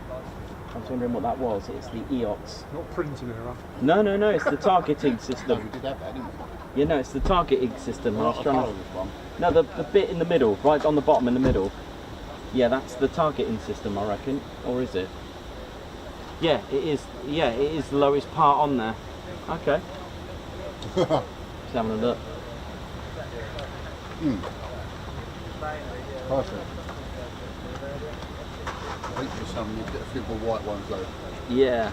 Real Yeah, black. I think so. Bring out a white version. That would look quite smart in white. What of a black Yeah, maybe. or grey? Grey, yeah, grey would look pretty cool. Not, yeah, actually, that would look really good. For the summer collection. Yeah, the summer collection.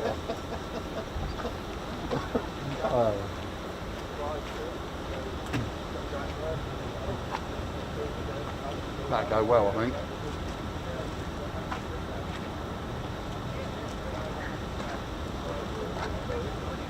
Good. Yeah, man.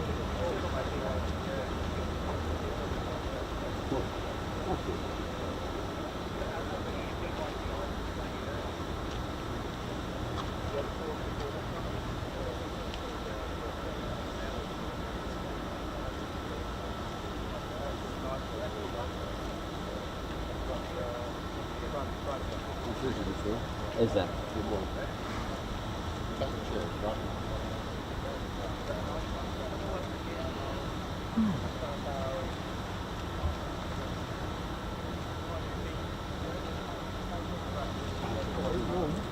Yeah, it's starting to pick up now, isn't it? 31 in there, I reckon. Is it? I still think it's 31, but Well, it says on my watch 22, but I think it's a bit warmer than 22. Unless they've done it in the shade. I've heard rumours they do it in the shade. these apps Yeah, are yeah. just a guide. Was it what you got on there? Well, it's like, you know, the apps that come on the phone, they've got a bit of a guide, haven't they? I've seen them tell it. I was there. It's on 27 now. Wow.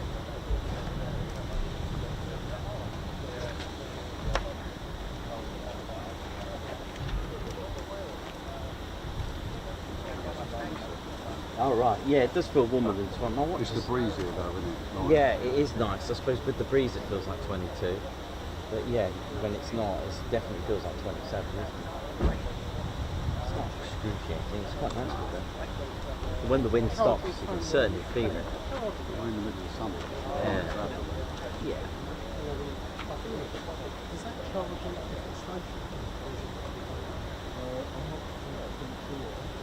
Right, let's go see what the bears are. Keeping cool. They are, aren't they? They're always nice and cold in here.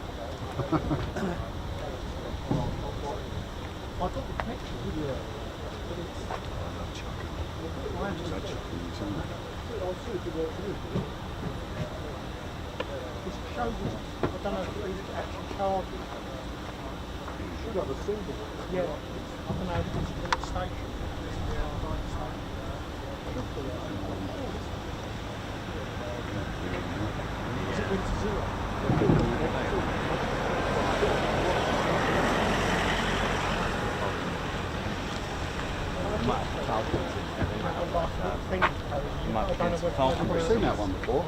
Yeah, they might be doing some falconry. Especially this one, unless the usual car's broken down.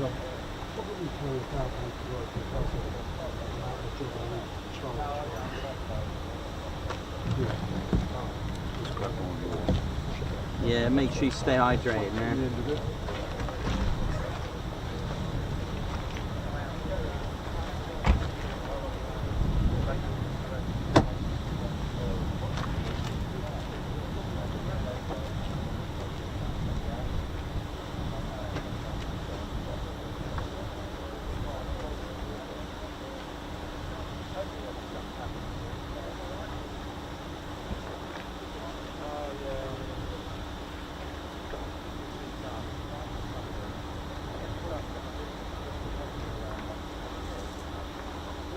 Don't know if I can hear an F-35 spooling. Pardon? I think I can hear an F-35 spooling.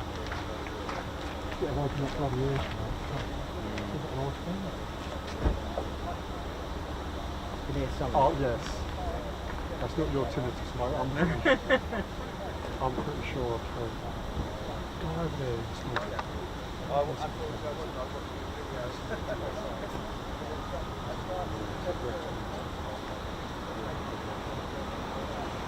Yeah. Hopefully. I bet, because yeah, that's one The thing. good thing is over there.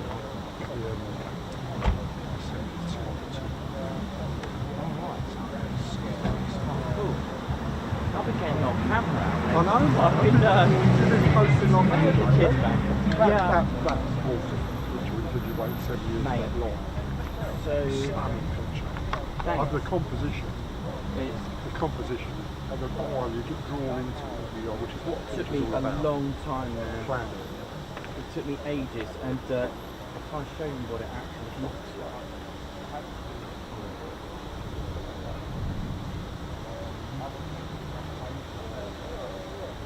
I've been going there for years or something. Whereabouts was it?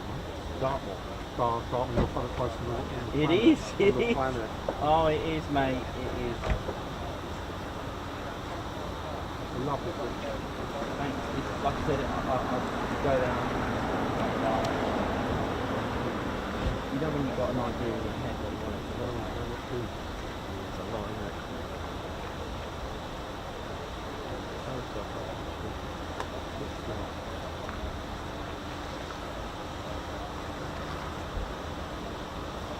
It's definitely jet flooded. Oh yeah, that's definite, isn't it? This one, look, that's 17, isn't it?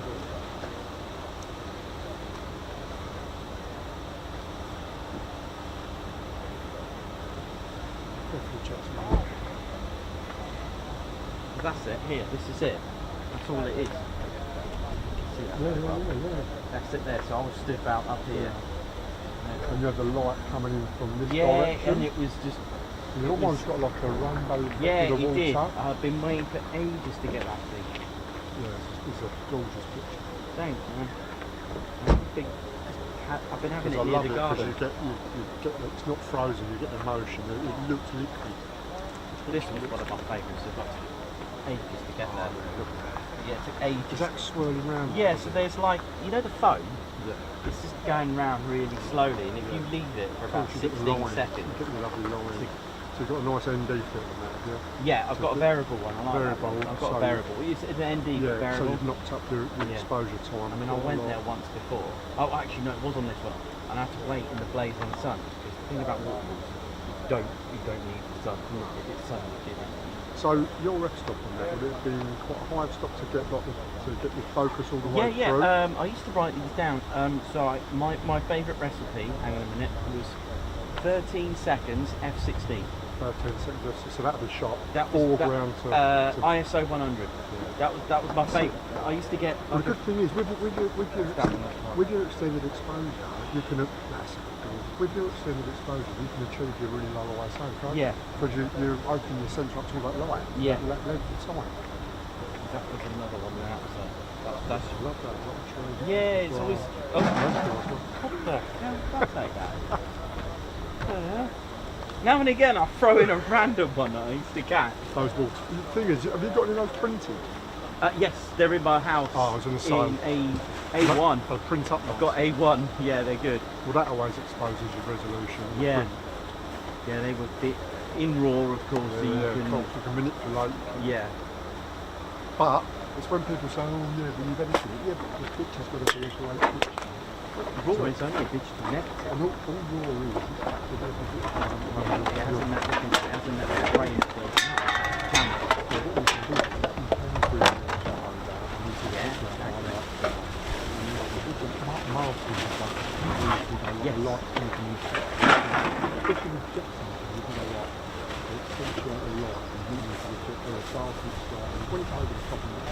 Yeah.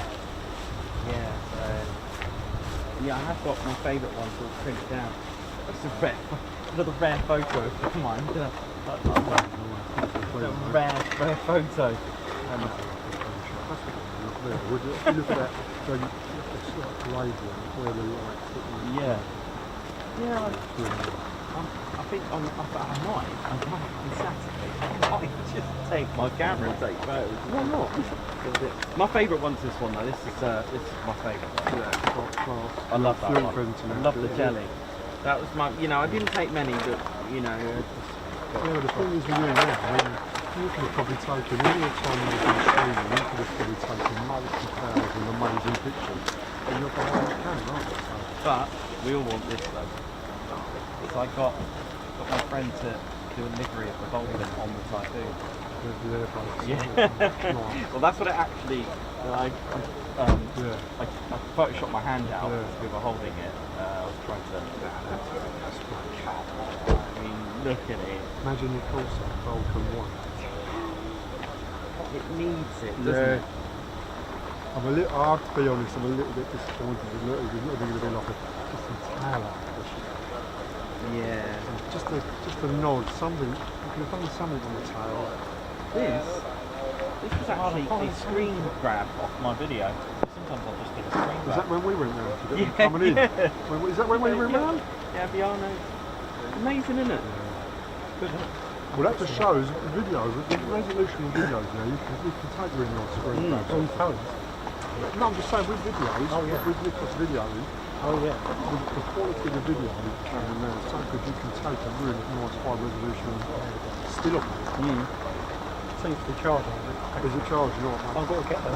Just don't let me go without it because I'll need that. I'll use that power bank at work. As soon as I'll be checking on it, and it's charged. Yeah, the chargers. Did you put it in? Did you put it in the red one on top? That's the fast charge. Oh, right. So I meant to tell you that. Put it in the red one. That charges about 1.5 times. Use that actual thing. Yeah, because it's. So I've used the other thing I've got. Shall I use the actual charger instead? No, because that's for an iPhone. Oh, okay. Just your lead, it goes to USB at one end. Yeah, that's Just put it in the red USB. Yeah. That's what I was talking about, the F-100 in Panthers. Yeah, red. LT.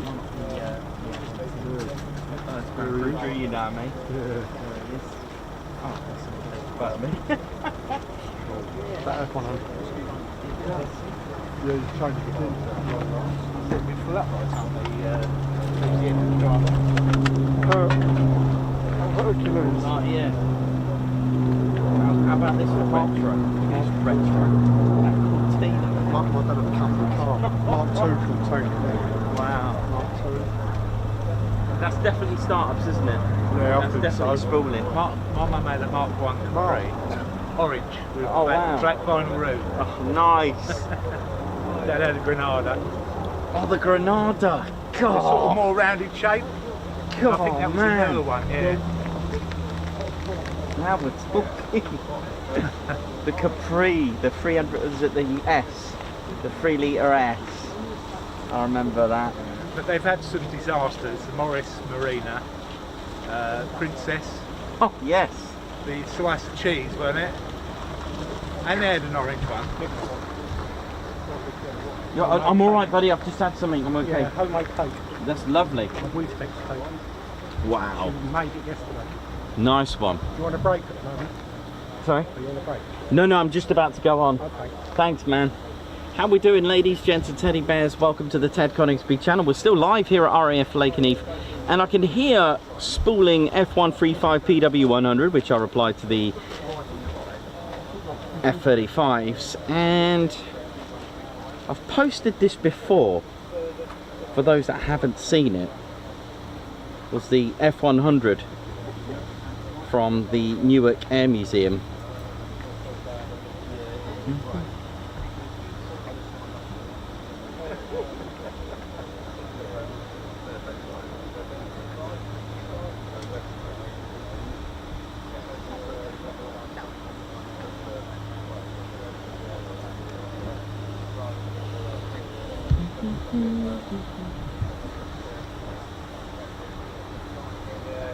But thanks for staying with us.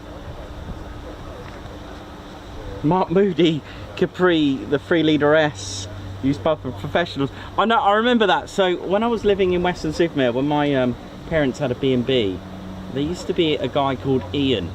He was from Wales, and I wanted to be just like him. He was like my idol. You know, had his moustache, he had his blonde girlfriend, you know, and I was like, he was like my role model, and I must have been only about 5 or 6, and I was like, yeah, this guy is cool. I wanted to be just like Ian from Wales, driving a Ford Capri. Did I buy a Ford Capri?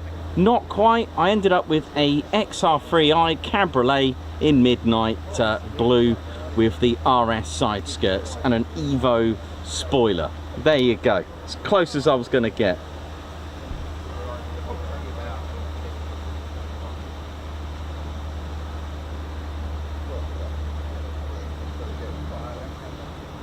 Alex Blackcat, how you doing? Hope you're well.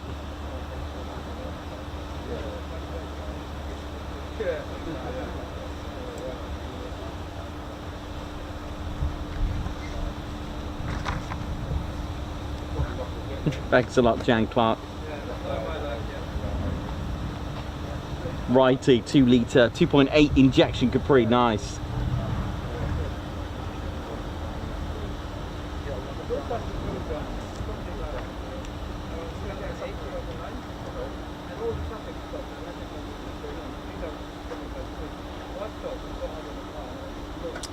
Yeah, Blackbird 71, thank you. Yes, I believe that's definitely the case. There are startups.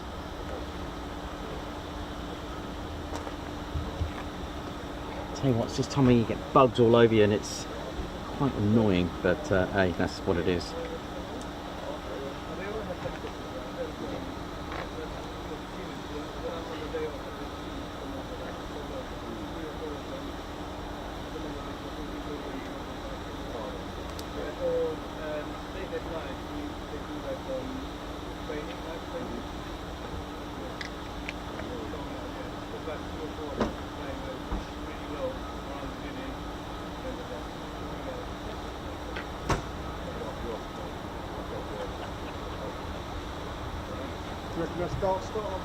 Yeah, 100%.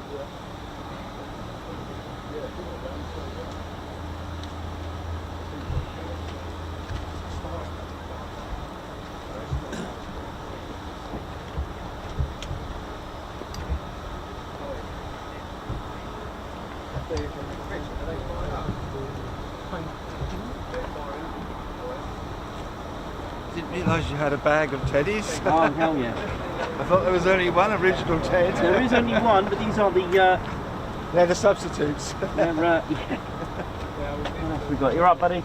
Let's have a look in now. Let's have a bit of ground crew crew in there. Hey, oi, all right, now, how we doing around there now? What's going on? Oh, you laughing out there now? Oi.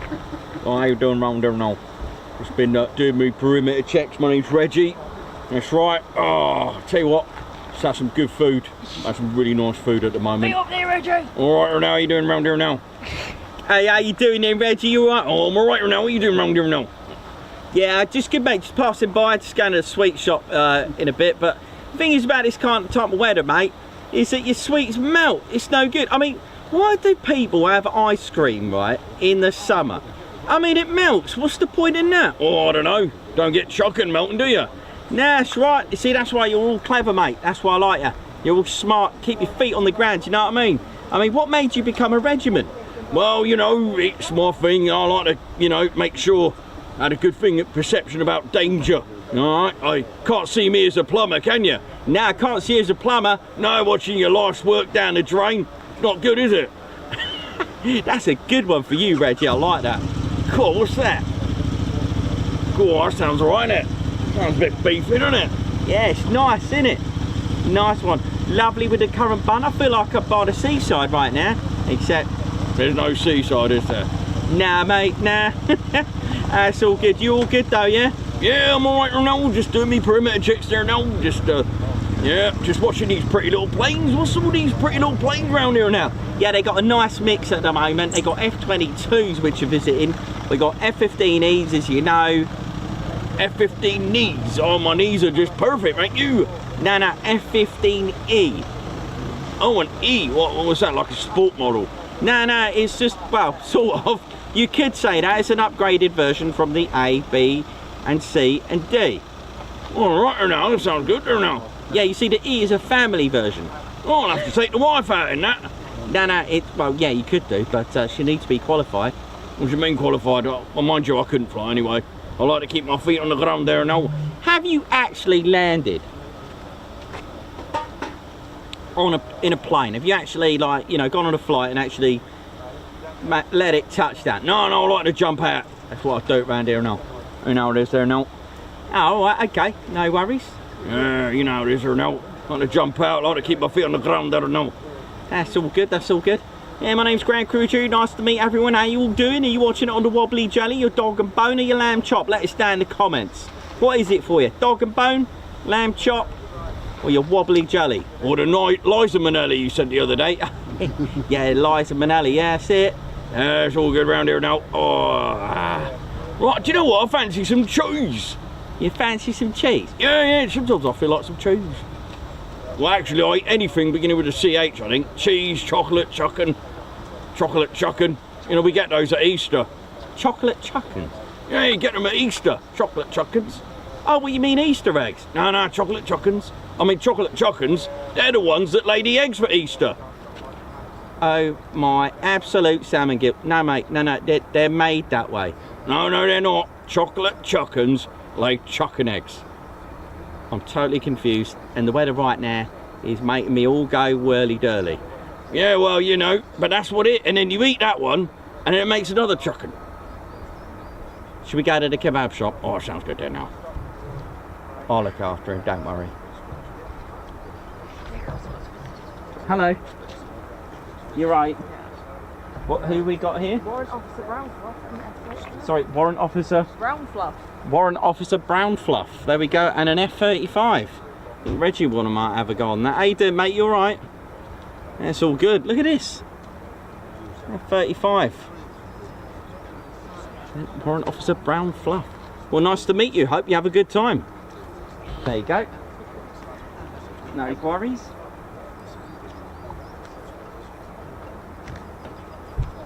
What up? How we doing, y'all? How we doing? Hope we're all good. How's it all going? My name's Casey. Just thought I'd pass by from the 100th. Just thought I'd pass by, see what's going on. Hope it's all good. Goodness me, it's a big wasp bear. Get that off your ear. Oh, that's what I'm talking about. Trucks. Gotta get a truck. I'm from West Coast. How we all doing, yo? What up? Yeah, just passing by, making sure it's all good. Ah, you there? Oh, how you doing? You alright there, Jens? I'm very good. My name is Jens from Germany, and I am looking for the wise one. The wise one? Who been happy? He is very wise. Yes, I'm looking for him once more. His name is Captain Vapor. Oh, didn't you see him the other day? Yes, this is a Mark II Vapor. A Mark II Vapor? Sounds like some sort of barbecue. You could say that. Yes, you could say that. Yes, I must find him. I must find him once more. He must set me free. Actually, don't forget that. I'm looking for Jürgen. Jürgen? I'm not seeing a Jürgen. Aren't you the one that has what we need? Well, yeah, but I got to place an order. Is he due in for maintenance? What's he up to? No, Jürgen, the man that created the football. I don't know, sir. I'm a bit confused about this. Not sure. Let me just hold on one moment. You play soccer? That's what you say? Soccer? Yeah, that's right. We play soccer sometimes. I'm gonna show you some American football. You wanna have a go? Yes, sure, certainly. Oh dear. Oh, I forgot. He didn't have his kit on. I'm really sorry about that. That was not called for. I better go. See ya. Oh, goodness me, I actually hit the deck. No, it was on. That's all right. You may have to catch this one. I'm back, don't worry. Don't panic, yes. Oh, what is this? That sounds very good. I'm back. Yes, my name is Jens, my friend Jürgen. He's very good. Jürgen! Yeah. Pass the football. What are you booing? What are you, some balloon? How dare you!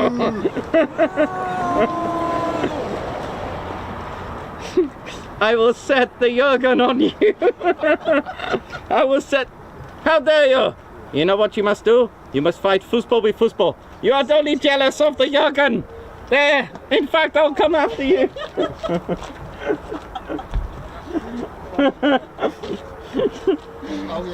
Yeah, so from today we are banning sports, been mentioned on the channel. Oh, F-22s! F-22! Woo!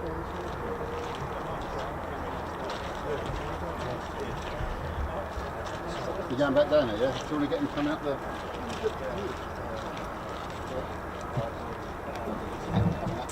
That's for ladies, gents, teddy bears. I have no preference on any football team at all.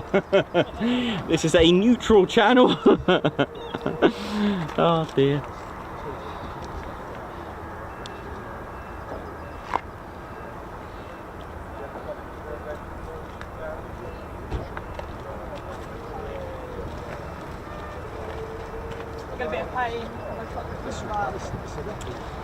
So we have F-22s. I can hear them, and that's not it.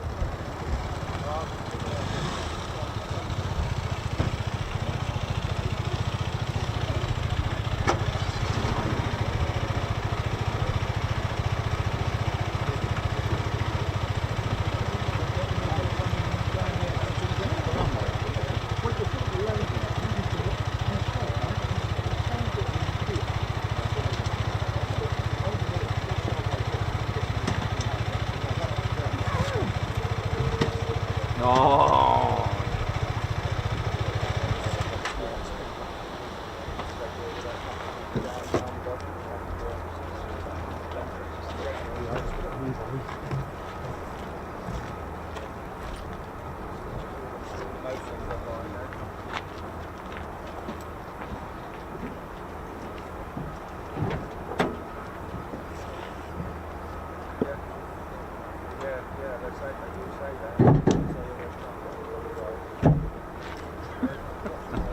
Oh dear, I've got to admit, I do love the interaction with the crowd and the bears. It is funny. It's all in good taste. You've got to have a bit of fun like that. It's all good fun. Really good. It's all good, isn't it?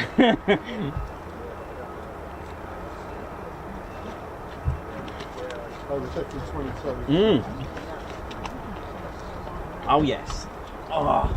Right, stay hydrated everyone in the viewing area, or if you're around plane spotting today, make sure you stay hydrated in this heat.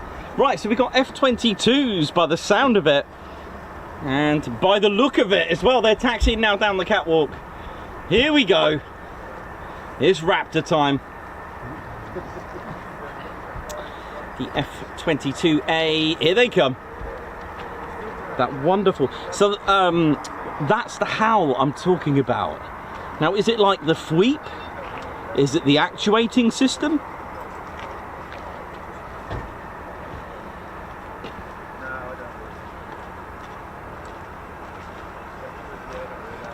That's the thing. So, is it like the FWEEP version of the F-22's version of the F-15, you know? Instead of FWEEP, we've got this wonderful, haunting howl. It's amazing, isn't it? Listen to this. Oh, I'm going to shut up so you can enjoy it. Self-criticism right there. Don't mind the Wolfie.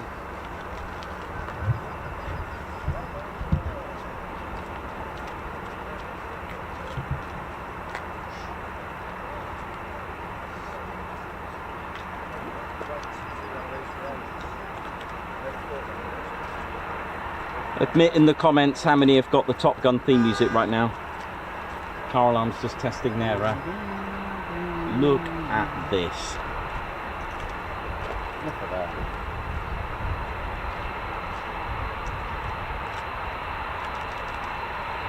First flight, 7th of September 1997, would you believe?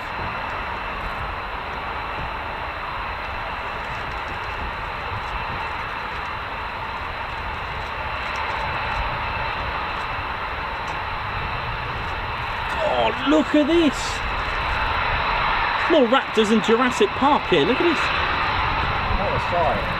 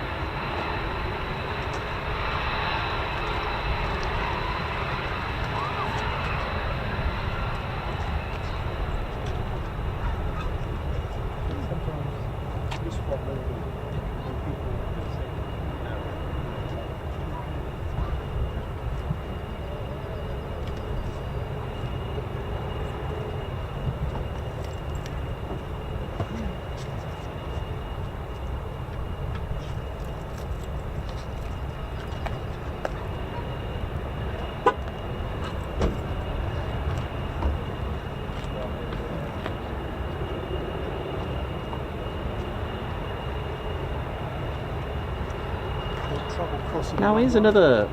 Oh, we got trouble. Yeah, trouble's crossing the runway now. F-35s. So, for those who don't know, the F-22 also developed into almost like a concept aircraft, for those that may not know, the X-44 Manta. Have a look at that. Very interesting. It didn't have a stabilizer. It was almost like an F-22. You up? Mm-hmm. Oh, okay. No, stretch. F-20, it looks like almost like an F-22 Delta Wing version with no stabilizer. Try that. Just something I came across this morning. It was almost like a prototype, possibly for NASA, I think it may have been. But of course, as we know, the YF-22, which was the development which won the contract for Lockheed instead of the Northrop YF-23. The F-22, when it was ready, in regards to combat ready, was delivered January 2005 to the first fighter wing, which arrived at Langley Air Force Base, Virginia. It achieved its IOC, which is the initial operational capability, with the 94th Fighter Squadron. And from what I've read, of course, from what I've also known, is the fact that when you have new aircraft like this, you really don't know what they're capable of. You don't know. I mean, there's only one way to find out, and probably the most safest way, I guess, to put it in is to make it participate in exercises such as Red Flag. And according to that, it simulated a kill ratio of 108 with 0 losses on its. That was against F-15s and F-16s, according to this. So it was flying against Red Force, which is what they do today in a training way called Red Air, where you've got a blue team and a red team, red being the aggressors. Ted's actually flown in Red Air with the 492nd, the bowlers. Ted was the bad guy. But full operational capability happened. Something happened to the screen, but it was a huge lorry. Make way for the lorries now. It got its full operational capability in December 2007 when General John Cawley of the Air Combat Command, ACC, officially declared the F-22's active duty 1st Fighter Wing Virginia Air National Guard 192nd Fighter Wing fully operational. Off you go, son. F-35's taxiing, so it's a bit like earlier today, same format. F-22's down the catwalk, F-35's down the Warrior Walk.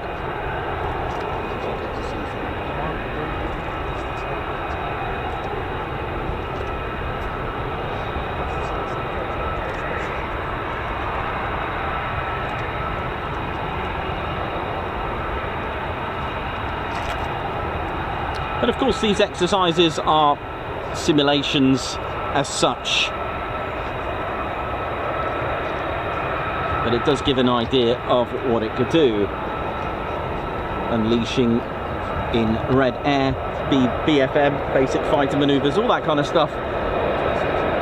But, operations and exercises such as Red Flag are very useful, even closer to home with 29 Squadron Operational Conversion Unit. Their sort of junior pilots will also take part in exercises such as Red Flag, just to really give them a taste of what it can be like.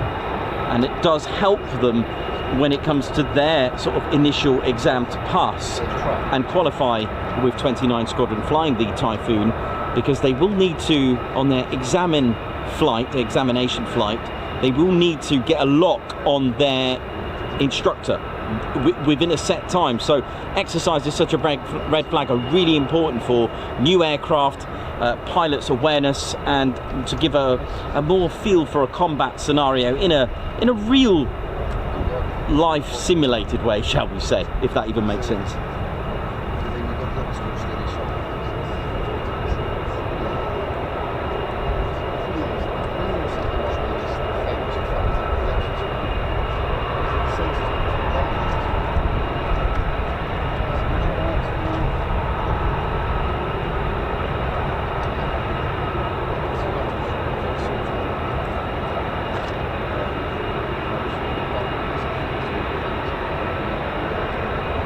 So the angle, good question. So remember I said about radar cross section, you want to avoid anything with a 90 degrees angle. It will,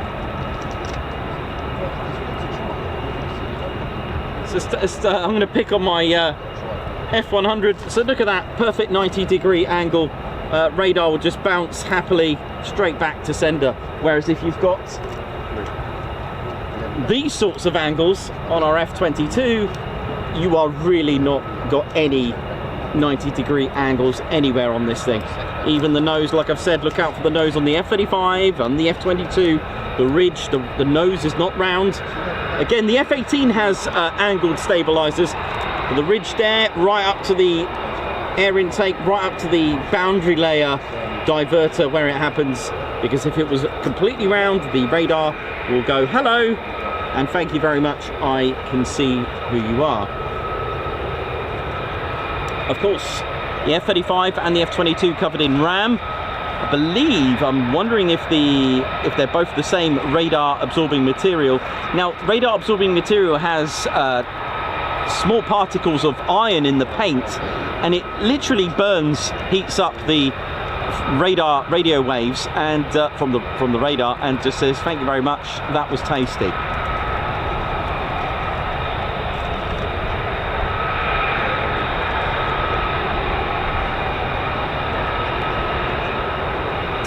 JD and Scale, Joao Guerra, how you doing? Hope you're good.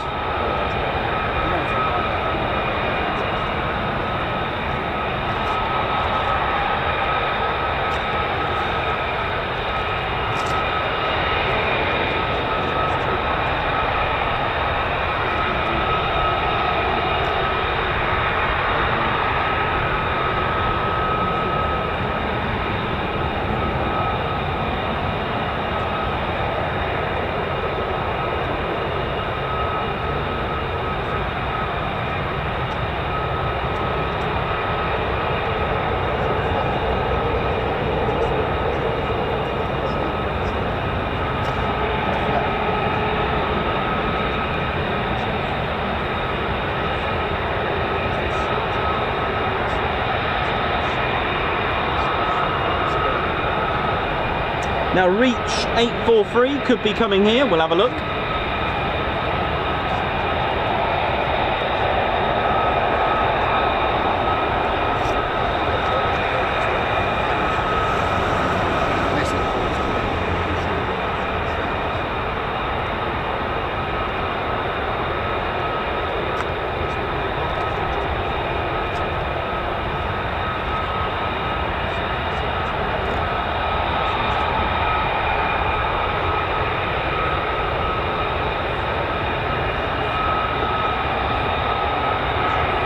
Angela Farley, JD and Scale, Christopher Carr, Margot Baxter. How are we all doing? Jenny B, Kevin Jackson, Colin G, welcome to the show. Rebecca Drayton, thank you very much for that.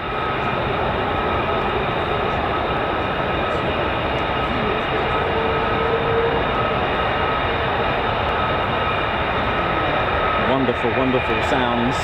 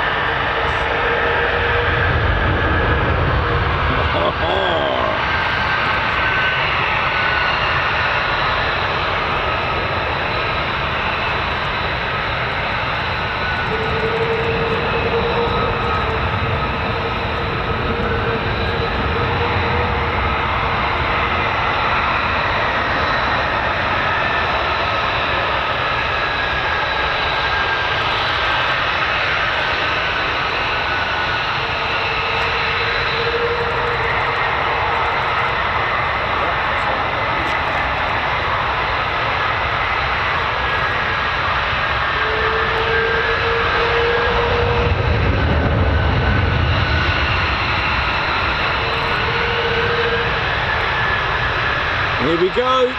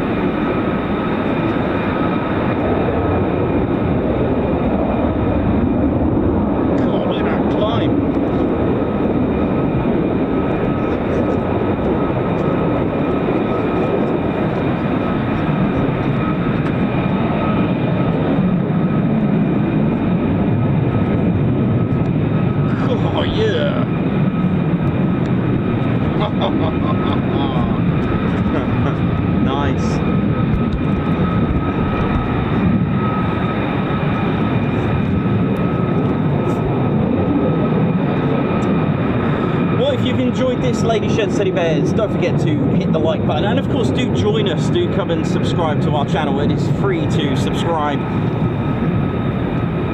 And of course, don't forget the notification bell button. You'll be notified of our latest and greatest live streams and videos.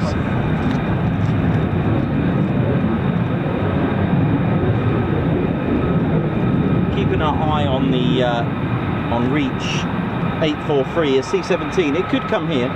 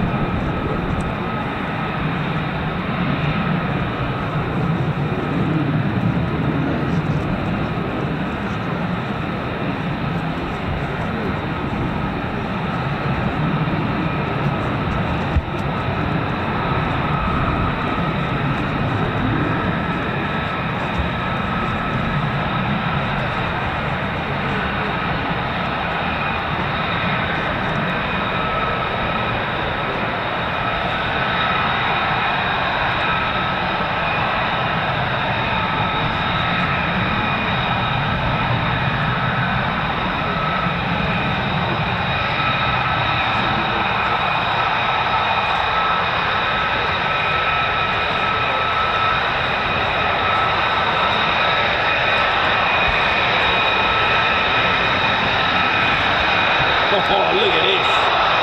Yeah.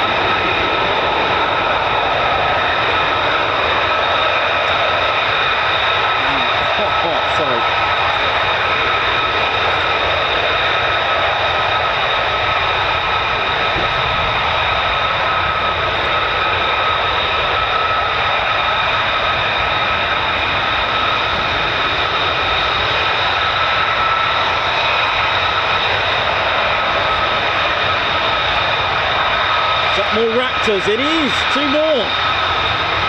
Right at the back.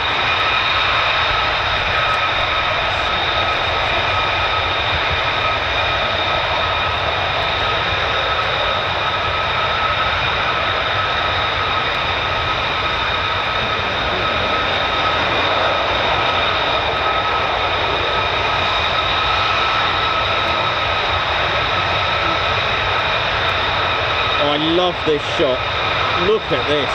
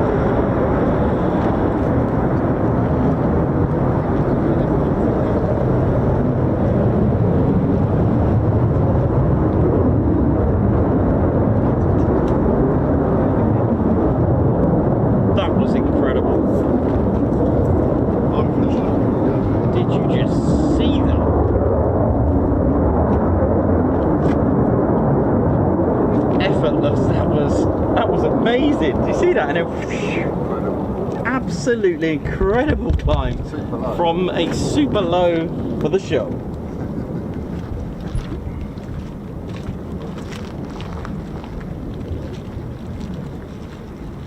They are a bit of a showstopper, those F-22 Raptors, and for good reason, with their 20-degree augmented engines, producing a whopping 35,000 pounds of thrust each, with afterburner on their F-119s, Pratt Whitney PW100s.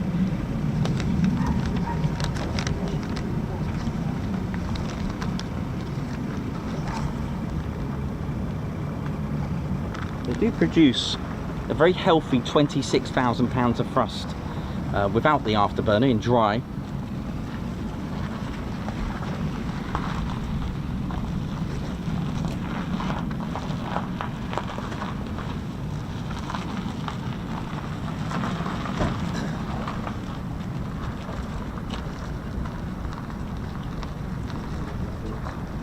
Absolutely beautiful. They're such a good looking aircraft as well. It was absolutely incredible. I hope you enjoyed that. Don't forget to do support the channel. We are the UK's #1 military aviation streaming channel, and we like to keep it that way, and we couldn't do that without your support. It's amazing. We are very close now to 102k, as if 100k wasn't enough. I'm just going to go and grab a quick cup of tea, ladies, gents and teddy bears, and we do have F-15 Strike Eagles by the sound of it.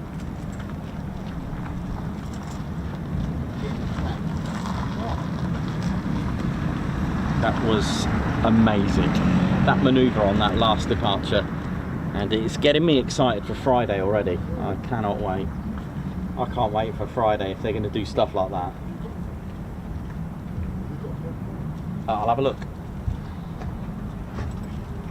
Cutting ones or...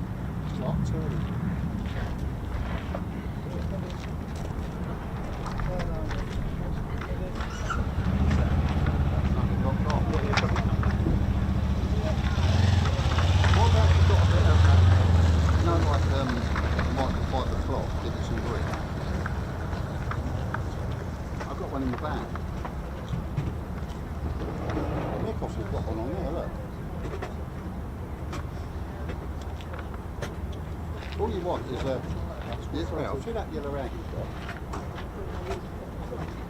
Nicholas, hello. You've got a microfiber cloth there? Yes. What it was, his little lock pins caught on his little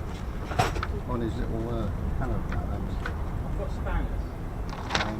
You know your little cloth up there, you wipe the lens of that, don't you? What's this for? I've got his little carbon arm on the carabiner bit. It's twisted too hard on it.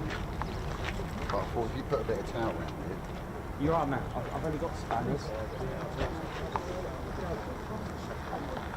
You've got some good towel there, Rick. Towel out there. I want to see that. It's got like a side. Yeah, I know.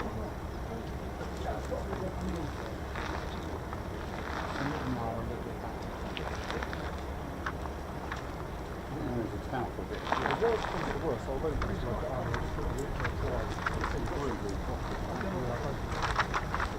you might even get a jar. Yeah, you want some. You've got a microfiber block in the car. Rubbish, that's so small, isn't it? You got it? Ah, good.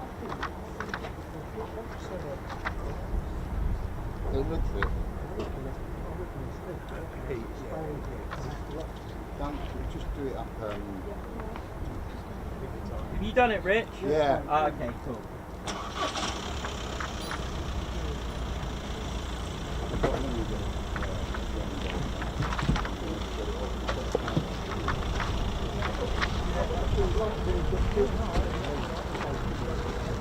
Let's take shirts, yeah, quickly.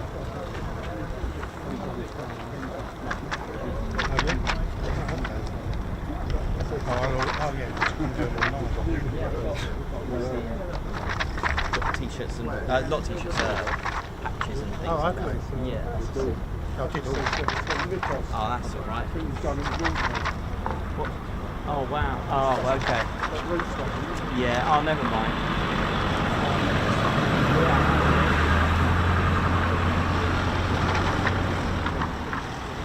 I love that noise. It's nice, isn't it? Yeah, it's lovely, isn't it? It's such a good sound. Yeah, it's so good. I don't know if I can hear more F-22s or if that's an F-15 howl at this stage. We'll take anything. Yeah, innit? At this stage, yeah.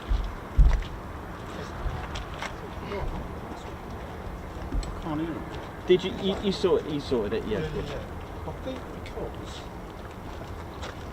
the locking mechanism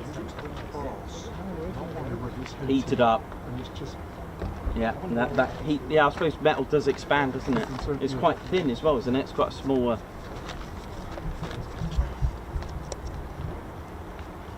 Is it for that one? Is it a specially made one for your strap? It's black, no, just a black one strap, but it's got the carabiner, but it's got obviously the little locking mechanism. Yeah. Just to stop it popping Sure, up. sure. Yeah, I've got one. I've got one of those. I love what you do, guys. Thank you very much. Thank you. You spoiled the illusion, right? I can see your lips on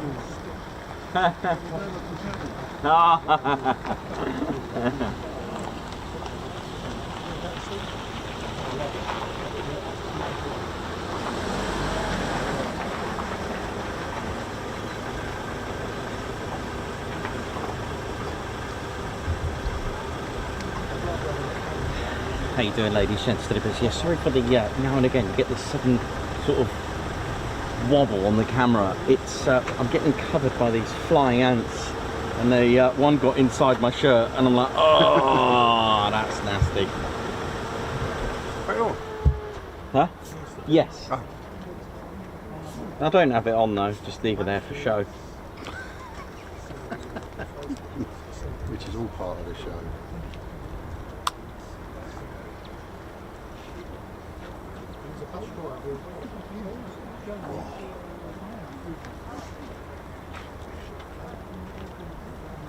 Good.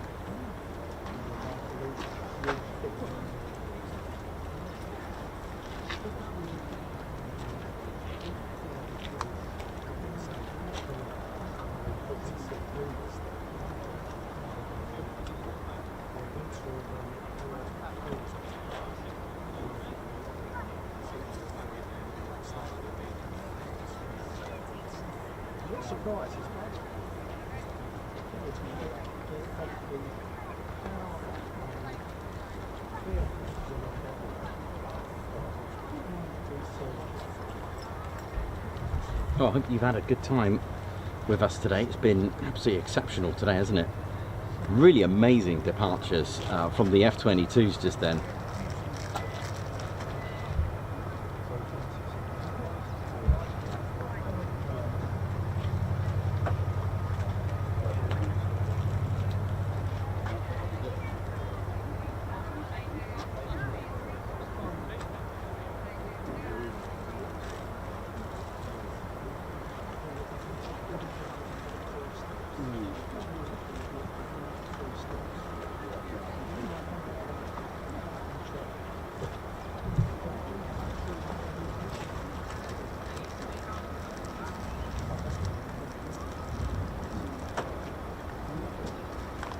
Christopher Carr, thank you very much. Who's count me in.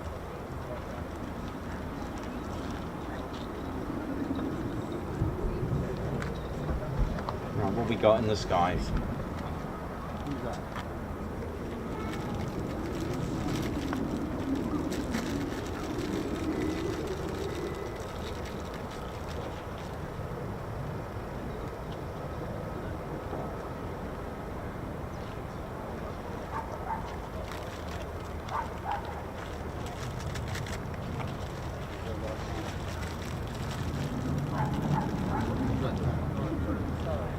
Cool, isn't it?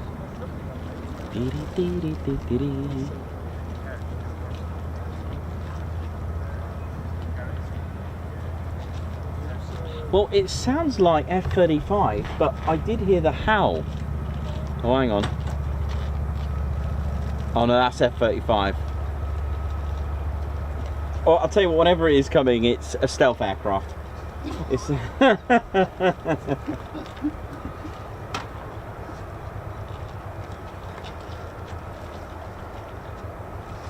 definitely Pratt Whitney at its finest back there.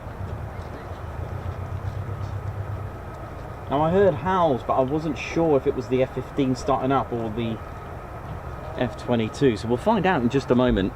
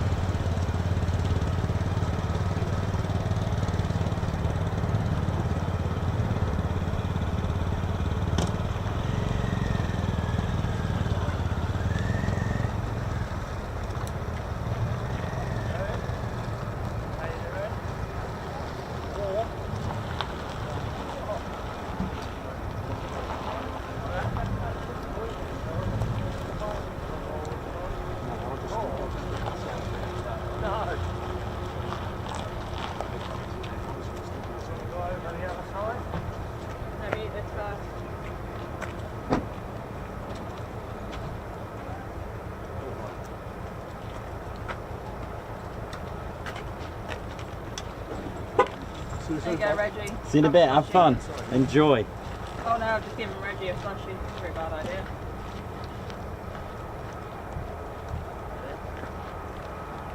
Claire Bear, how you doing? Chris Bloxham, thank you very much as well for today. Hope you're all good. And at this stage, I'd like to say it's Pratt Whitney's F-135 PW100s, which are applied to the F-35As.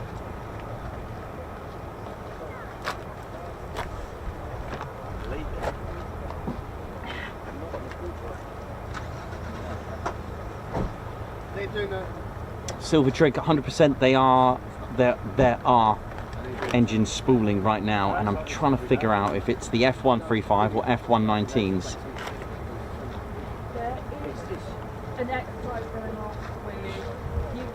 So that you can hear now starting up. That's the Pratt Whitney's F-100 229s, which are F-15s. That one, that little howl that you just heard just then. Let's see.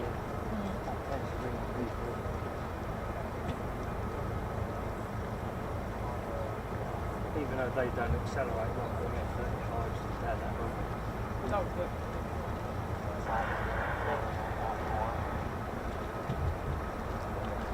Fred Vernals, all to you. Edward Coates, how you doing?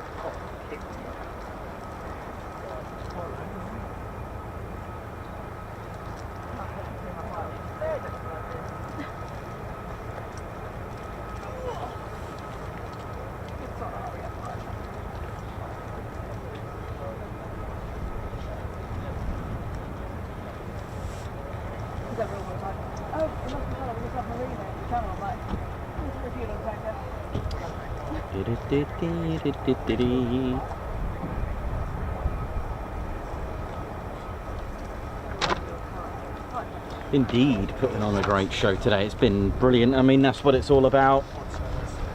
Their motto, always ready to own the skies, and they're certainly training that way for sure, and that's what it's all about. And of course, this dates back to the very days of the Second World War, of course, respectively. They're living in the footsteps and carrying on that legacy of air dominance, air superiority. That is what it's all about. That is what it's all about when you walk to town, going shopping, you're out with your friends at a bar, you're down the beach on holiday, you're just going to work in the office,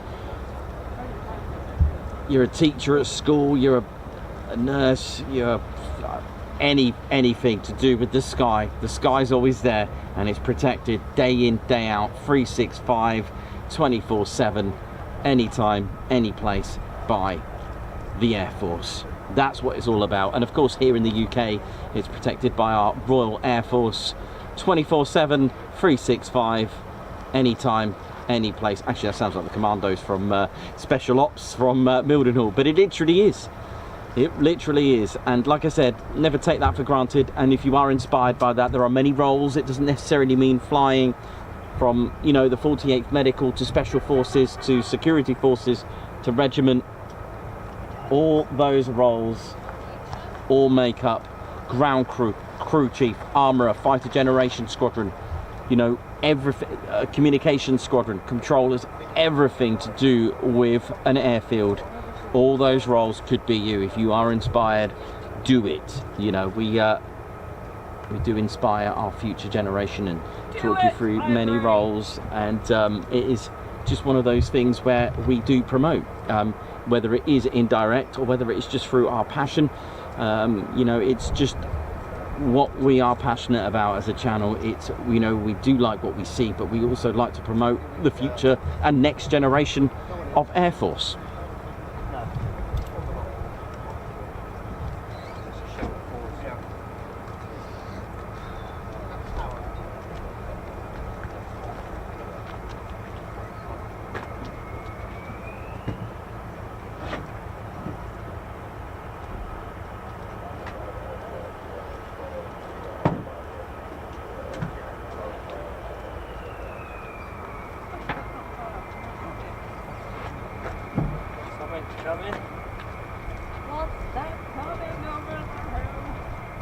So, wasn't expecting the Pratt Whitney's F-100 229s to taxi down the catwalk.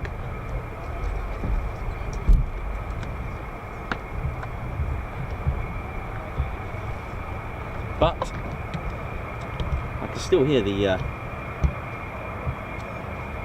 F-135 or F-119, so we'll see. But we'll take anything. We're loving it.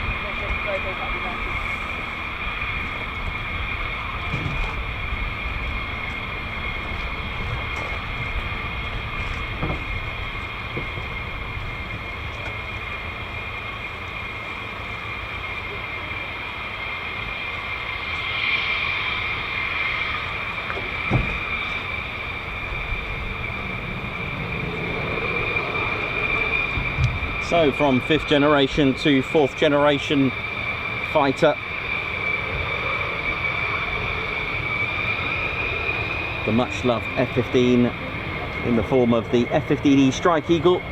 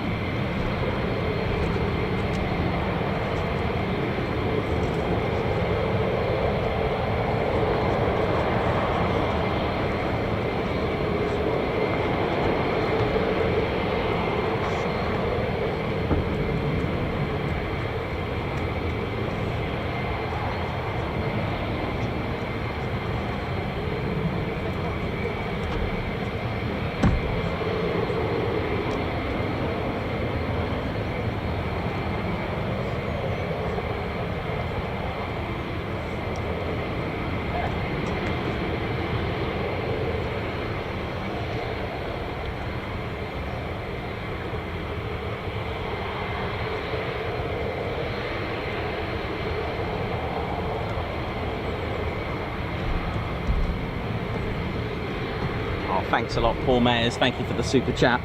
Very kind of you. Thank you very much. Ted's worth it. Thank you. Loving that.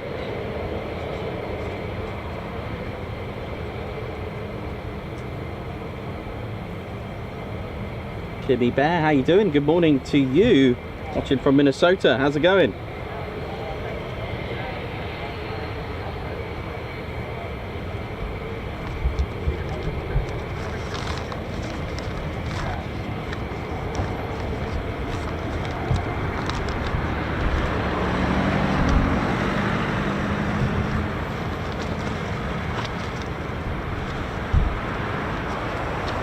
Actually, you are, you'll be surprised, incorrect. Actually, the F-22 is a lot taller. The F-22 sits, or shall we say, sorry, my bad. Hang on, I'm reading wingspan. Sorry, my bad. I shall start again. Rewind. So the tallest of the fighter jets that we see is the F-15E Strike Eagle, quite right, at 5.64 meters. Second of the fighters that we see in the UK is the Typhoon at 5.28 meters. The F-22 sits at 5.08 meters, and the next below that will be the F-35A at 4.4 and the F-35B at 4.36. So quite right there. I was reading wingspan. Wingspan, the winner there is the F-22 at 13.56 meters. That's 44 feet and 6 inches. So I'm getting attacked by all these bugs.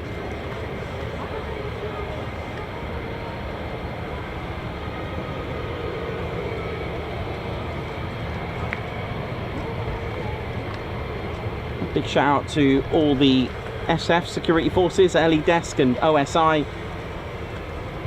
Big shout out to them.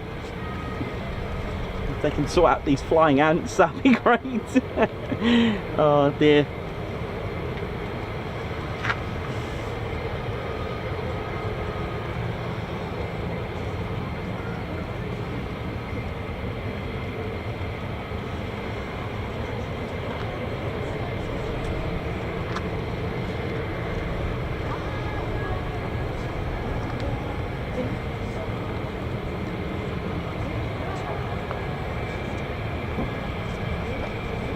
Right, so literally chocks away in just a moment. Our F-15E Strike Eagles, the legacy of the first flight in 1972 with the F-15A. And oh, hello, what we got down here? It's down the catwalk. We have, right, guess the air. Here you go. Guess the aircraft from the jelly. I reckon. Oh, actually, I'm gonna. Is that an F-35? Or are those more F-15s? Let's have a look.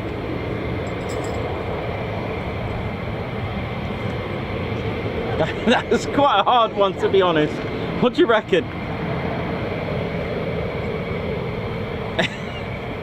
That's a challenge. It's amazing, that. That's really cool. Guess the aircraft. There we go. Right, Matthew, I'm going to be F-15. Right, right.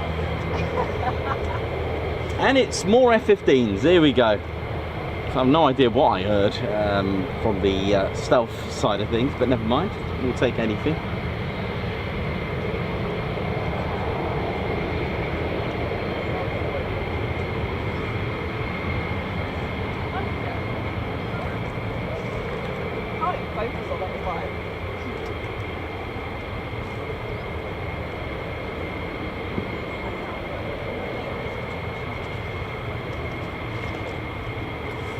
Look at the heat haze on that from the heat created by the engines of the F-15s there. They don't use a lot of fuel when they're just sat here. It's only when you start to use thrust to use significant amount of fuel.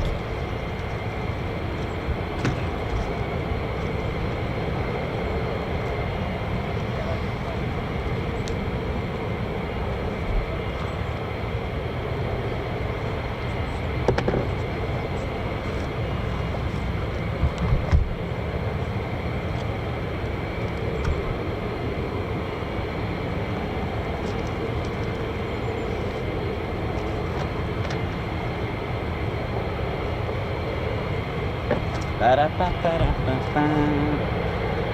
ladies, gents and teddy bears, 2 Pratt Whitney F100 PW229s. Now the length of this engine is 4.85 meters. It's got a 3-stage fan with a 10-stage HP, that's high pressure compressor, and it compresses air 32 to 1. So for example, it goes in at 1 bar, it is now the pressure of 32 bar. That is amazing. That's like literally 1 cubic centimeters of air is now to the compression of 32, so to speak. Bypass at 0.36, that is extremely low. Produces 7,800 pounds of dry thrust. Punches out 29,160 pounds of thrust with the afterburner. An absolutely amazing engine. And again, for those that don't know how it all works and why they use compressed air, like I said, you've got the 3-stage low pressure. The air gets sucked in and it compresses the air to a certain degree of pressure. But all jet engines with compressors, they get narrower and narrower, and the point of that is to squeeze the air. Why compressed air? It's a lot more economical, because think about scuba divers' oxygen tanks, how much air is actually in there. It's been compressed, so you can get a lot more. Bit like your 15 million oranges claim to be in your 1.5 litre of juice. When it gets to here, you've got your bypass of air, which on this engine is 0.36, okay? So by the time it gets to here, it is now rated at 32 times the compression. It's a lot more combustible and it's better to mix with air, so it's economical and it's a lot more combustible. If you think about when you pump up your tyres of your bike or your football, it gets really hot on those where the connections are of your pump. And it gets to here, it combusts with, it mixes with the fuel. We've got spray nozzles, mixes in that compressed air, and then bang, the hottest section of the engine. Now this is the clever bit, okay? So the clever bit is the turbine. So you've got a high pressure turbine spinning with the kinetic energy from that explosion powering the high pressure compressor, and then the low pressure turbine powers the low pressure compressor. Amazing, isn't it? Then you've got a separate section for the afterburner, giving you up to about around 30% more power. It's in a separate section. This is why it's called an afterburner. It uses the hot gases. It's just spraying with the spray bars. It is not as economical, gives you more power. And the reason why it's not economical, because it's not using compressed air. It's just literally spraying fuel and off you go. There's your thrust. Of course, they'll have to have some specific lining and coating to protect the engine because it's so hot. And we're about to see that in action now. Here we go. The air getting sucked in, getting compressed. Sweep! Here we go.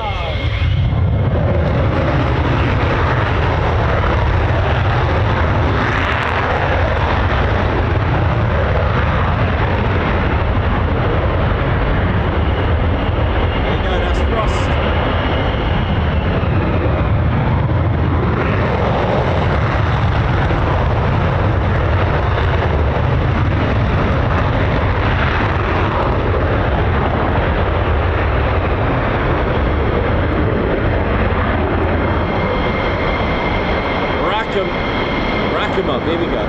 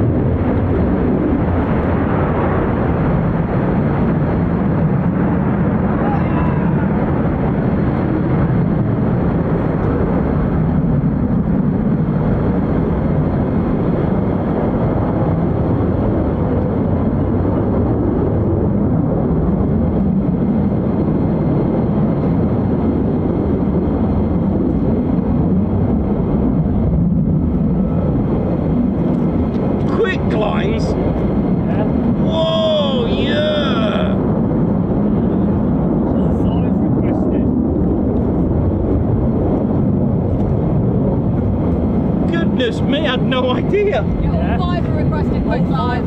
All right, thank you. What, including these 2? Yeah. Well, this is just amazing. Well, this is unbelievable. Did you see the wave on the first one? No, no, I didn't see that. Like that and him. Oh. No worries, next time.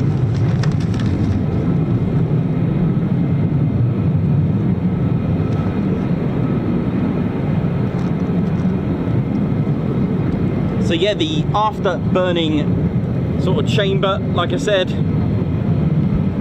that's extra, and it doesn't use the compressed air, which is why, one, it does give you more power, but it uses a lot more fuel. So that's your thrust. But what gives lift? Well, you've got to appreciate airfoil and the design and shape of wings, or the airfoil. Now, they're flat on the bottom and rounded on the top, very discreetly, and these with the elevators, when they push down, it's a bit like sticking your, I can hear F-22s as well anyway, but as it's going, as it defies and reaches a certain speed, the pressure starts to build underneath the wing. As the, I've got a diagram I can show you, as the air is hit here, it creates a lot of pressure and it starts to push the aircraft from underneath, and when you've got enough pressure to basically be higher than the forces of gravity, it gives you lift, and with your thrust, up you go. That's pretty much it. Which is why I said the other day, missiles and ordnance have to be projected, have to be exploded off, so to speak, like mini explosion control units that cause a little explosion to push the ordnance, like rockets or missiles, because they can actually start to create a bit of lift and then start to actually hit their own aircraft, which is possible. Right, here we go.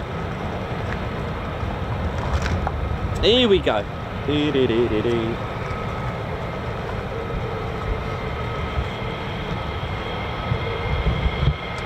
go and try and catch the raptors coming in the other side. Okay, mate.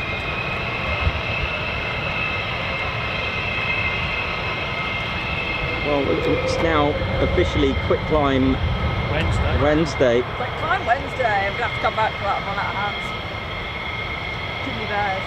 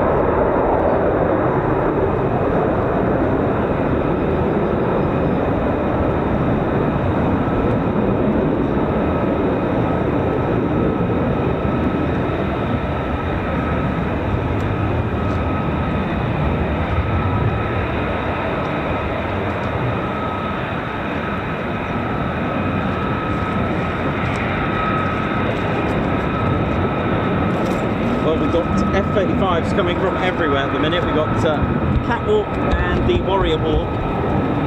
See you in a bit. See ya!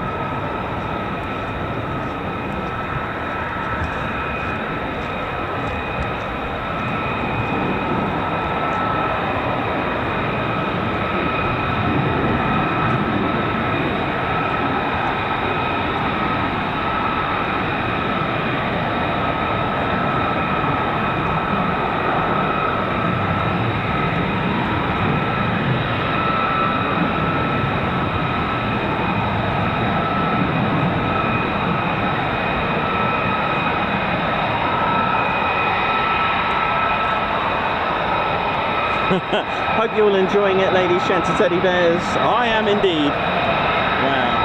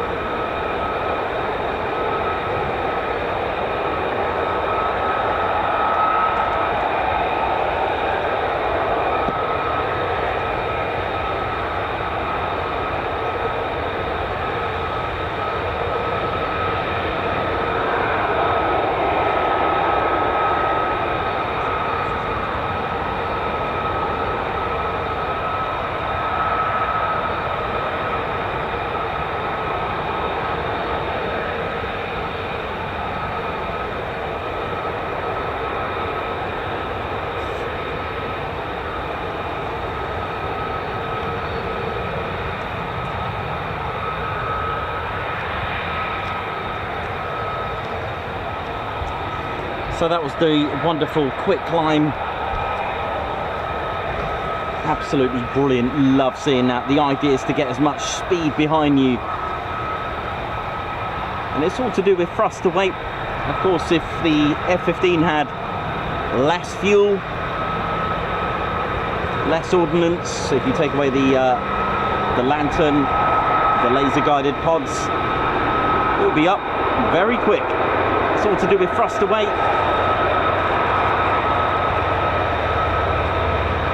Lots of configurations on aircraft. It's absolutely incredible. They'll reach speeds around 350 miles per hour before they pull up. G's experienced about 5 to 6, and they can go as high as they've been cleared to do so. So air traffic controller will give them the flight level to climb to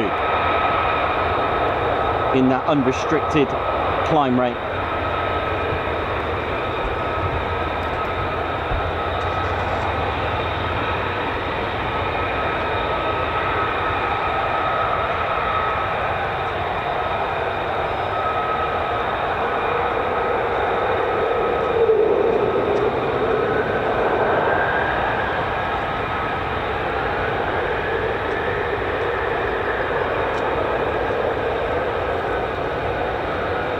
Lewis Skeggs, how you doing? Hope you're good. More F-35s coming in now. These have massive amount of power or thrust, 43,000 pounds.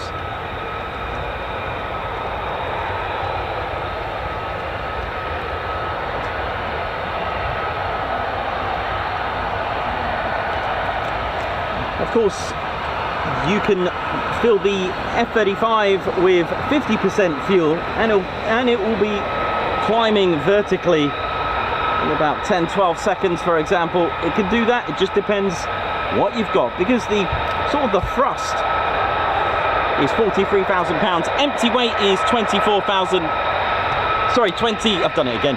£29,000. Now, okay, it can't fly without any fuel, but if you add about 50% of fuel, then you're going to do all right. You're going to do all right.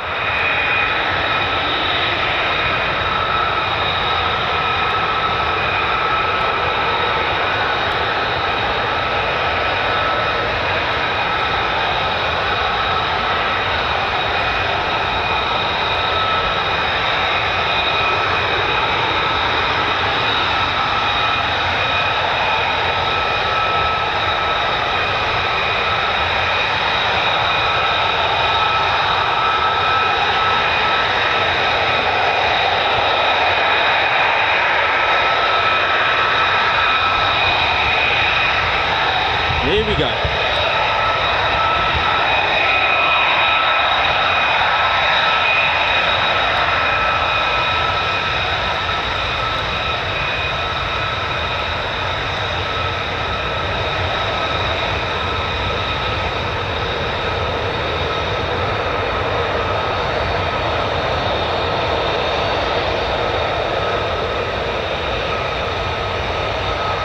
£43,000 of thrust. That's like strapping a human being to a rocket. Here we go. Send it.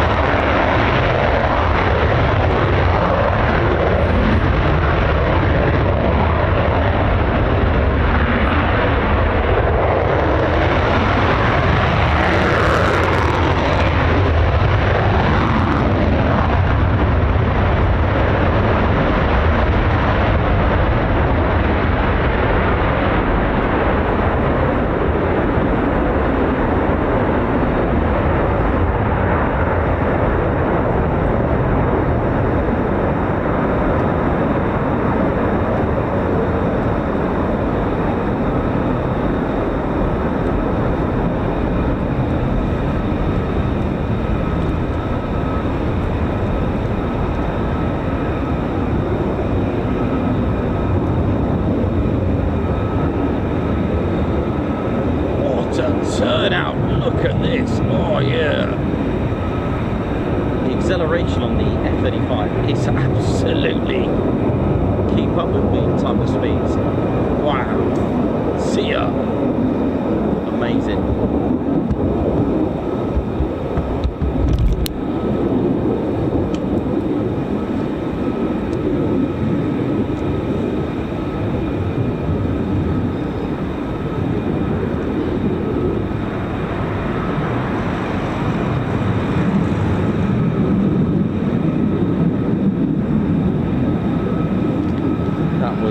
Absolutely beautiful, lovely turnout.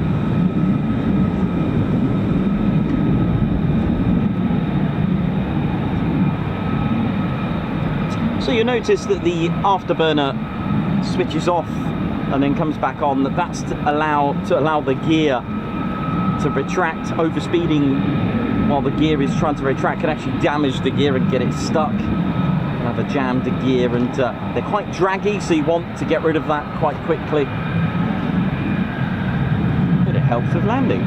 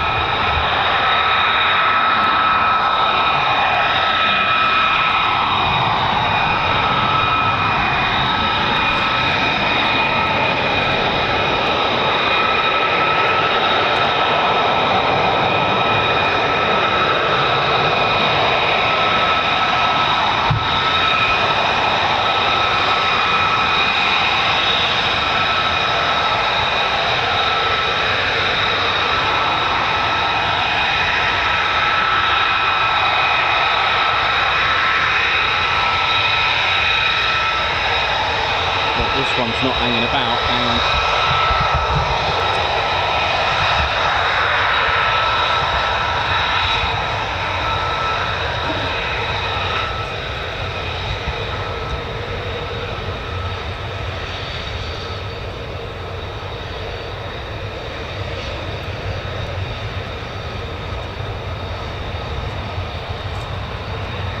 I'm getting eaten by these flying ants.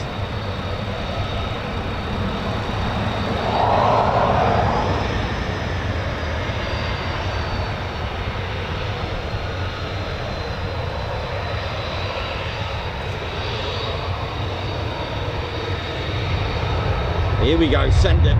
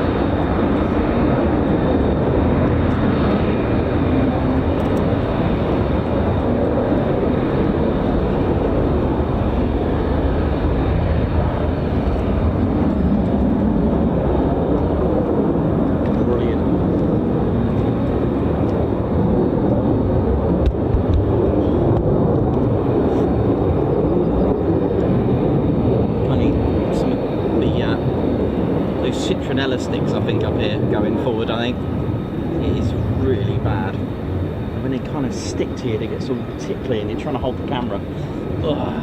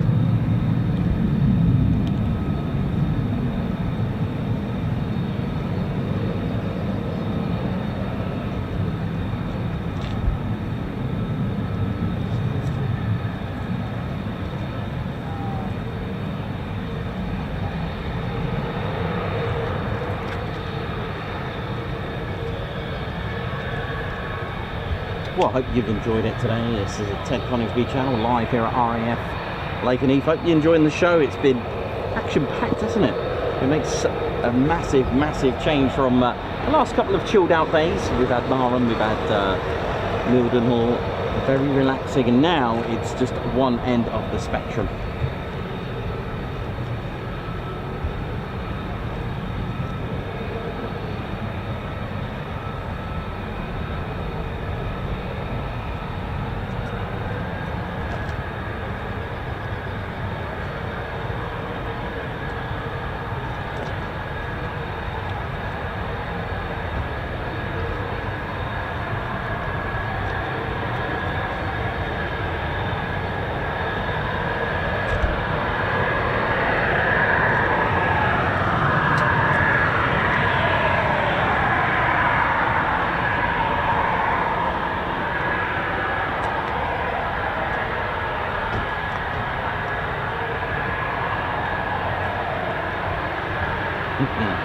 Thanks a lot, everyone, for getting the TEDs out. I hope you've enjoyed the military aviation experience.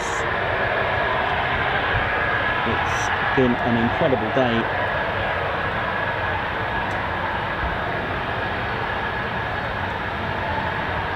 And we've got our arrivals already. With Charlie. He's giving out a lot of ribbons.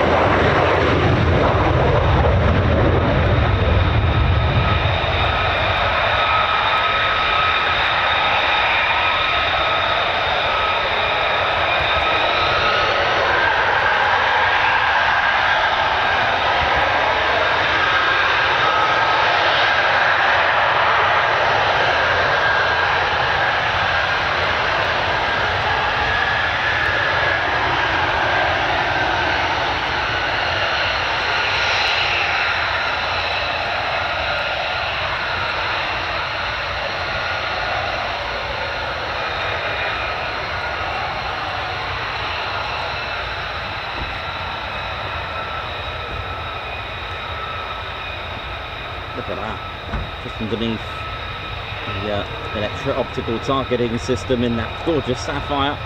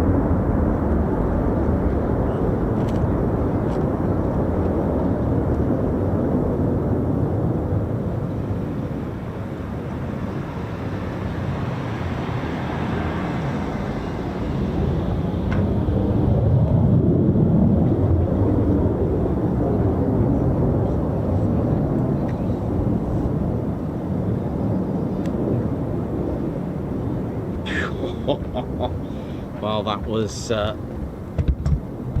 amazing.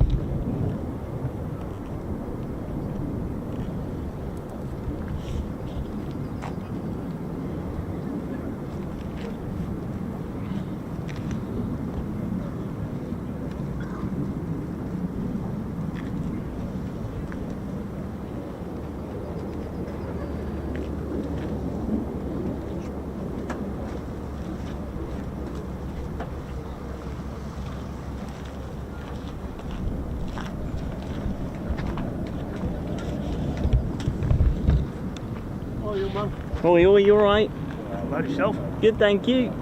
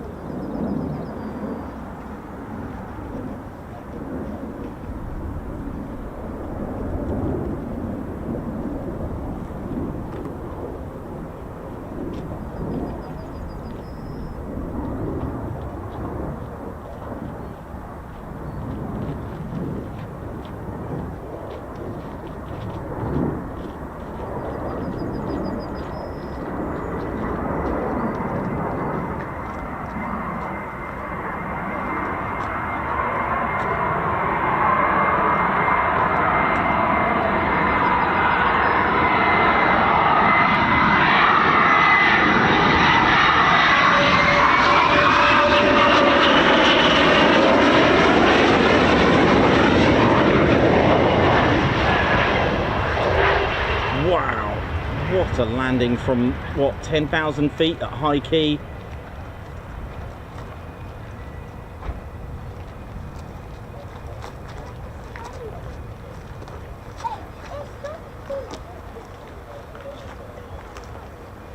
That's something we only see the F-35As do here. And we've just seen it on an F-22A Raptor. Wow. Let's have another one of them.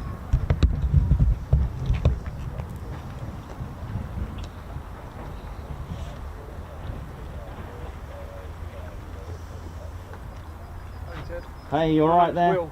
Huh? My name's Will, nice to meet you. You too, you alright, Will? Yeah, I bought you a can of Coke. Oh, thank you. Oh, nice one, thank you very much. No worries, mate, I watch you all the time. Thank you. Respect. That's very kind of you, thank you very much. Cheers for that, buddy. Thank you. I'm saying we met before. You're right. I usually come here, we come here once a year. Oh, nice one. From the other coast we came. I think actually last year we weren't here last year, but we've been over at Marham. Alright, any good? There was 2 F-35s went off, but they were waiting. Apparently 2:30 there was some Italians coming back in. Okay. Went out early doors this morning, about 7:30 this morning they went out. Oh, okay. They said they were coming back in, so, but it's a bit of a clicky crowd down there. Don't want to speak to you, don't want to do anything, don't want to share anything with you. So I flicked over, I said, I'll just see where he is anyway. How many Raptors went out before? 4. 4. I think 4. So we've got one more to come back, I think. Well, as you were just filming them coming, we were just leaving Mark. Oh, right, okay. Belted, I said, we've missed it. You know what I mean? No, you're good. How are you keeping anyway? Yeah, very well, thank you. Very good. Yeah, all good. That's an amazing landing, lad. That one. Yeah, from all the way from 10,000 feet. Yeah, you just pulled it right round. Beautiful. We see the F-35s do that, but I've not seen an F-22 do that. Dropping the amount of bounce. Well, you could see about tails coming off his yeah, it was wings, amazing. dropping height. Oh yeah. Right, I'll leave you to it. You take care. Time's busy, I know. No worries, no worries. Yeah.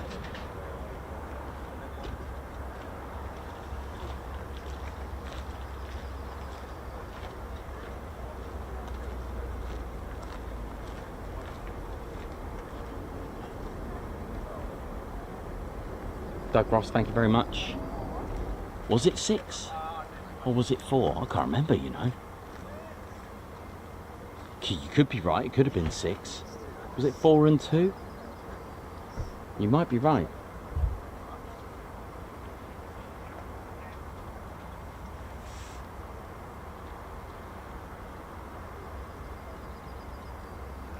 Chris Lane, how you doing? Doncaster Lass, Eagle 74, G Van Bulliam.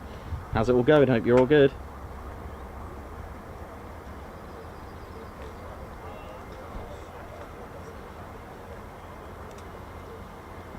So yeah, for those wondering, this is like a normal day at Lakenheath. We've had busier days, you know.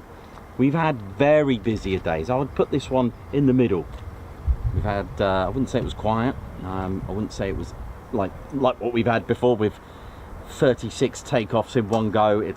We've had that. But don't forget, this is all training. This is just absolute general pilots training, doing their thing. Training, and like I said, the channel is all about enjoyment of the aircraft. Where they go, that's up to them. We don't get involved in that. We just deal with the fun side of it, seeing the aircraft take off and land and doing circuits and doing wonderful landings like we've just seen. So this is why we always say on a safe community level that we don't post any departure or deployment details. It's just literally, you know, we're just here to enjoy the aircraft and what they're doing in their training. That's it. And this today has been absolutely exceptionally marvellous.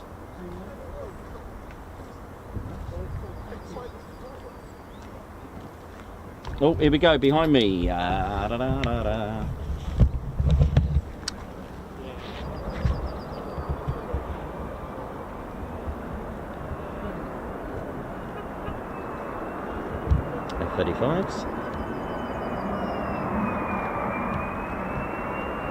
2 of them.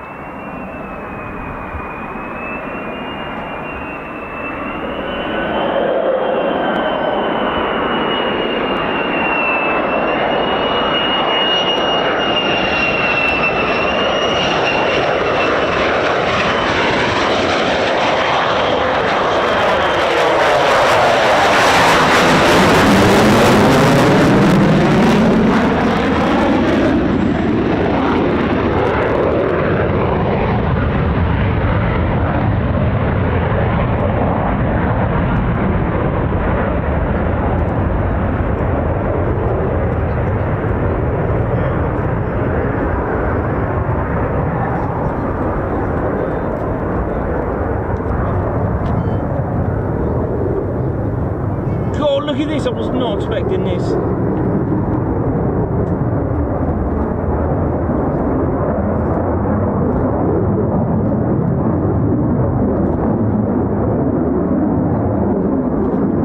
Absolutely, like, I'm gone, I'm at it. That is just amazing. You know, this is the sort of thing I'd pay to go and see, you know. I'd love this. This is just absolutely amazing, and it's training to become, or training for, yeah, superiority, my friends.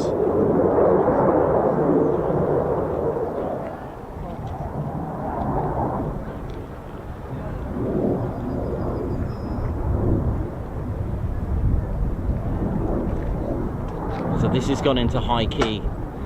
Yeah, oh my, I can see, I've just caught out in my corner of my eye. It's absolutely back-breaking. Oh, just lost him. Or her.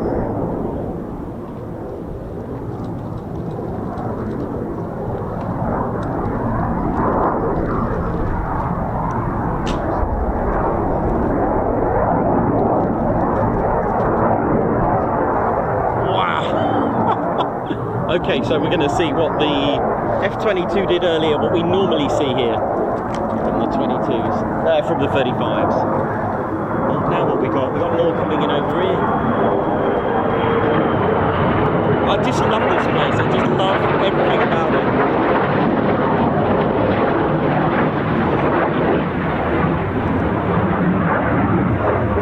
I mean, look at this. I just I'm lost for words, man.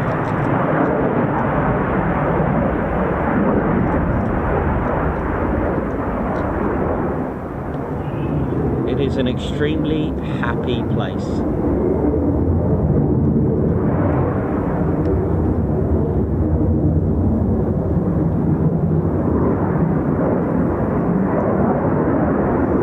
You see that long groove of the GU-A-22 cannon internal on the port side, just above the air intake.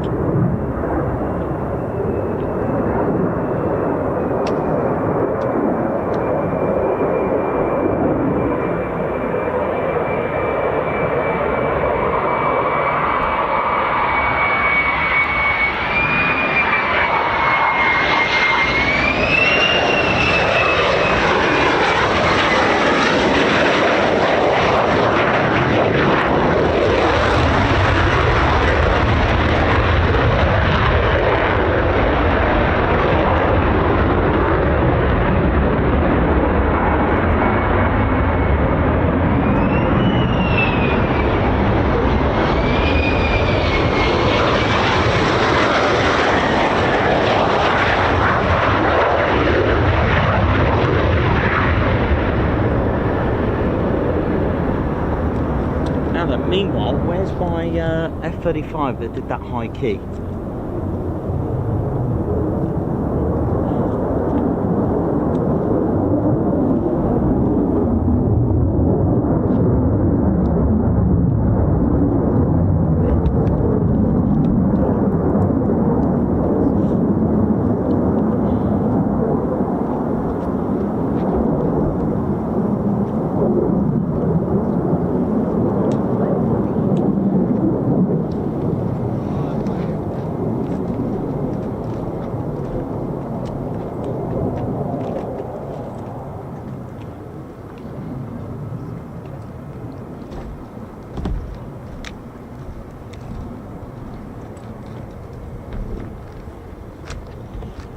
I see it.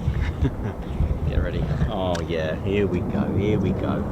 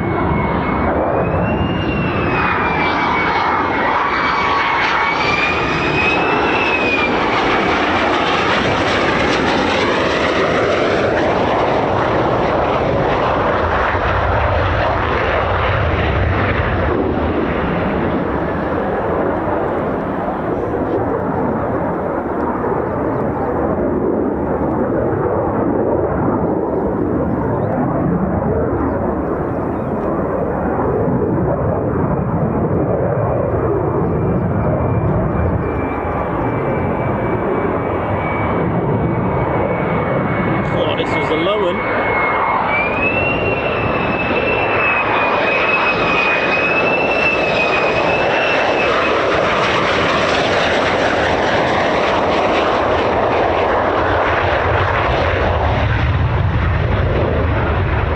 While all this is going on, I'm getting absolutely smacked in the face by all these flying ants at the minute. Oh, they're going down my shirt. Oh, it's not nice. One in my ear, one in my mouth. Oh well, that's for tea tonight then, Ted. Flying ants.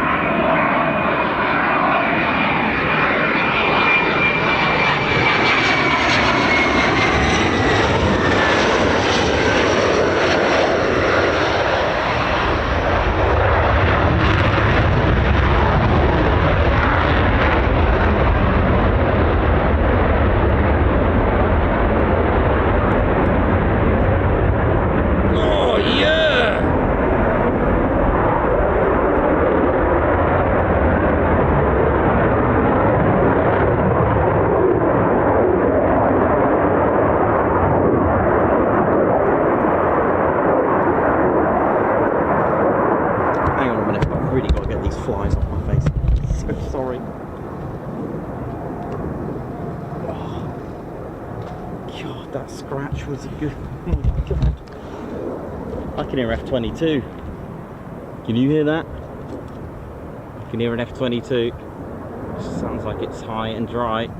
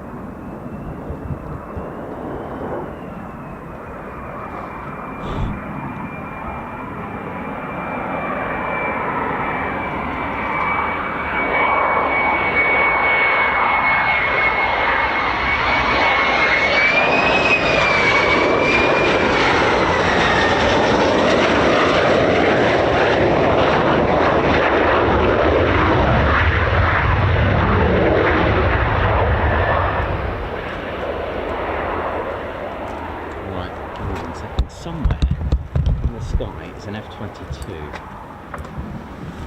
I can hear it. Yeah, I can hear it. Oh, okay.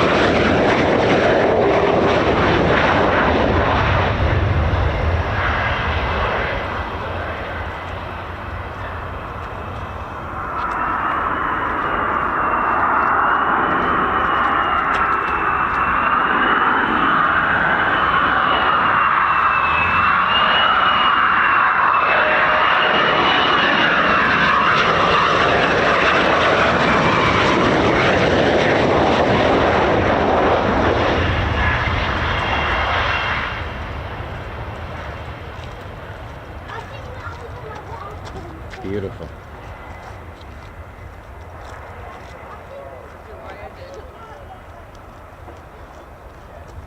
Well, what a day we've had. And I think you'll all agree it's been absolutely brilliant. Scratching the hair out of my hair. Oh man.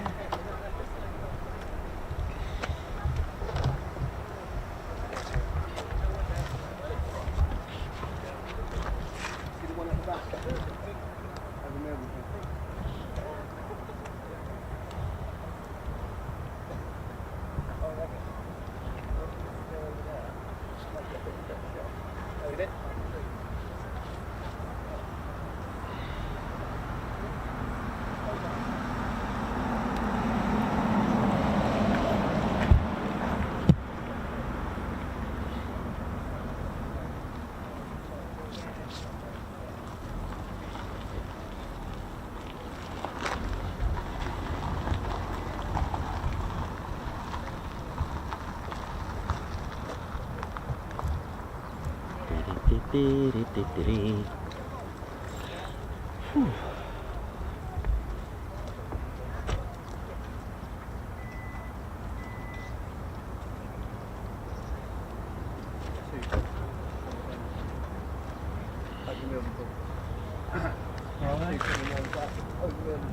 Okay. F-35. Oh my word, I'm getting absolutely attacked by midges and everything with wings at the moment, apart from aircraft. Goodness me, how are you all doing anyway? You alright there? Ladies, gents, teddy bears, welcome to the show. Ted Coningsby channel. It's that time of year where you get these midges, thunderflies, flying ants and everything else that just likes to attach itself to your face, ears, eyelids, everything. And try not to get sort of like that itchy, tickly sensation when you're trying to hold the camera, and then when it gets into your ear, that's it, it's game over.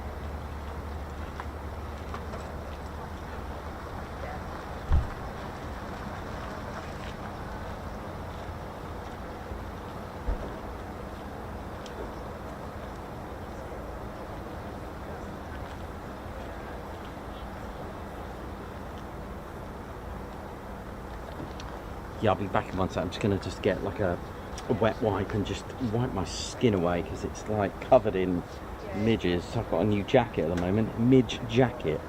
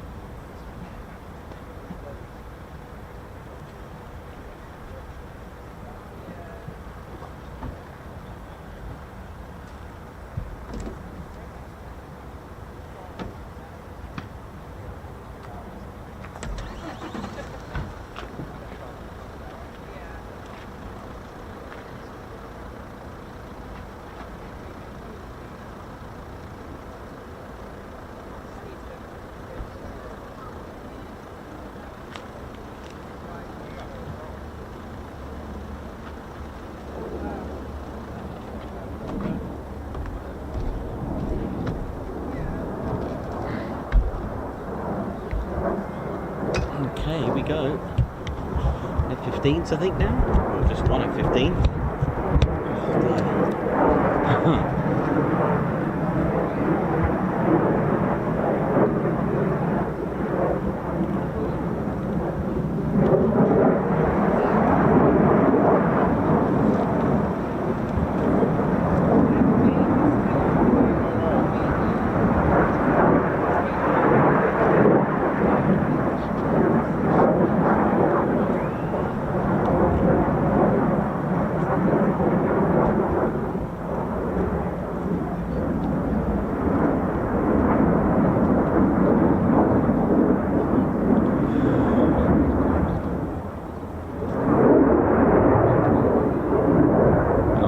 In the background.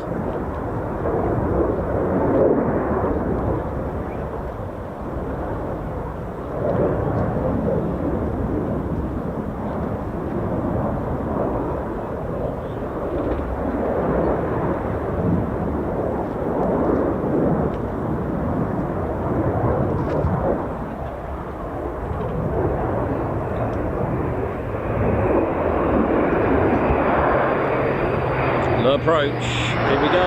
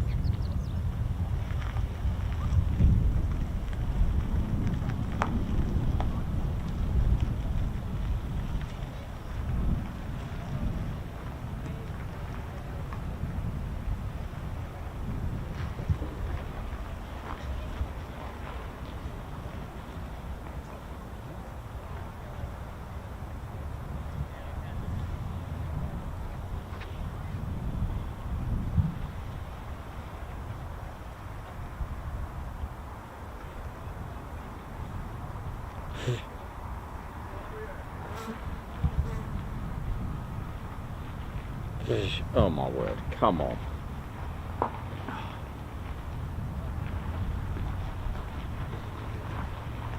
Yeah, I'm gonna have to get Claire's special citronella sticks. They're really good. They smell good as well.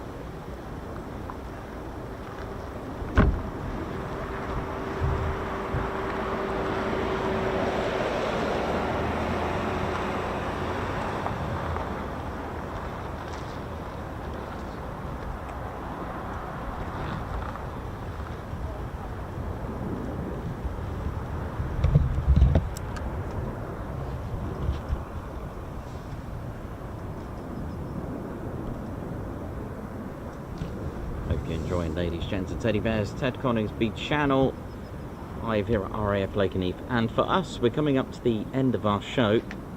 All good things temporarily come to an end, as we'll be, hopefully, all been well, back tomorrow. Not here, we'll pick a venue tomorrow.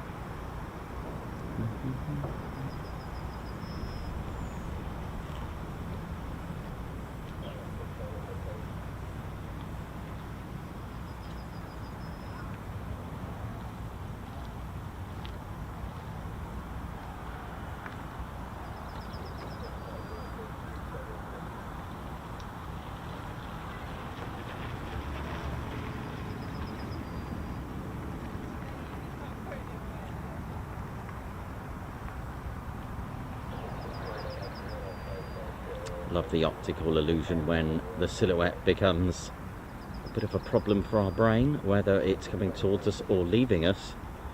Do you ever get that?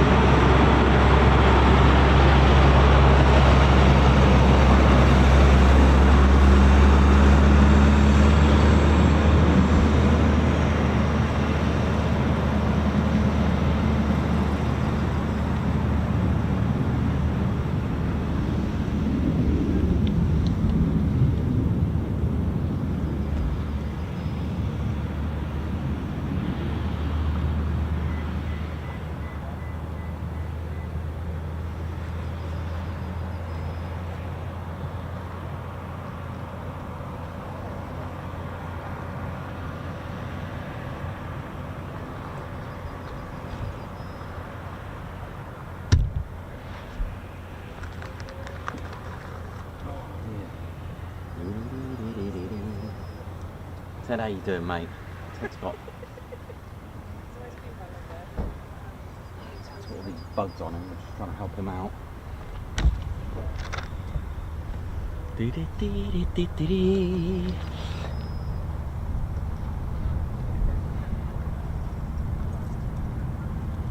Right, nice. Two ship just behind me.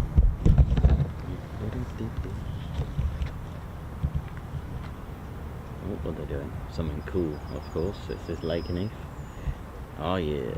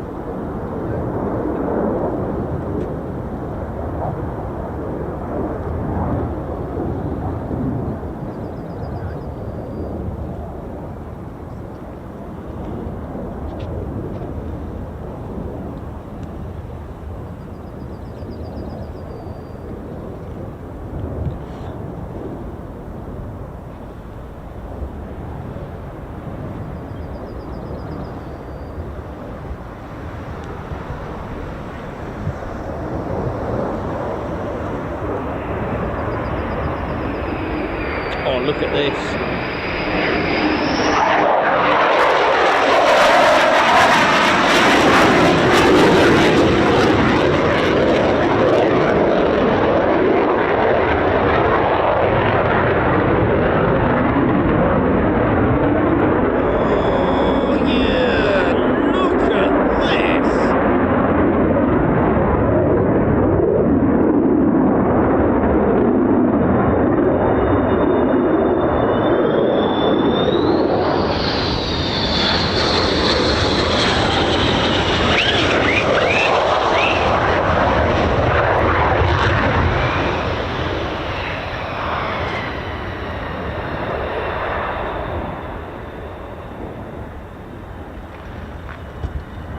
Well, today has been absolutely salmon delicious. Here we go.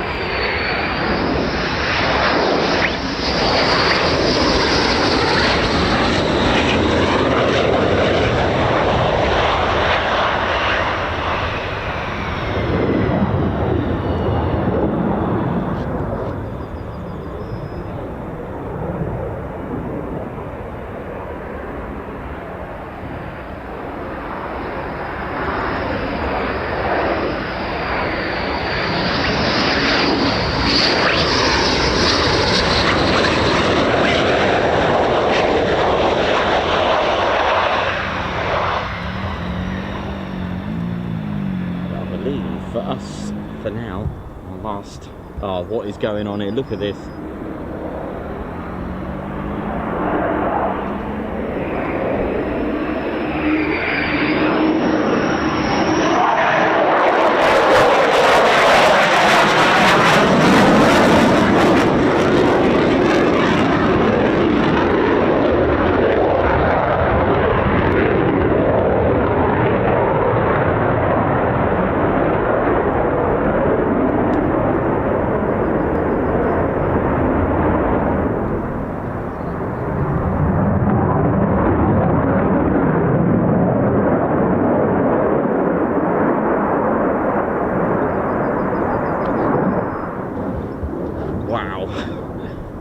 Absolutely amazing circuits here. Skills from the pilot.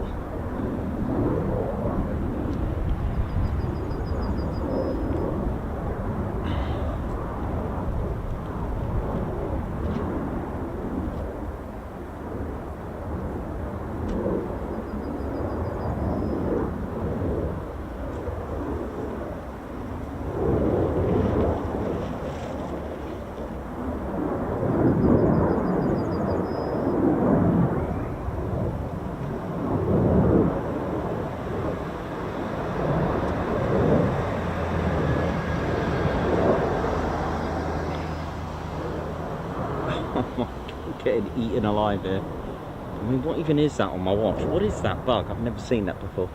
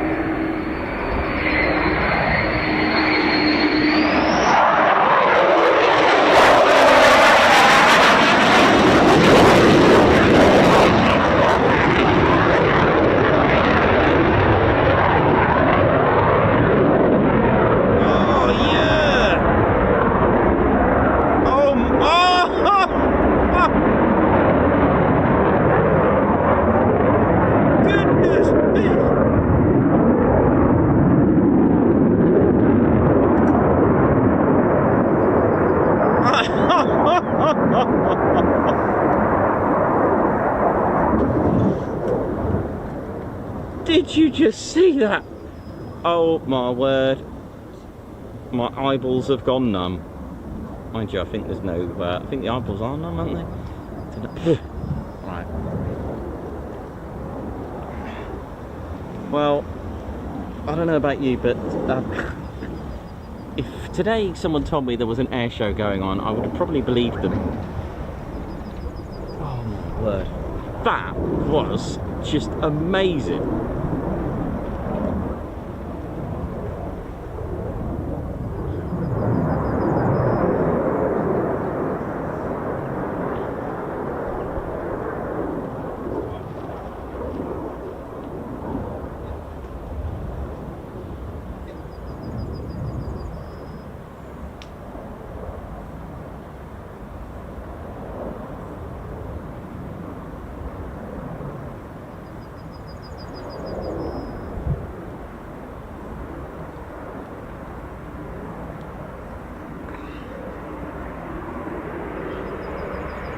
What again?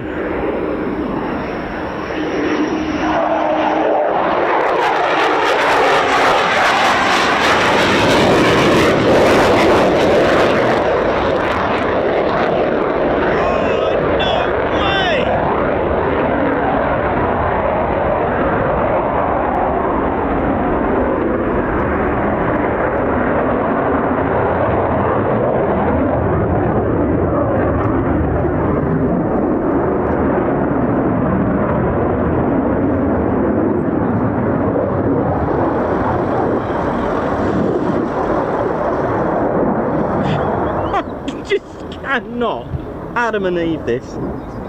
Oh my word. Is anyone watching this? It's just what is going on? That's amazing.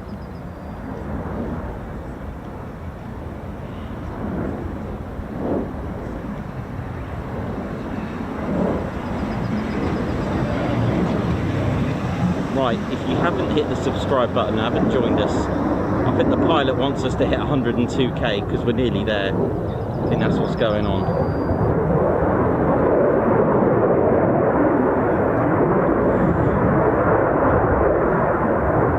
You reckon he's on something?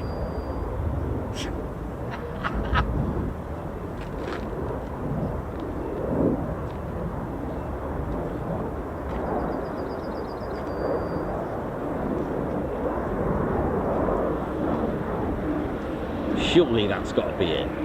Or is it? Let's have a look. Oh, no. Oh my word. Here we go, here we go, here we go.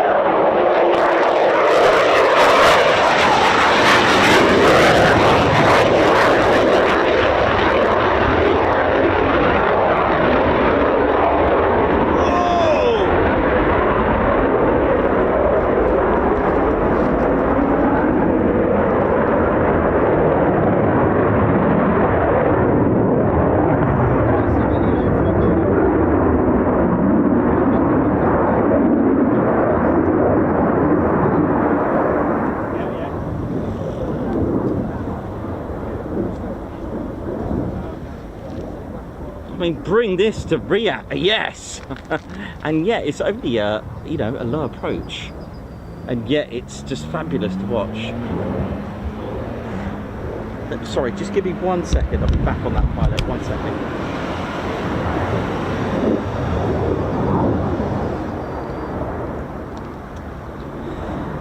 Whew.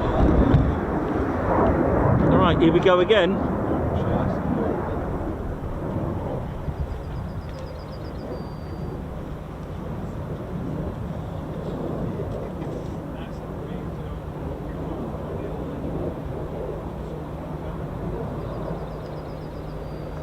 Yeah, very true, Perry. This could be a Finny flight, hence the quick climbs. Yeah, I couldn't agree more. I'm with you on that.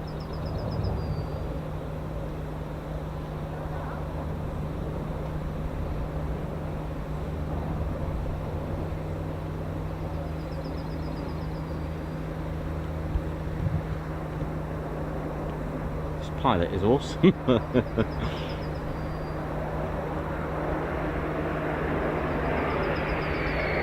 Yeah, that'll do. Thank you very much. Big salute to this pilot.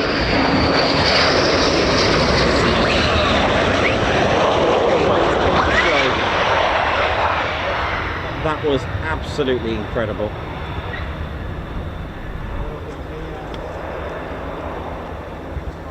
I hope you enjoyed that. We can have a quick look at your reactions to that.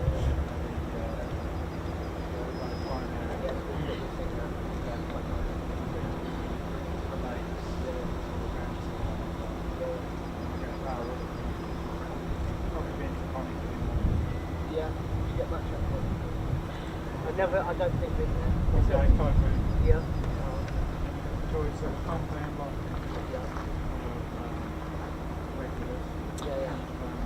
So yeah, that would be most likely a Finny flight. They probably went, I'm not sure if they're the ones that went through wherever, low level or something, but they had a quick climb. They did this. One suggests that it was, you know, it would be sort of leaning towards a Finny flight, hence all the approaches and the quick climbs.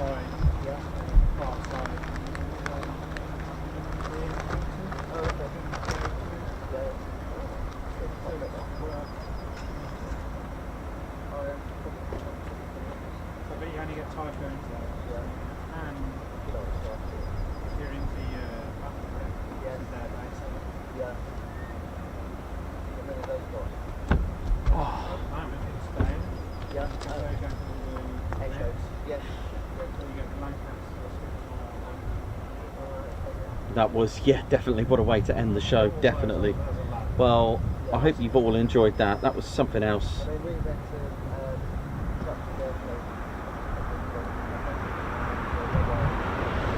Ted and I are just going to wrap it up like a salmon wrap and head on home. Whew. Wow, okay, so we Stevie Boy, thank you very much for the super chat. Guards March to you. Sorry if there's any midges on the screen there. Wow, Albie Burrows, high five, welcome to the Ted Coningsby Squadron, thanks for joining us. Margot as well, thank you very much for the super sticker, Guards March. Paul Mayers, thank you very much.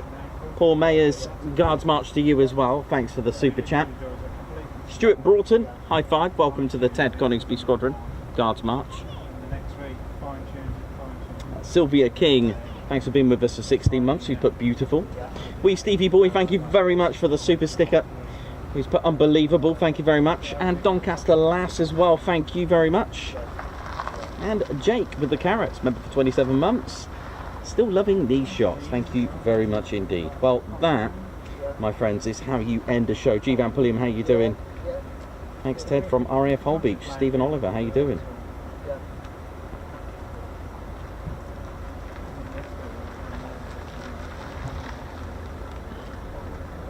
Right, Ted and I are probably been eaten to death by all the bugs that are here, sadly.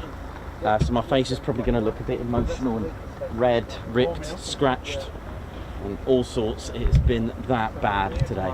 Right, hope you enjoyed that, Lady Sheds Teddy Bears. Thank you very much, and just want to say a massive shout out to all personnel, all crew at RAF Lakenheath. Thank you very much, 48 Fighter Wing, and also our visitors of the 1st Fighter Wing as well. Thank you very much. All roles, that is. Thank you. And of course, to all of our friends, viewers, members, much love to all of you. Thanks for tuning in today. Spanner Flight, thanks for keeping it sweet and neat for our channel and crew. So, thank you very much. My name's Nikos. I've been your cameraman and commentator and historian of the Ted Coningsby channel. This is our squadron leader, Ted Coningsby, and you've been watching the Ted Coningsby channel live here at RAF Lakenheath. So, for the last time for today, it is see you soon. Wish you well. See ya. I thought I just closed the camera there. Sorry, Ted. You're right, mate.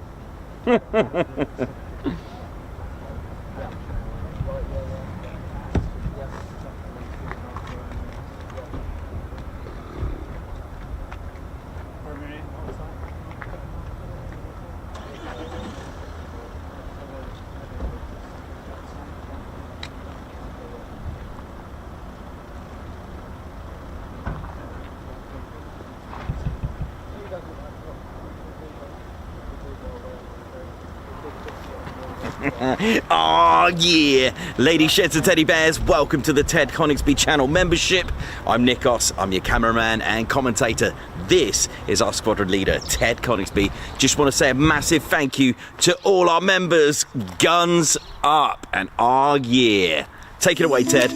Lady Sheds and Teddy Bears, we want to say a massive thank you to all of our subscribers for getting us to where we are today. We have gone all over the country, from as far as Lossiemouth to Bryce Norton, and military areas such as air weapons ranges, low flying areas, heritage centres and special flights for TED 2. We cannot do this without your support, and your support will be rewarded. You can now join the Ted Coningsby Squadron and help fund the channel to get us around the country and provide us with the funds for equipment to bring you better content too. We have 3 exciting membership levels with awesome YouTube perks to reward you back for your support. Our first level of membership is the Ted Coningsby Squadron. You'll get a loyalty badge on YouTube, unique TCS emojis that you can use on comments and live streams, members only videos which include behind the scenes, deleted scenes, sneak previews and also music videos that Ted likes to play the electric guitar on. You'll also get access to members only Discord server and discount on all of our Ted Coningsby merchandise. All of this for just $1.99 a month. Oh yeah. Our second level of membership is the Posh Officers Club. This includes all of the squadron perks, private Posh Officers Discord chat room, Posh Officers discounts on all of our Ted Coningsby merchandise, and the poshness of supporting the TCS even more. This is just £4.99 a month. Our third level was inspired by many of our fans who have been supporting the channel massively.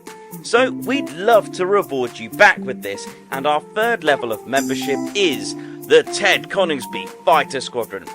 This gives you a more personal experience with me and Ted, with exclusive live streams and content. You'll get a free Ted Coningsby Fighter Squadron patch, a private Ted Coningsby Fighter Squadron Discord chat room, a gold colour Discord username, and a higher discount on all of our Ted Coningsby merchandise. All this for just $25.99 a month. Ladies, gents and teddy bears, the Ted Coningsby channel cannot thank you enough for all your support. And it's this support that keeps the dream, keeps the stream. Thank you so much. Aw, yeah.